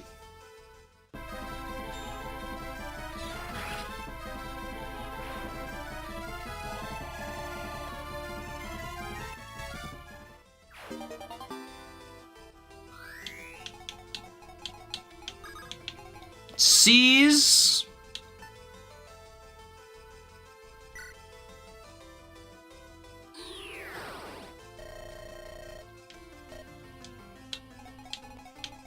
And you go here, open, get the curved axe, heal you.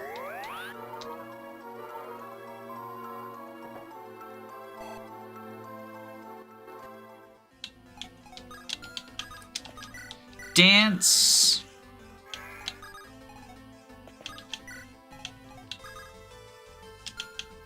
One, two, three, four, five. So we go here.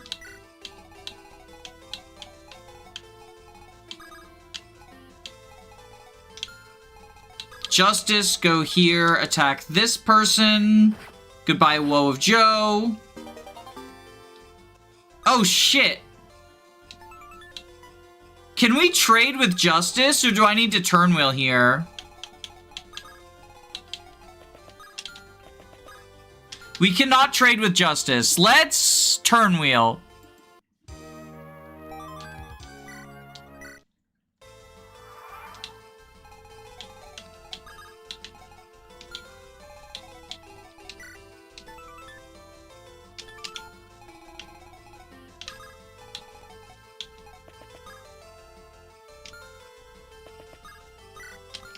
Can Justice rescue people?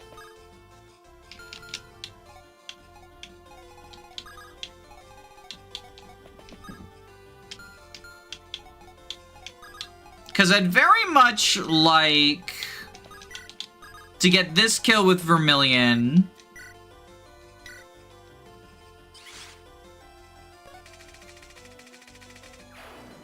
But then I'm worried about... He can take drop, but he can't rescue. Okay.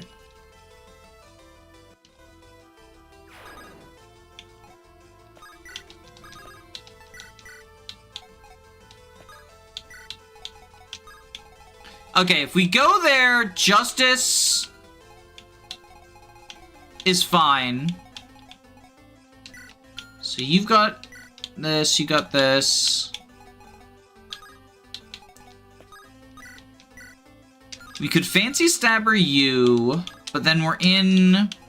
Actually, we're not in a pickle. Yeah, we just Fancy Stabber you. Goodbye, and we get the module now?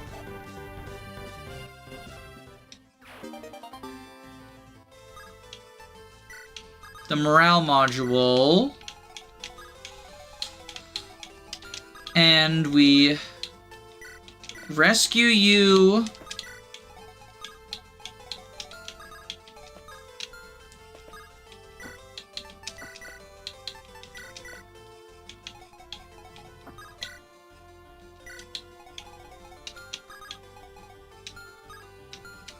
All right, and then open. Go down here. Heal you. Dance.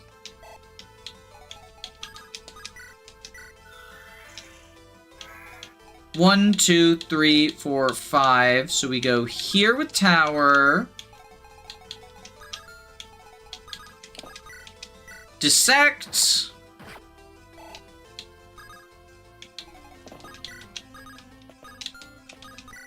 Thunderbolt.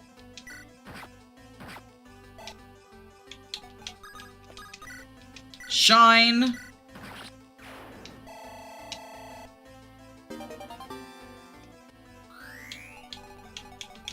Seize.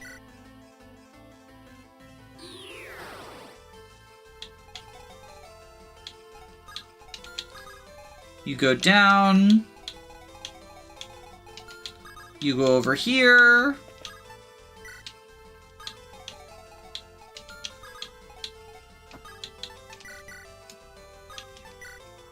Okay.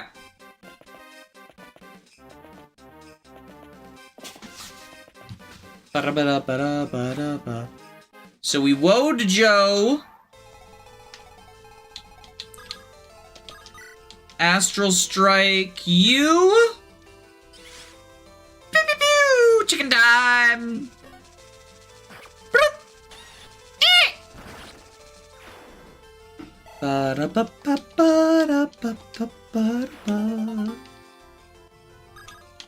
You go over here. Log.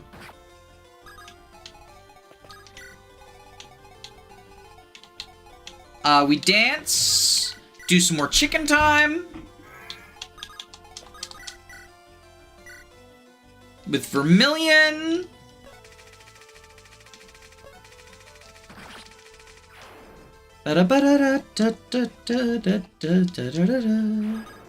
His experience gain is so much slower than I would like.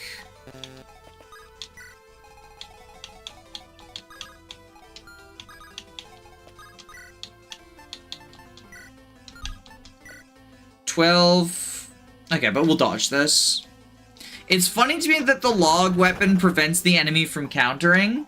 Well, yeah, would you counter a log? I wouldn't. You wouldn't download a car. You wouldn't counterattack a log.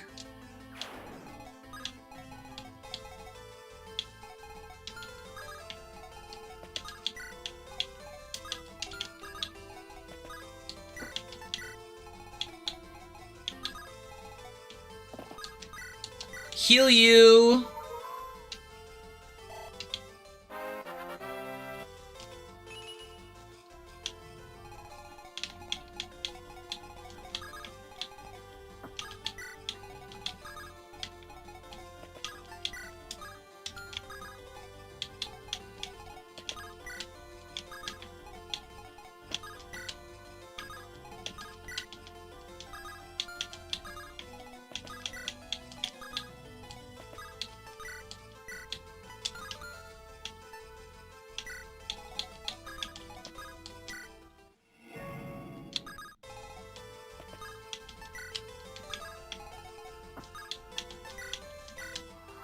Alright. So, we let Justice die. Justice reigns!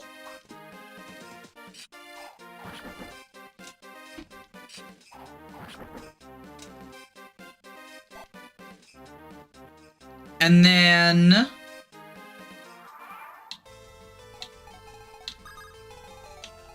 Okay, so Vermilion can kill that person.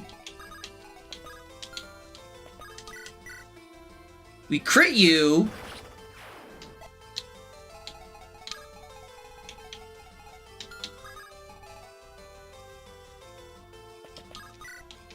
Astral Strike you.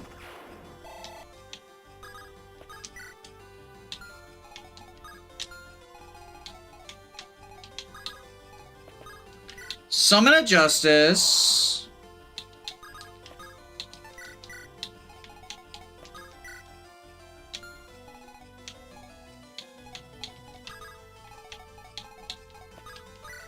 Heal up.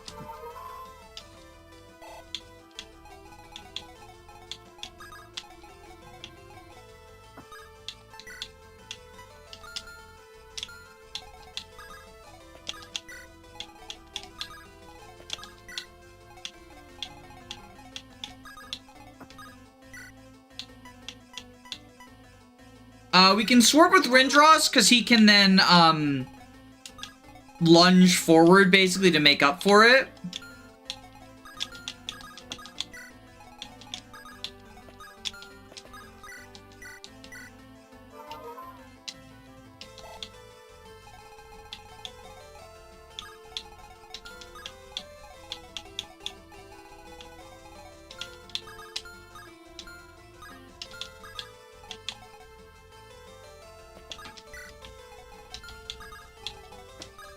Item, Iron Axe.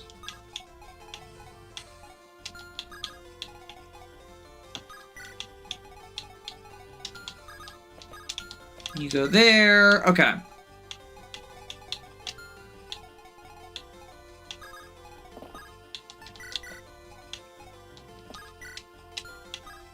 Or we just do that. Okay.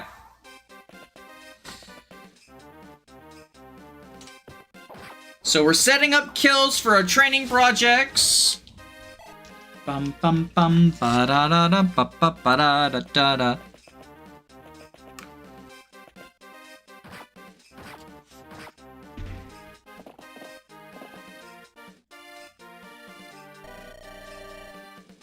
I can see the main forces from here.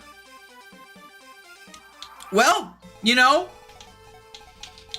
they might have their main forces, but we have a chicken. Alright, promoted experience for Vermilion. He's leveling up so much slower than I want him to.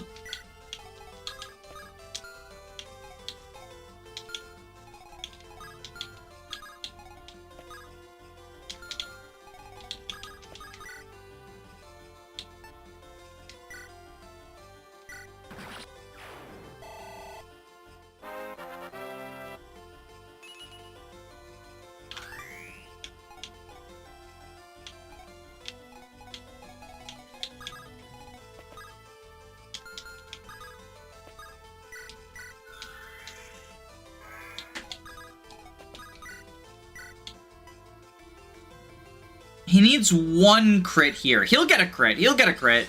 22% chance. Just one of them needs to be a crit. Come on! Dodge! Oh, okay, turn wheel.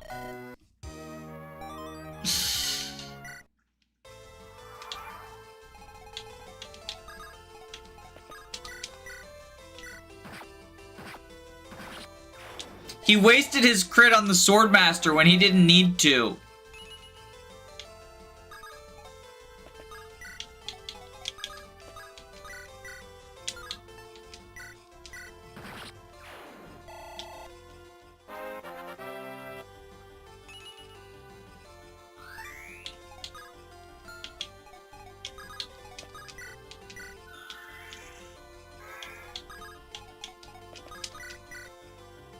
Okay, we'll have him kill this person.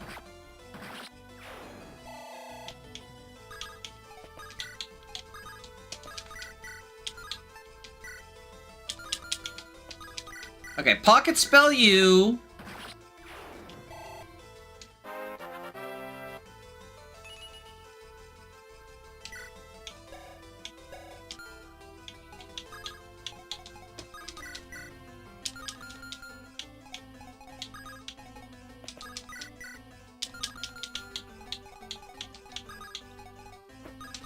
Francisca.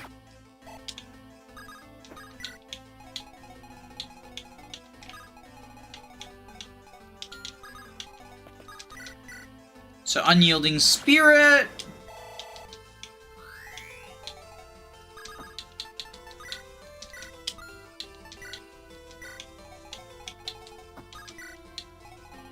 Oh, we need to go get... Right, we didn't get the book the second time.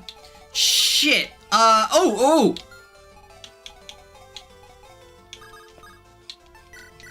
I just realized we didn't get the book the second time, but we can do it.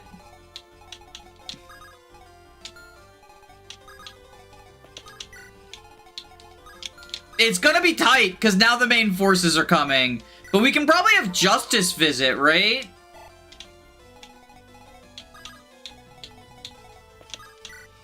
I guess that's just more chicken time. And we have Lindros as well to lunge.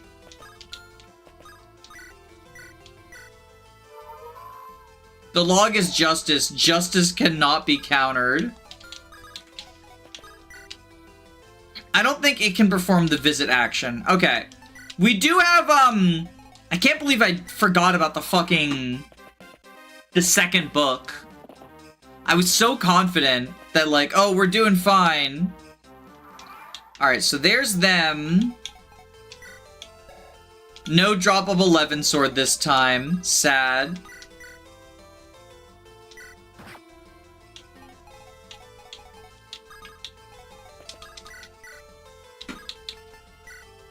Alright. Do this.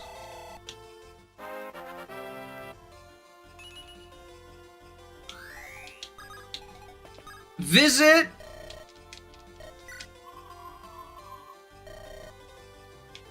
The book has gone deeper inside. We'll split this man.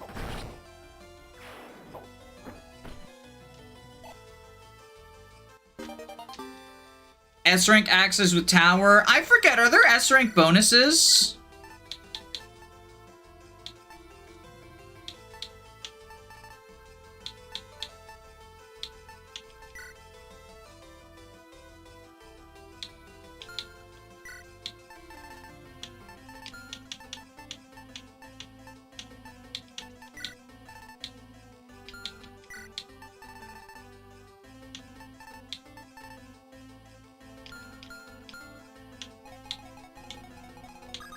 Couldn't find the S-rank bonuses listed, which makes me suspect the answer is no.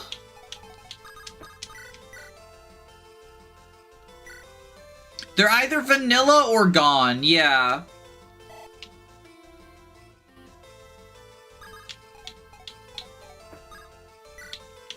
They could just be the vanilla ones, right?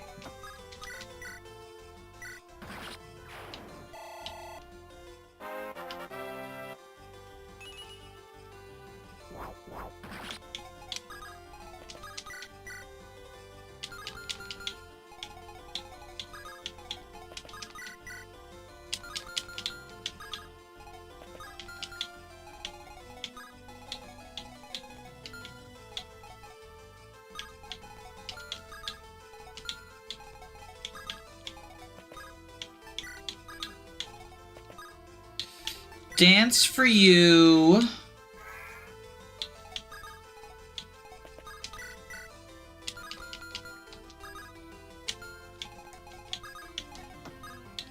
Swarp.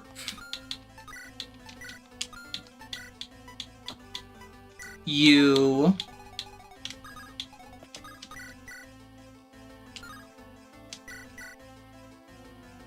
Do this.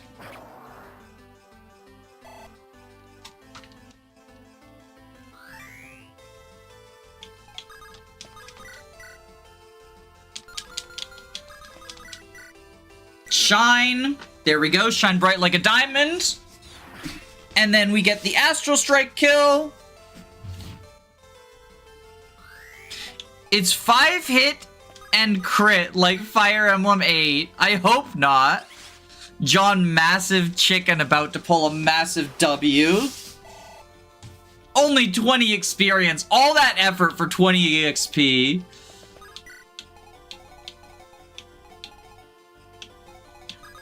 Hashtag sad.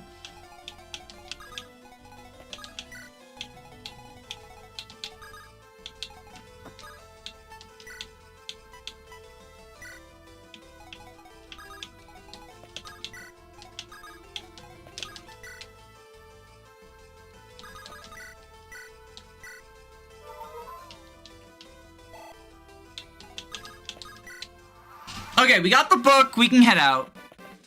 It's 24 EXP to kill someone the same level in this game. Oh shit! Wait, no! Holy macaroni!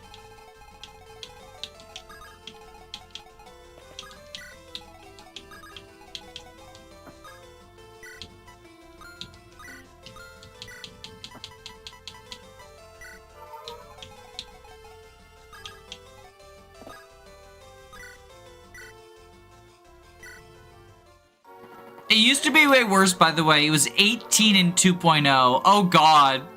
I mean, for the most part, experience isn't like a huge thing.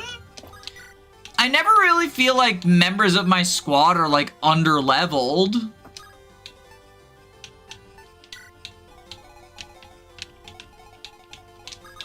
Send Justice down here, maybe lure them the other way, right?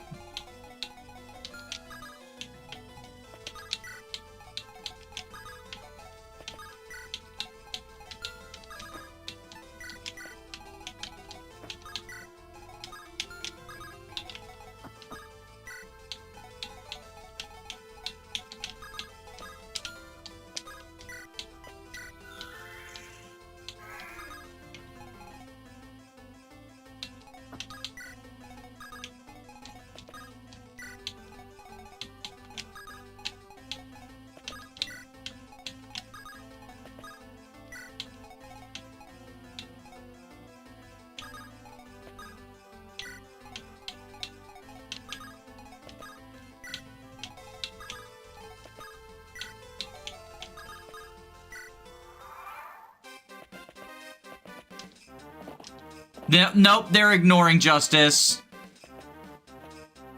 Oh, nope, Justice is dead. Okay. Justice died. Hello?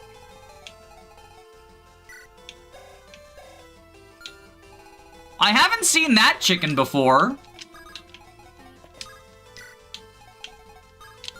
That's interesting. Is that like... Does that do something?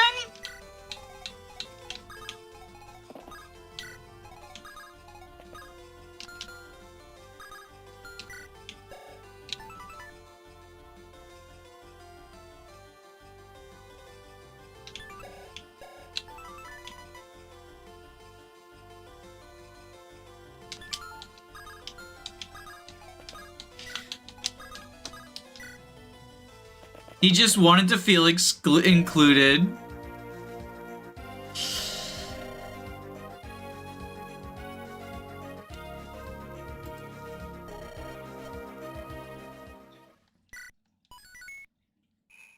Alright, we have to make a good monster now.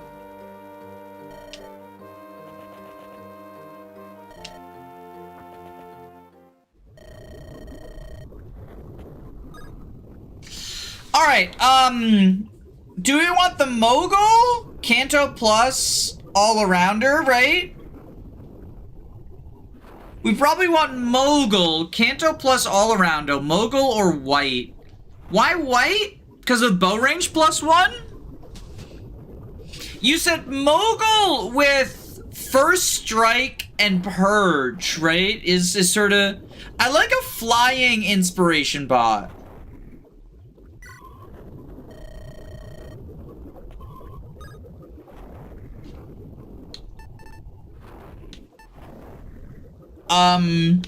Propeller hat or slick band? I think if we're... Oh, wait. Allies get the inspiration. Right, Captain Cap is inspiration. So now we have, what is it, first striker? Yeah, first striker.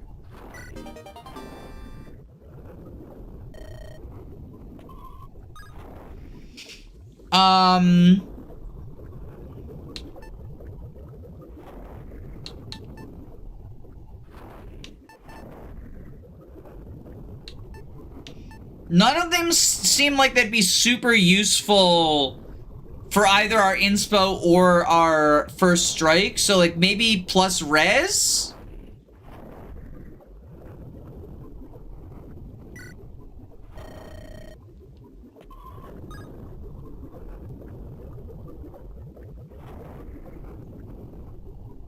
And denial?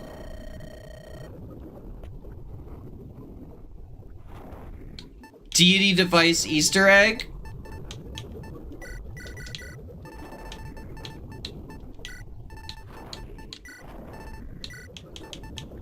See, chat? You get to be included! You get to be included, chat! You're a giant flying eyeball!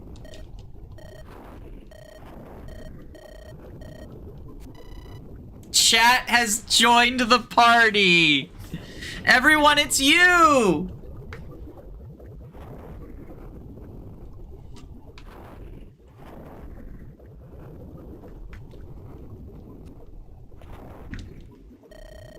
Congratulations on the new pet. And now we get chased by a big fire dragon. I had a dream about that once.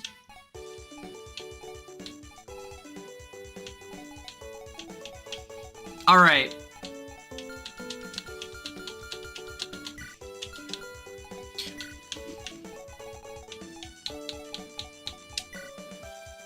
$23 magic versus 15 on a horse.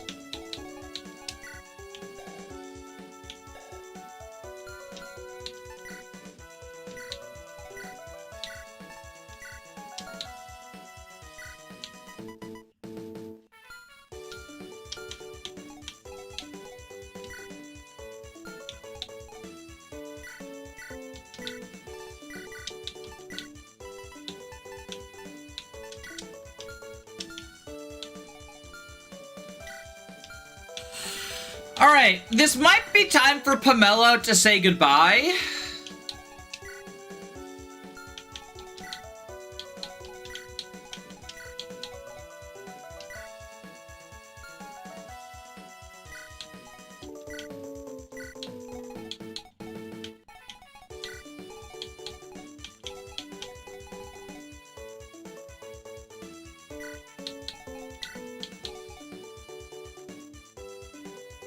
Benching Lindros's boyfriend. At least for now, right? At least for now.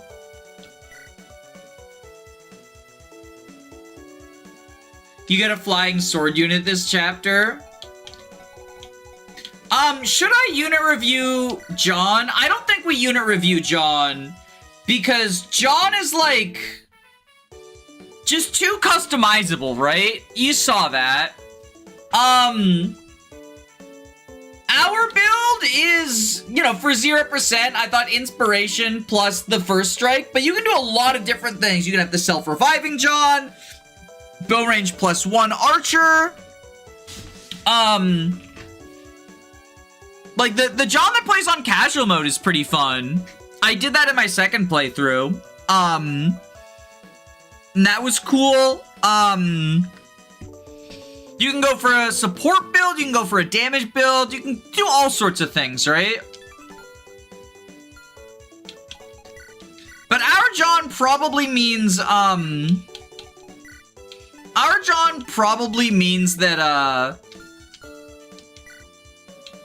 supply give, boom, boom, boom, boom. Our John probably means we're not using a cell, right? Because now we've got 3 units fighting over light magic.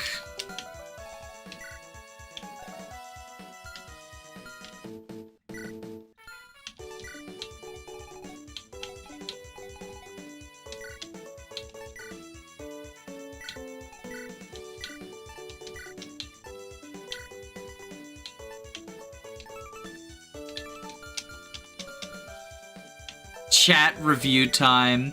Yeah, chat, give yourselves a performance review. What's your chat performance review like?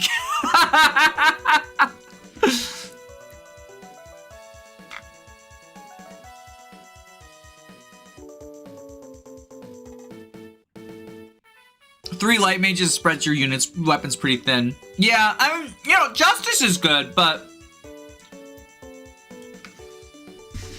you know.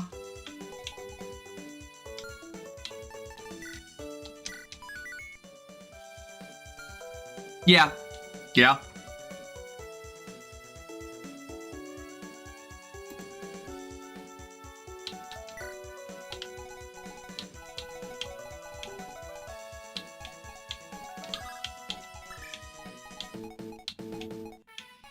Give chat all the extra turns. On turn 1, yeah, probably.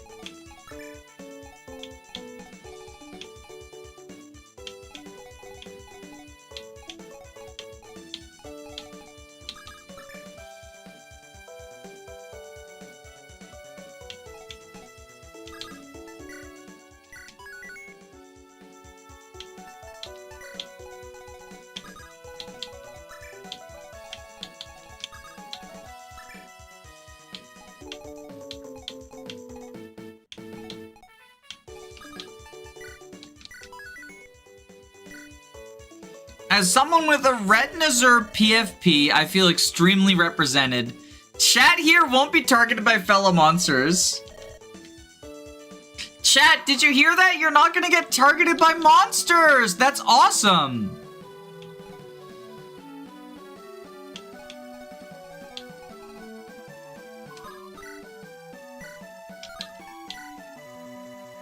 Jesus Christ. Yeah, the first strike is a little bit good.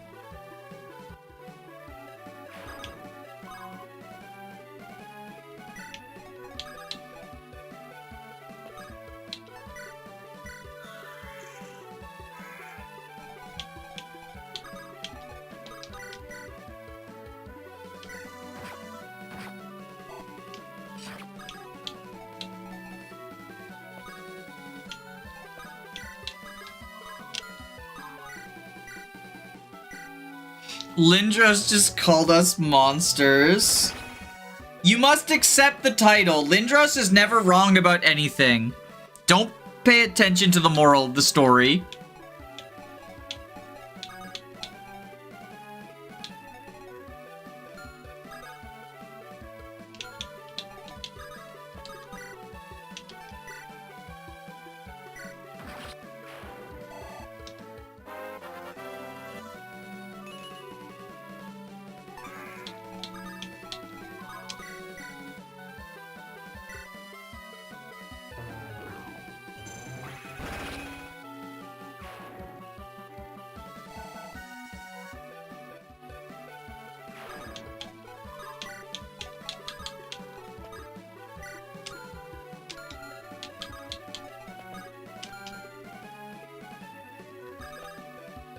Why can't Oriana dance? Oh, she already did. She already did. Right.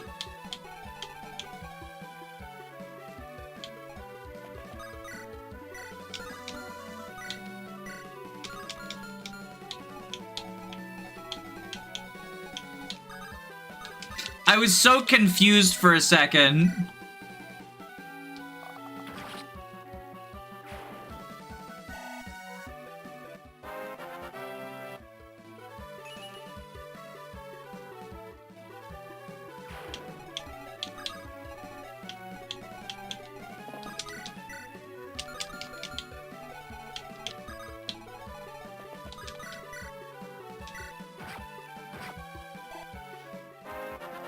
Lindros is never wrong. He's too busy smartly knowing things.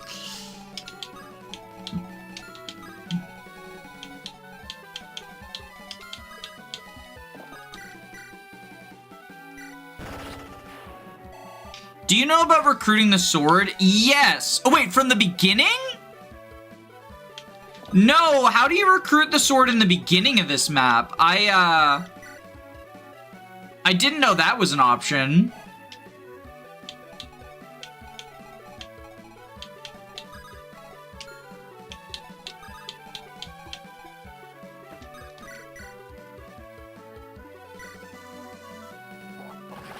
I know you gotta bring the sword to the forge to recruit it, but I didn't know that there was anything else.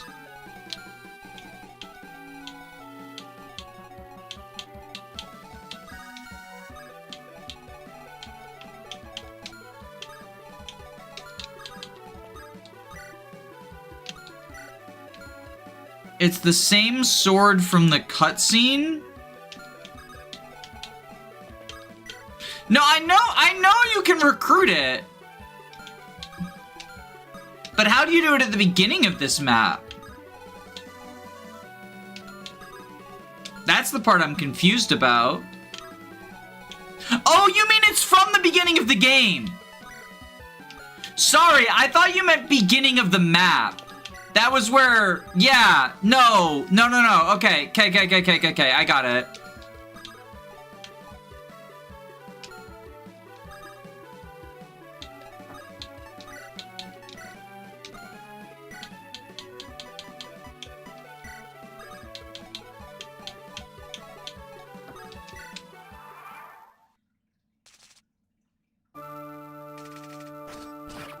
This is such adventurous music for fighting monsters. Like, this doesn't feel like monster music.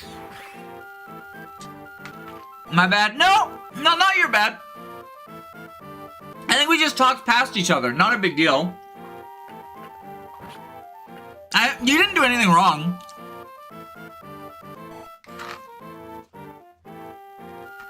You know?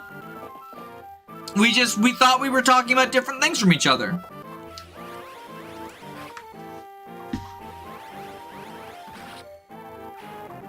It happens sometimes.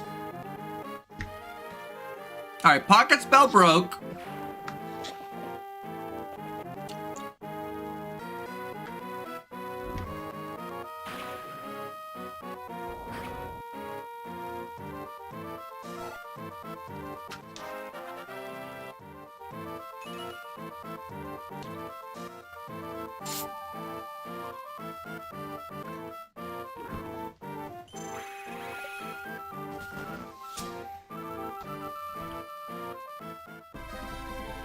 No, my chicken's been weakened!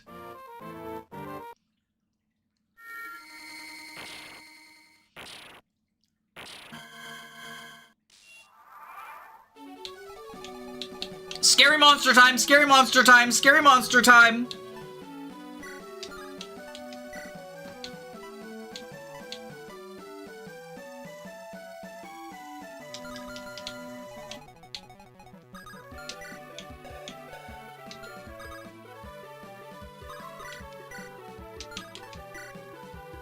Okay, we obliterate you, or...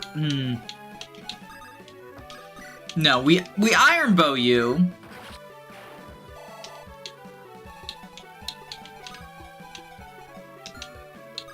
And then dance.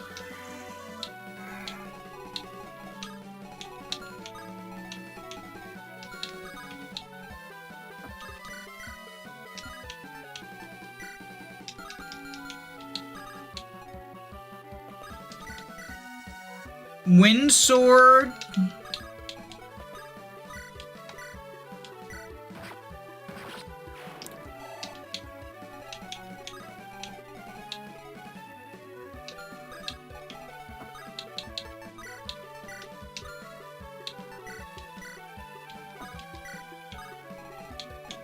Do that.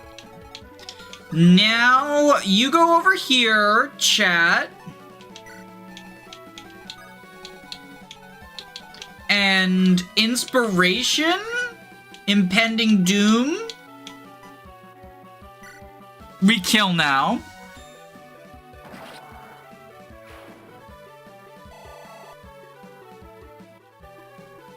I do think the player phase theme feels appropriate because it feels like we're in a rush. We're getting rushed down. Kill a boss with Vermilion. 19 times 5 does kill, in fact. Fun fact, I know you're not doing all that, but...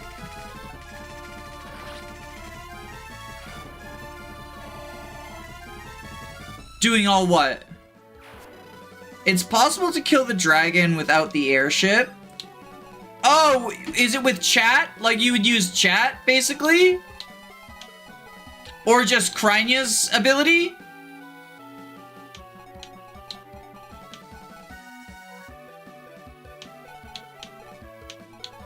One, two, three, four, five, six.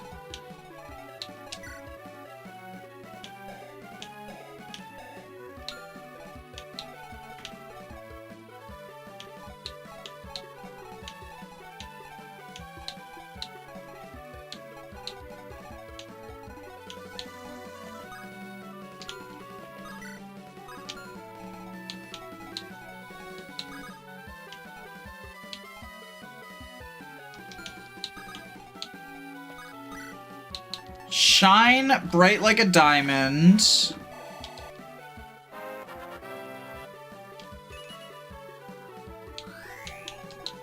You go here and Francesca.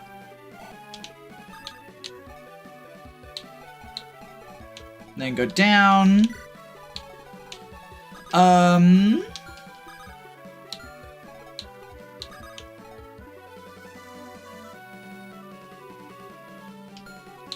You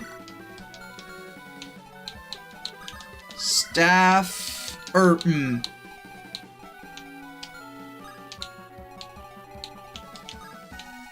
think you go here. You staff heal go here. Lindros goes here. Ellerie leaderships with the javelin. Oh, Whipjack!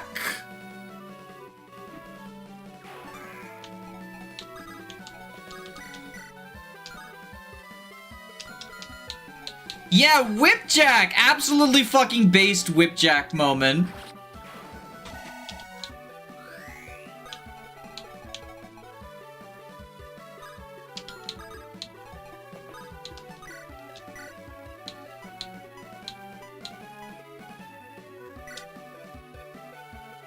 So we guidance you.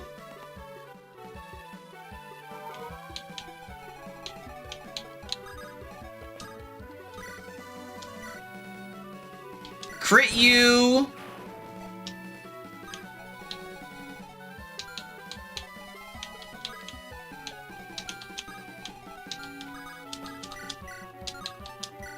Thunderbolt you.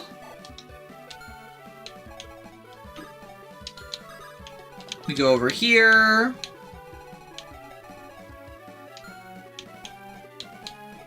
What is this area for again? This sort of molten area? Is it just the mimic?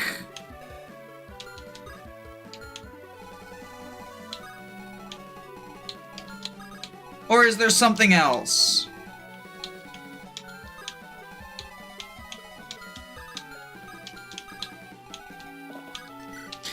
It's used in a cutscene? Okay, but there's no, like, event for going there or anything? Gameplay-wise, it's just the Mimic's house. Okay, because we do need the mana cubes, but I wanted to make sure we didn't need to send a specific unit over there or anything. Oh, whoops. So Mince is dead. Well, 65 hit. Nope, Mince is dead. Okay.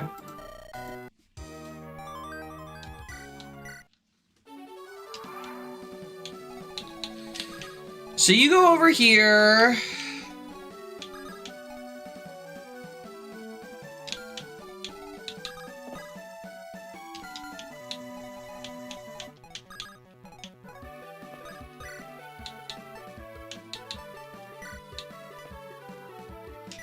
So we can get that.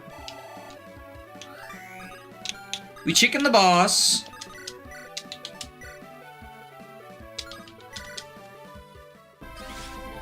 Speaking of good, who did you get the best on?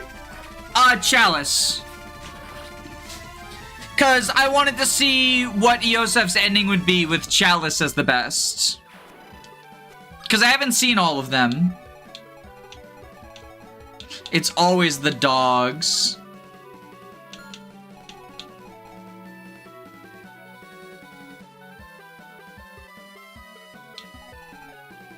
Yeah, the dogs are tricky.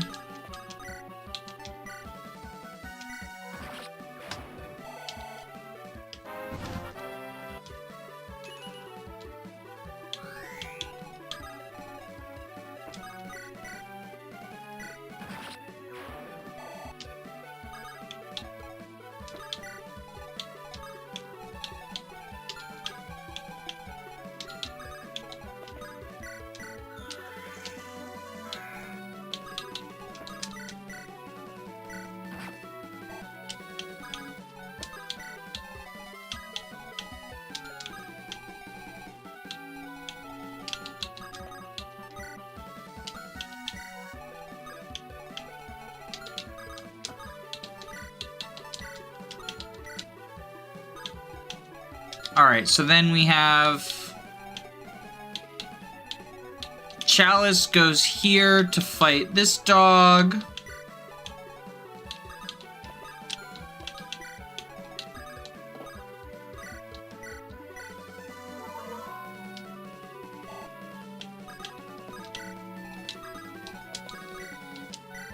Javelin.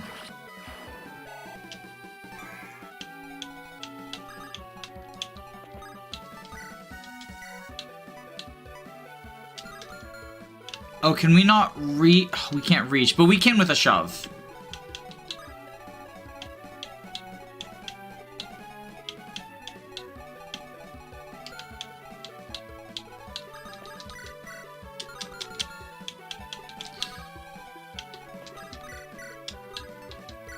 Thunderbolt. Shine. I've done Raylan and Lindras. I'm currently in the middle of a run with Riker as the best. Ironic, Riker as the best? Smiley face. I just wanted it to be someone I hadn't seen before, right? I didn't have, like, any specific reason for other than that, right? Like, I'm not specifically curious about Chalice, I just want new stuff.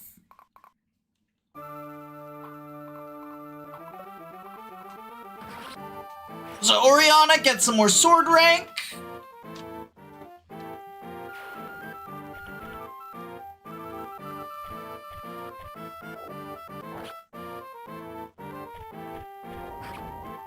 Does Yosef have a different ending for every unit that can be possibly the best? Yes, yes. Because Yosef tries to become the best based on who is the best. So their behavior changes, right? And their ending does.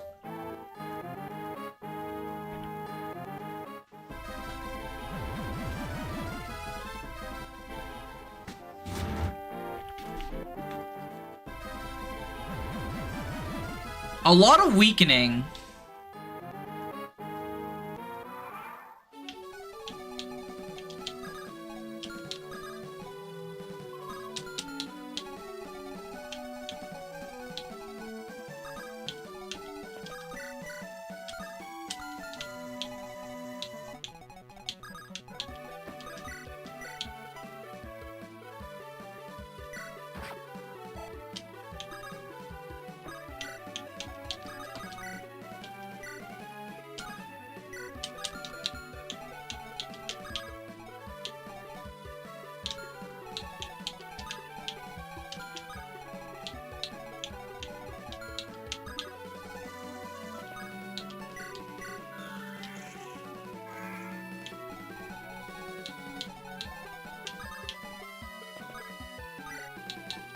Okay, well, Physic up Mins.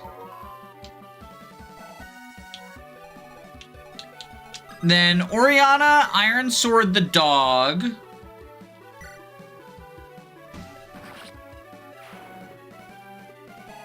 Was it Yvette on your first run? I think so?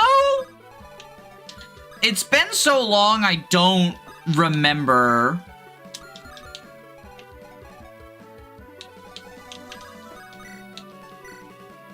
I say so long. It hasn't been a long time. I just have ADHD. I think it was Yvette, though. I think we used, yeah, because we used the,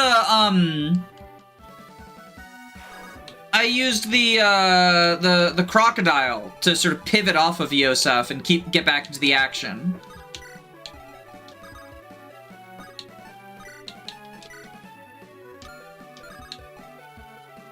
One, two, three, four, five.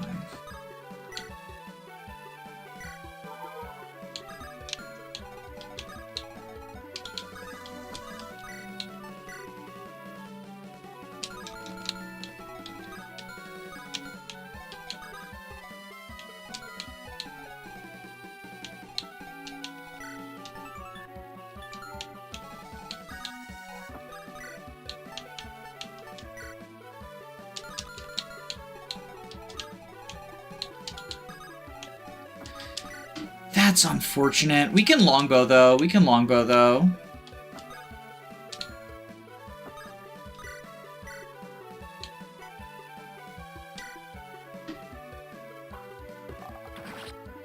Because longbow has more might than iron bow. Yvette is so good. If only there was a one-chapter hack where she's one of the main characters. Is there?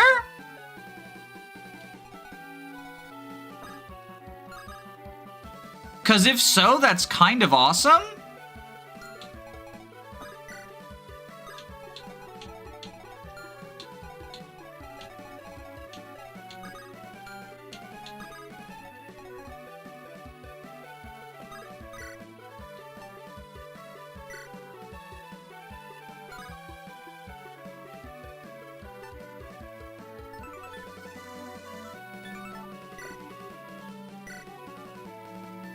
Settled by Sunrise. I'll check it out.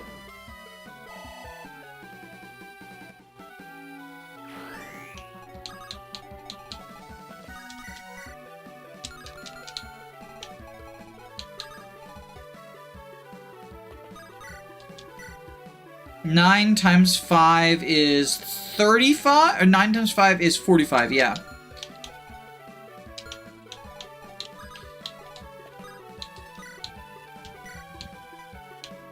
Okay, so we lunge you.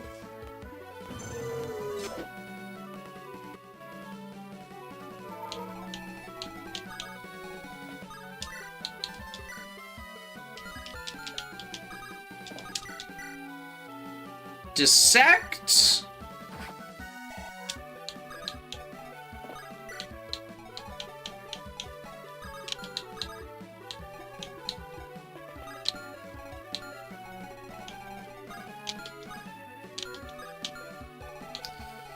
Astral Strike this boss.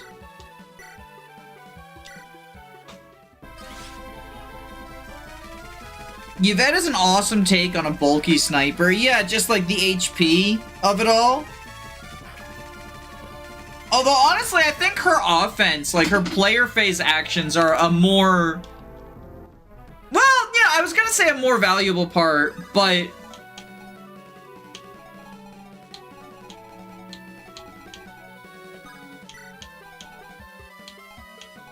Wait, what do you mean barrier removed?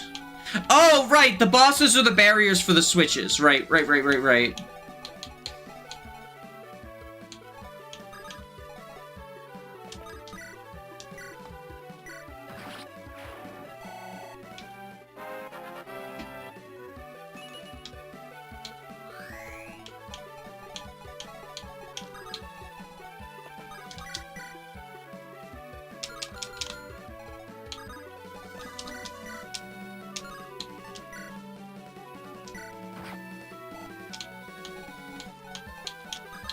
And we fancy stabber.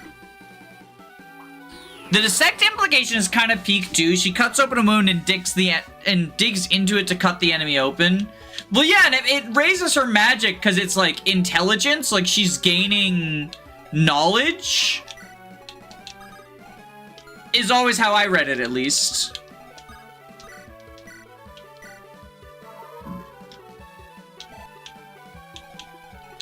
Like, traditionally, intelligence is the like the D&D stat related to magic. So she gains magic because by dissecting things, she's gaining intelligence. Fucking dogs!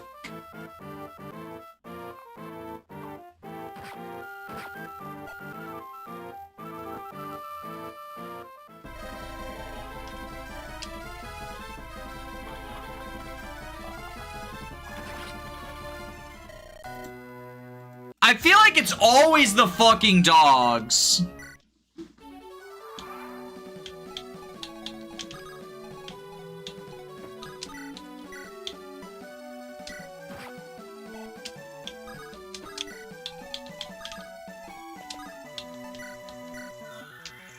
Ten times 2 jump scare. Yeah.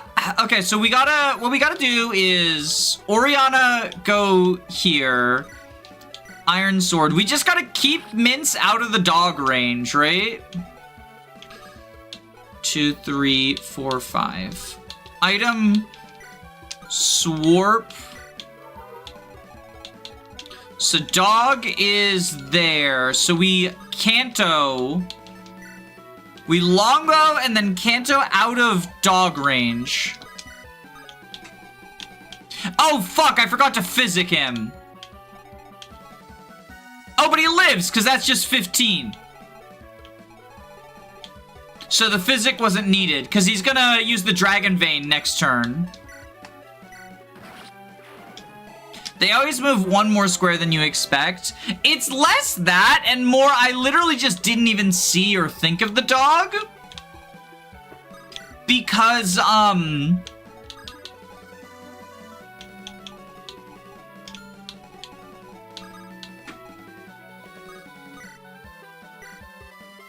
I literally just didn't even see or think of the dog because it was off screen, right?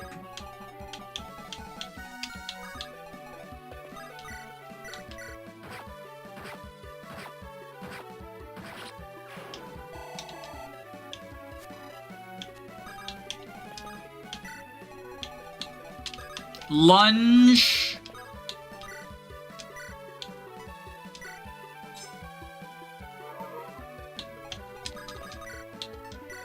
Thunderbolt.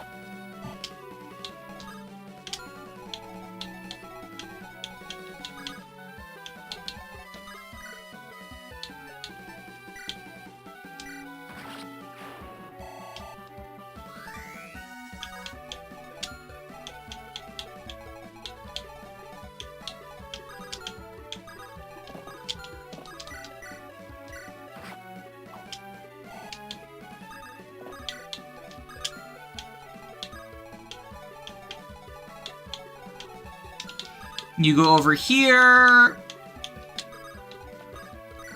You heal Chalice.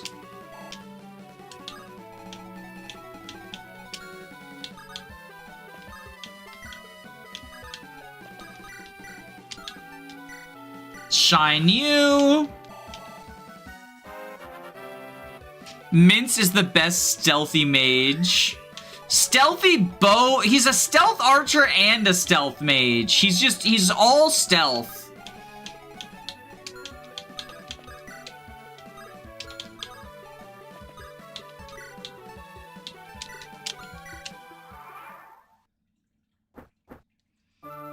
Oops, all stealth.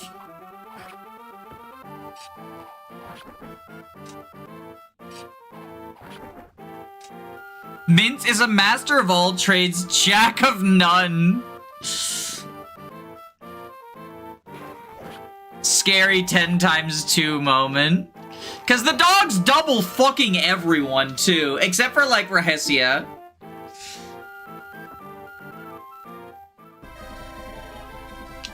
So he's gonna super snipe. Mince goes down to 1. Miracle activates smiley face. And we're getting weakened, but we overwrite that status later.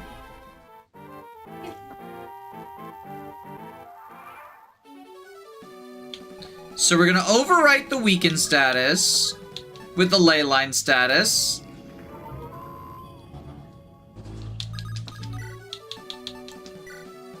We're still just shy?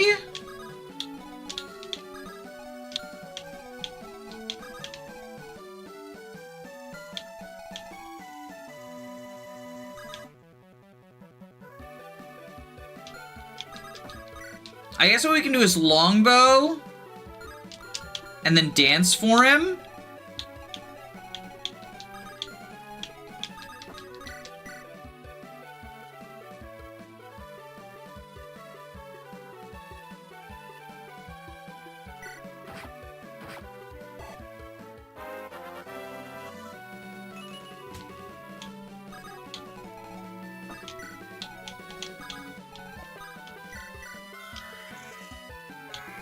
And now we hammer.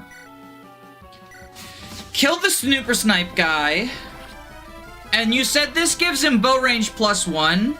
Incredible symbiosis between the art of archery and the armor.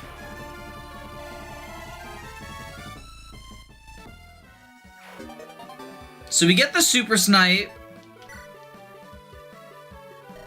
I could once again fade into purposeless oblivion, but instead, fellow student of the armored bow, take upon my spirit and allow me death once more. Oh! Incredible! All this knowledge coming in, I feel like I could shoot down the sun.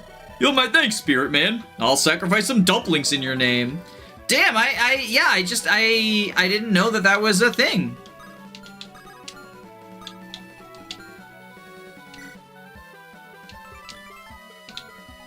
Who's he? Oh, he's in fucking dog range. Okay.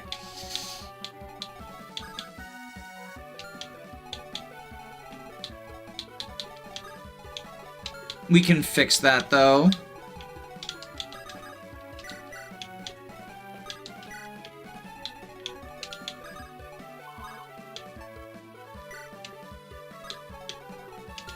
The fucking dogs.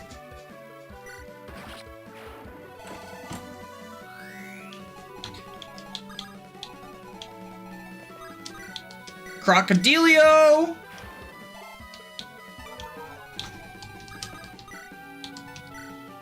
Feathery Fury you.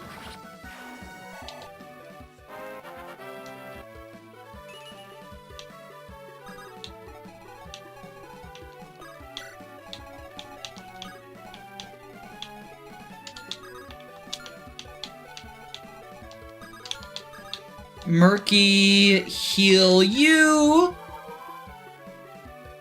So like half a dozen boss kills like that throughout the game.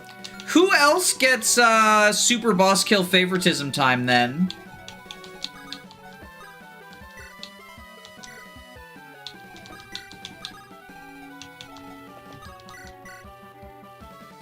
Fancy Stabber.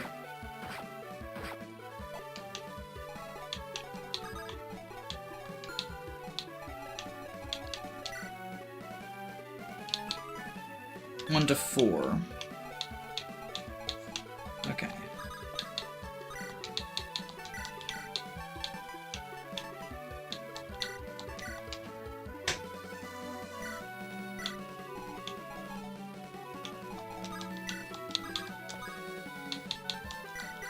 Remedy.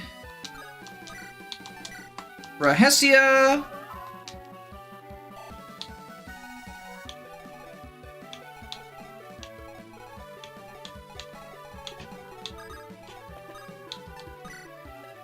Items, let's go supply, give the Iron Lance, take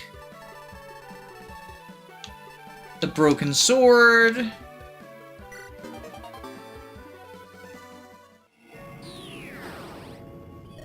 I'm surprised that worked. Alright, unit review. So full disclosure, I haven't used Chixin, but he seems pretty fucking bad. 5 movement, by the way. Don't worry, you can gain move by using these stupid fucking weapons. This one hits res at 17 might. Like, that seems like that, I guess, deals a lot. But it makes him, like, less bulky, and he's already not very bulky. Thunderclap actually seems like the best one. And then there's this, right? Like, 4 might, but I guess it makes him bulkier. And the Canto Plus I'm okay, I guess. He gets move on kill, right? 1 turn of defense and res plus, and +1 move for the entire chapter up to +10 move. So, like, he can be fun to stack a bunch of kills on. 4 might, 1 to 2 range. The big thing about it is 1 to 2 range, but I think the big thing about it is the +4 defense. The defense bonus on it, rather than, like... I mean, it is his only 1 to 2 range option. But I think it's the bulk boost that's supposed to be so good. I don't know. It's one of those things where, like, he's got a lot of stuff going on, but none of it adds up to much. And it feels like it's more worthwhile to me to use the other absolutely broken units. I guess Thunderclap targeting res, like, what is that? 17 plus... So that's 33 damage targeting res. Thunderclap targets defense, but only on enemy phase. Huh. That's a little bit weird. Like, his combat's not... How much does he deal with Thunderclap here? 33. Oh, right, and he doesn't get countered, right? Oh, no, that's just because that's an archer. Huh.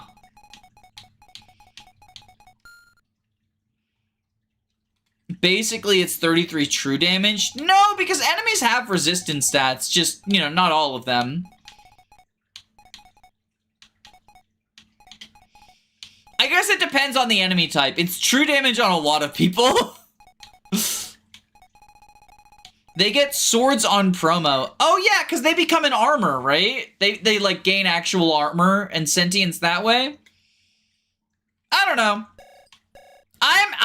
I'm not sold on this unit, but, like, there is stuff going on, right? Mages and Bales are the only ones that have res. Yeah. It's mostly magical enemies. The main issue is speed. 35 growth on 10 base. Oh, no. Lord save me. He isn't strong enough to 1 round later on. Yeah, and he doesn't double. Yeah. Not ideal. Not ideal. Probably gonna be useful. It's probably gonna be useful in 0%. Like, just being able to deal damage, right?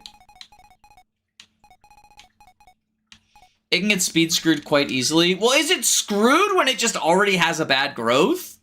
I don't think it's speed screwed to have bad speed when you've got a 35% growth rate. That's just not really where you want to be at. Although if it does get screwed, that's even worse, because then it's even slower. Yeah, I don't know. I'm sure the Chickson fans will pipe up and let me know that actually Chickson's amazing and I'm just a fake gamer who doesn't understand or something. Nah. People are really civil about this usually, from what I've noticed, which is good. Because, you know, it is just video games after all. Oh, did we run out of harm? We ran out of harm. Do no harm time.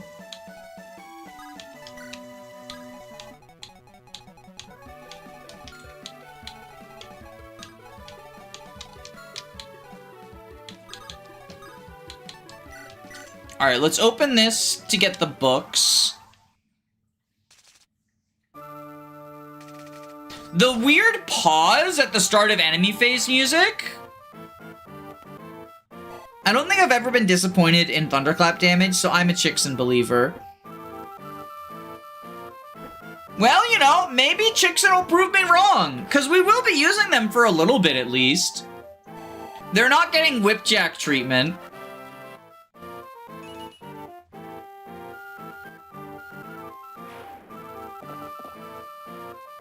No Whipjack archetypes here. Flying Sword gets more movement as the map progresses, sign me up. Yeah, you know, I scoffed at 5 move, but that is just infantry movement, so it's not actually that bad. It has mad aura. It does.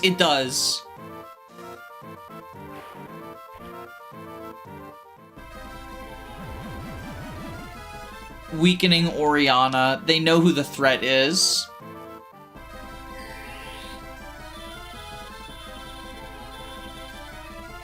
Freezing Chalice is unfortunate, but at least Chalice is next to... Oh, wait, no! Murky dodged! Chalice isn't next to someone who needs a heal. We can Physic, though. Physic or Hesia?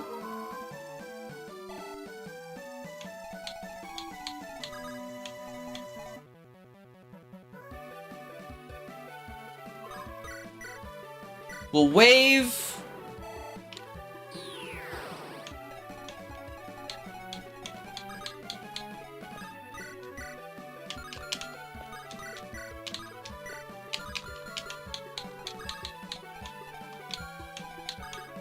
All right, heal you.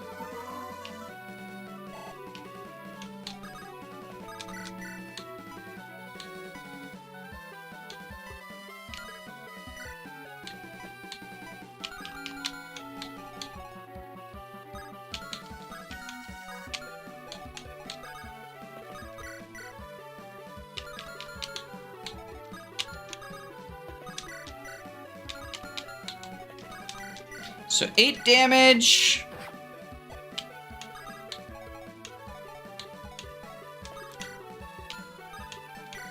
$11 damage.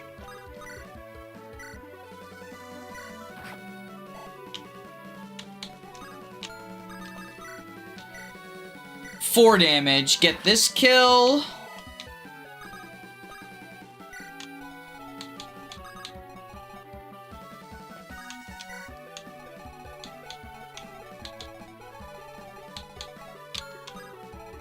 Ten times 2. So Quillen can go here.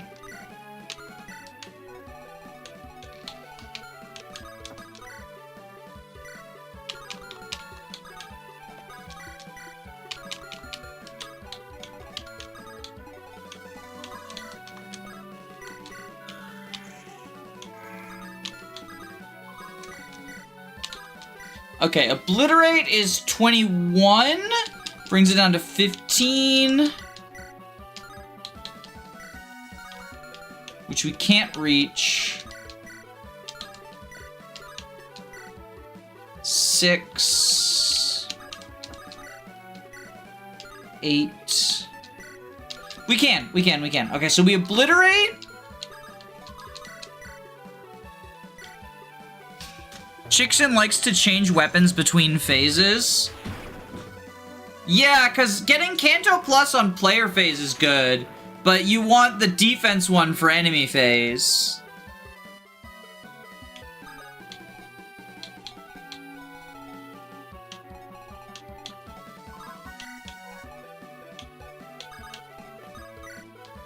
Okay, so Steel Blade deals 9. The Mimic animations are so peak, y'all. And then we chuck the pot.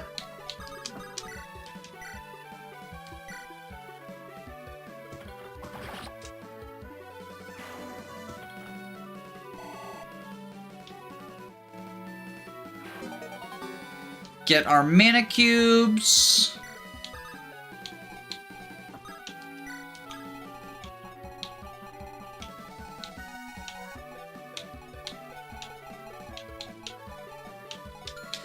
I forget, does opening this door do anything?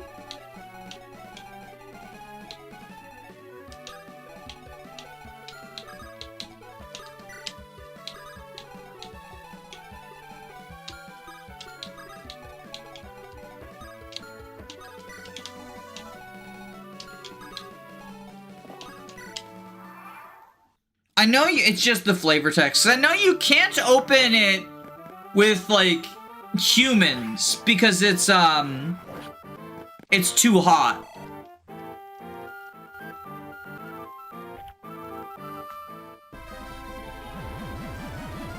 Weakened Mince. Freezing Francesca. Francisca. San Francisco. Alright.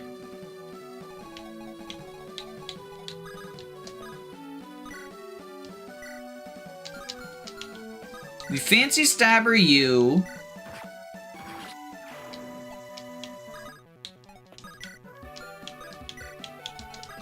Leyline, Astral Strike.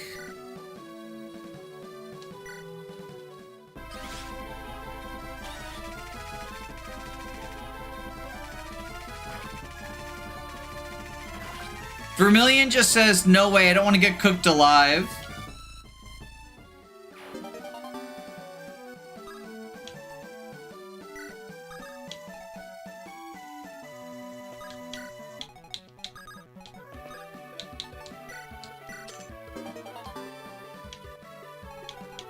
Alright, Lindros, lunge.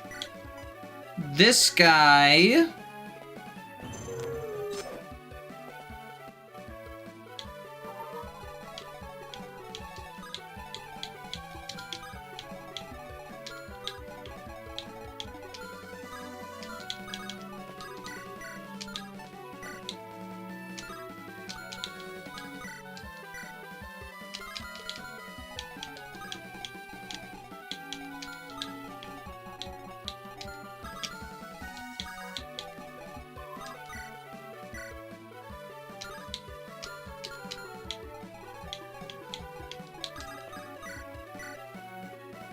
$11. Alright, we'll go Dicer of Dan, you. Dice some Dans. So, 2 S-rank weapons so far, and we're in Chapter 9. This game's crazy. Yeah, although I don't think we can use Anima yet, because Lindros is at C. I don't think we're anywhere close to that, to be honest. Okay, she will shine you. Heal you.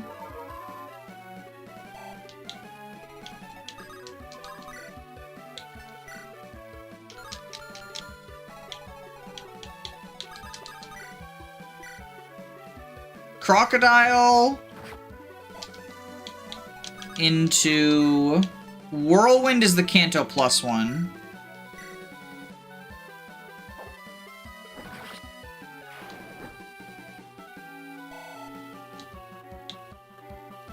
You can in 3 maps. Right, because we get Nerissa!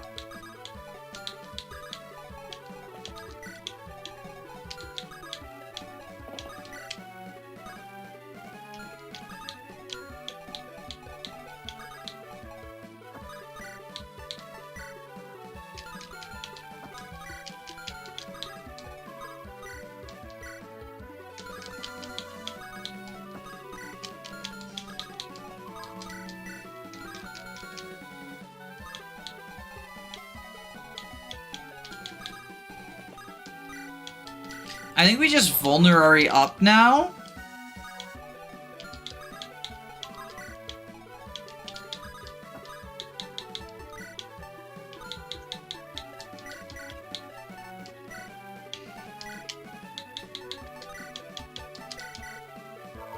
Call me Orin the way I fucking love Nerissa Fire Emblem.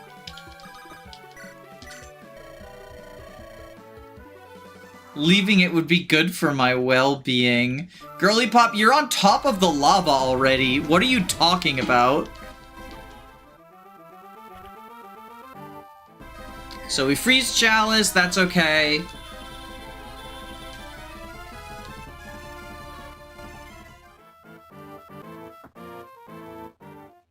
So Cherish. We live at 1. We dice Dan.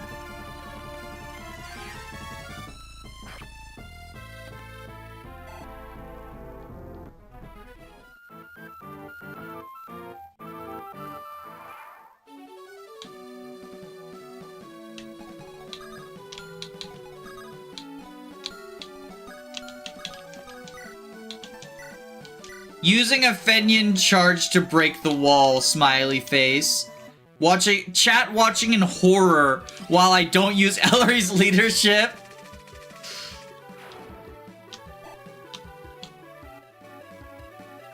Look, we're just trying to baby a few specific units, and that had unforeseen consequences.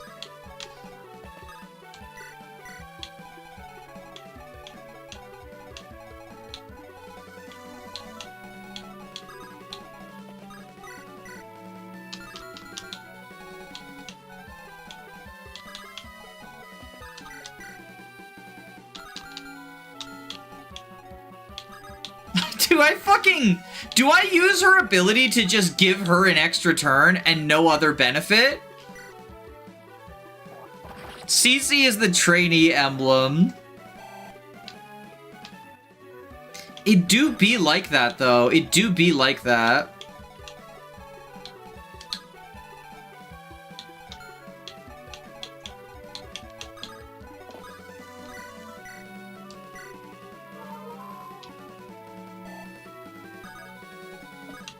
In zero growths, outside of the trainees, it's only for ranks. But, like, I do have 2 trainees I want to get up, right? I think I genuinely use the defense boosting one just to give Quitlan an extra turn. Like, we're doing a pseudo fucking Gale Force.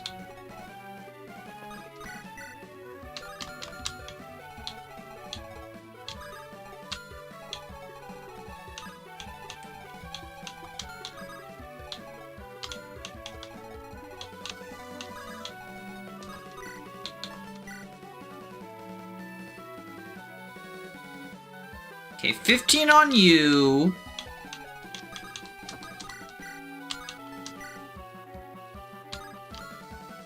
Oh, right, we have bow range +1. So we can just iron bow you. And then 15 dance 15, get another Quillen kill.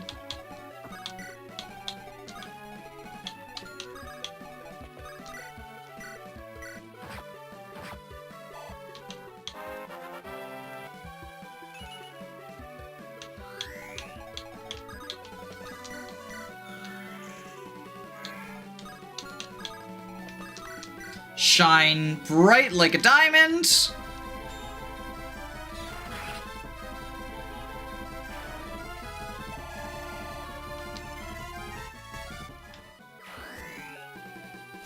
Barrier removed. Okay, Rondel Dagger 13 times 2? Not times 2.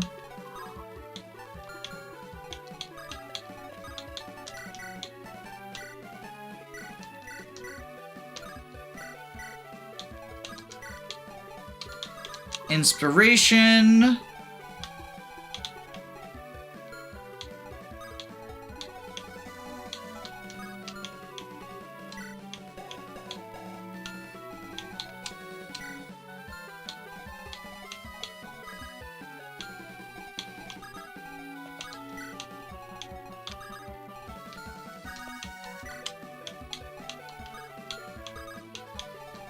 You go here, you go here. Because we need to get Vermilion to like 17, you said, right? So he needs kills. And then obviously Quillen appreciates it too.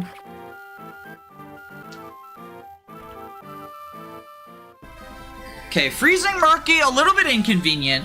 Charlie is peak. TMGC Discords have them in top tier for some reason. I think people just like them. I think they're one of the worst units in the game in TMGC. But, you know. I think people just like them because non-binary sniper.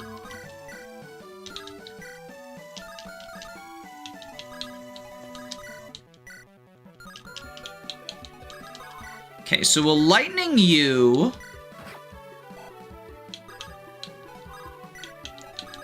Shine bright like a diamond.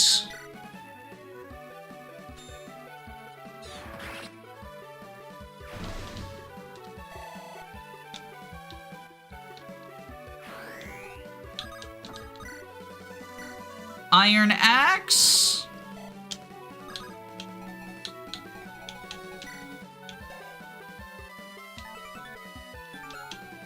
You go here.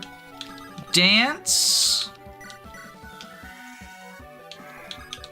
Shine bright like a diamond. There we go. That's level 10. That's level 10. So we get Draconic Hex.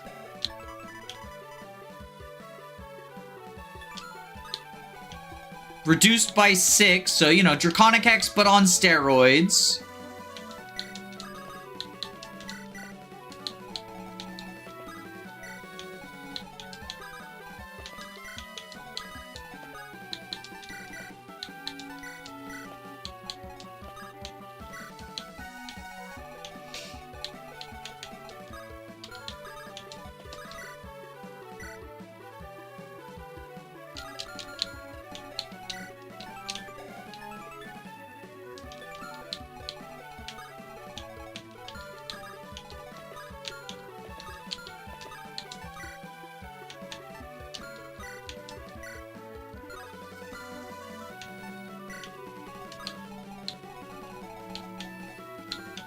Alright, how do you do badly?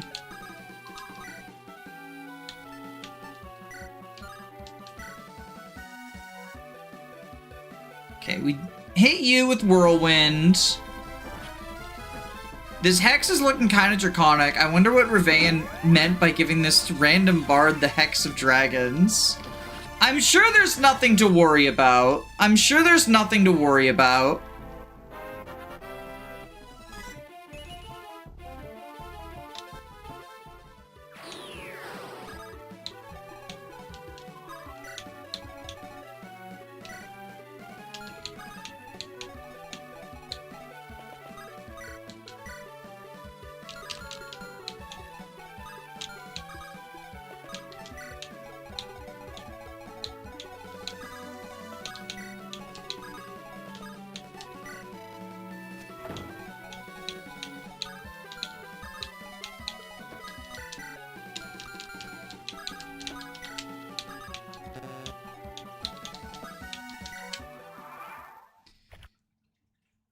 Alright, so Freezing Vermilion. Oh no! Freezing Vermilion? Wait, I wanted Vermilion to get this kill!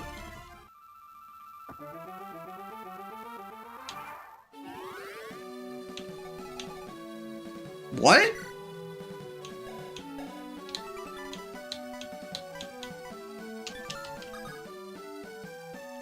What cured them? Is it the switch? The throne has the, it has the throne effect. Okay.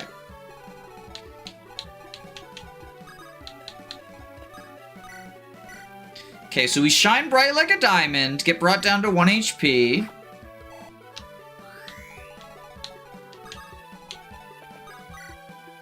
Then Astral Strike you.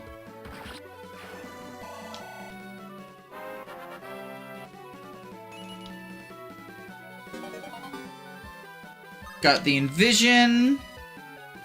Barrier removed.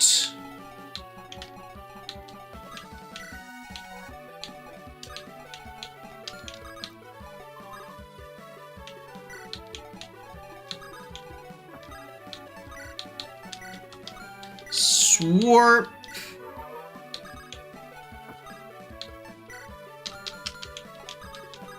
Dance. Swarp. Heal.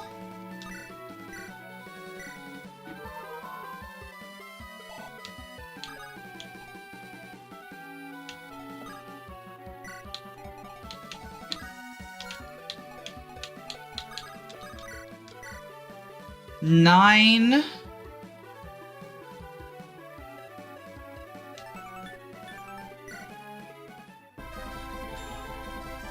And because of Draconic Hex,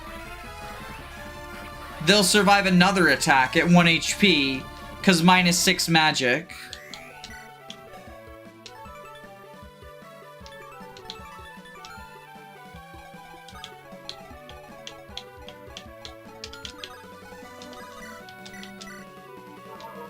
Least insane CC movement tech.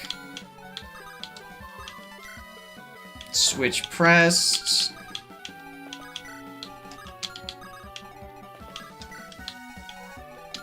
Alright, there we go.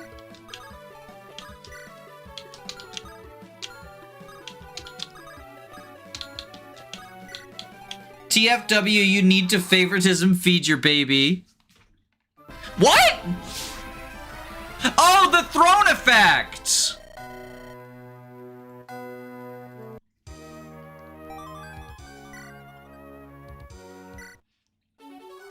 Because the Draconic Hex...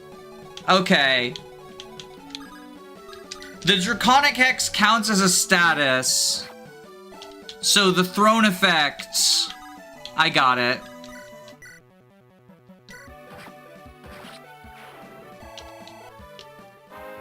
Fucked up and evil. Yeah, I should have guessed that, though. Like, that makes sense.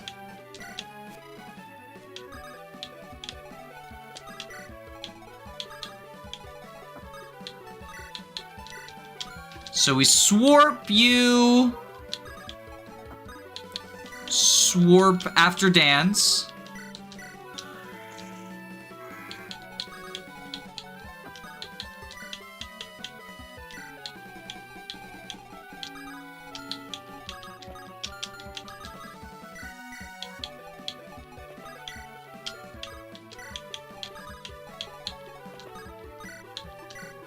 Heal.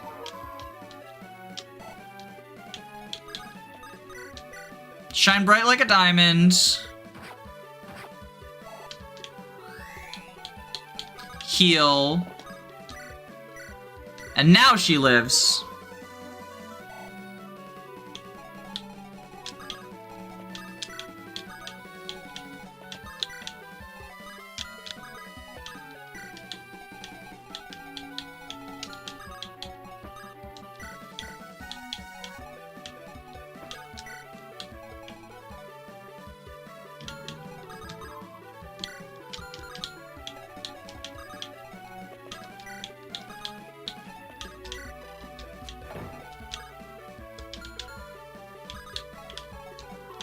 Alright, and now we end turn. This Shell, but Shell is a Dark Tome. With Cherished equipped, the dragon is a lot easier to take down, too. And Draconic Hex will now be in effect.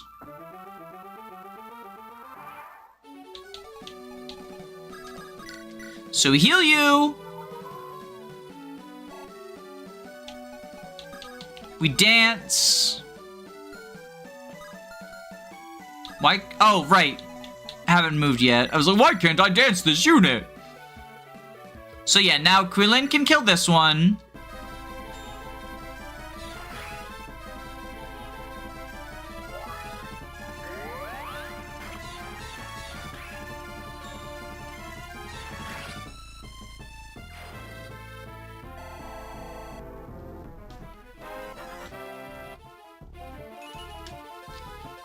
Just making our way towards flight.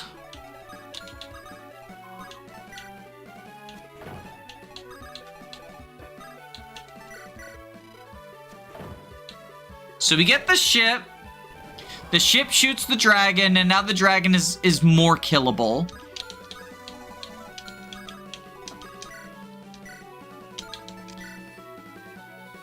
Iron Bow. Does Mince... Do you get an item if Mince kills the dragon? Because it's, like, edible? Because, like, that dialogue makes me think maybe?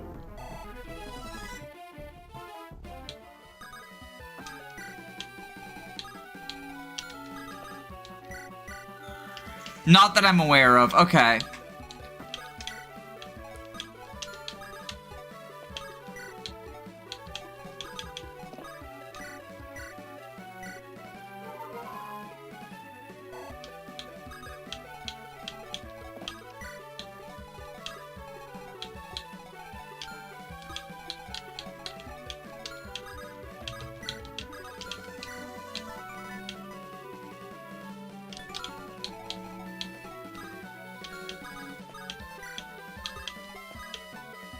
Canonically, Krynia eats it. Oh, right!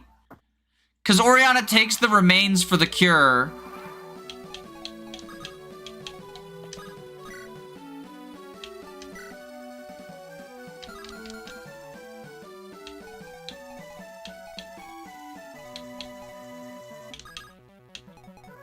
Inspiration here so that we can live. Not affected by inspiration?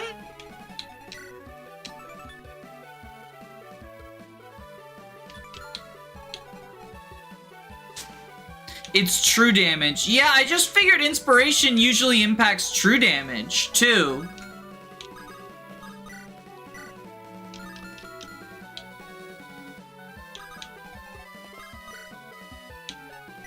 Because inspiration isn't like a damage increase. Use the 4 or 5 range. Oh, I can, yeah. Because I just want to raise... I just want to give, Chicken the boost.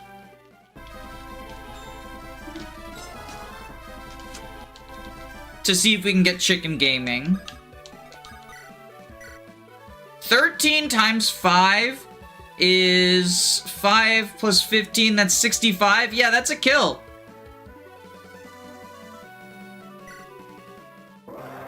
GBA engine handles defense boosts and the Luna... Yeah, you're right. Because inspiration is not, like, programmed into Game Boy.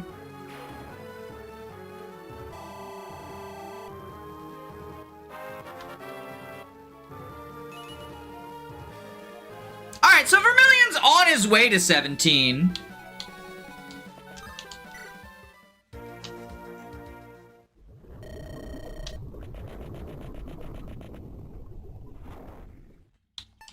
Alright, so as much as I would love to do Chapter 10, finish off Act 1, I actually have plans tonight, so we gotta end the stream now. Good night.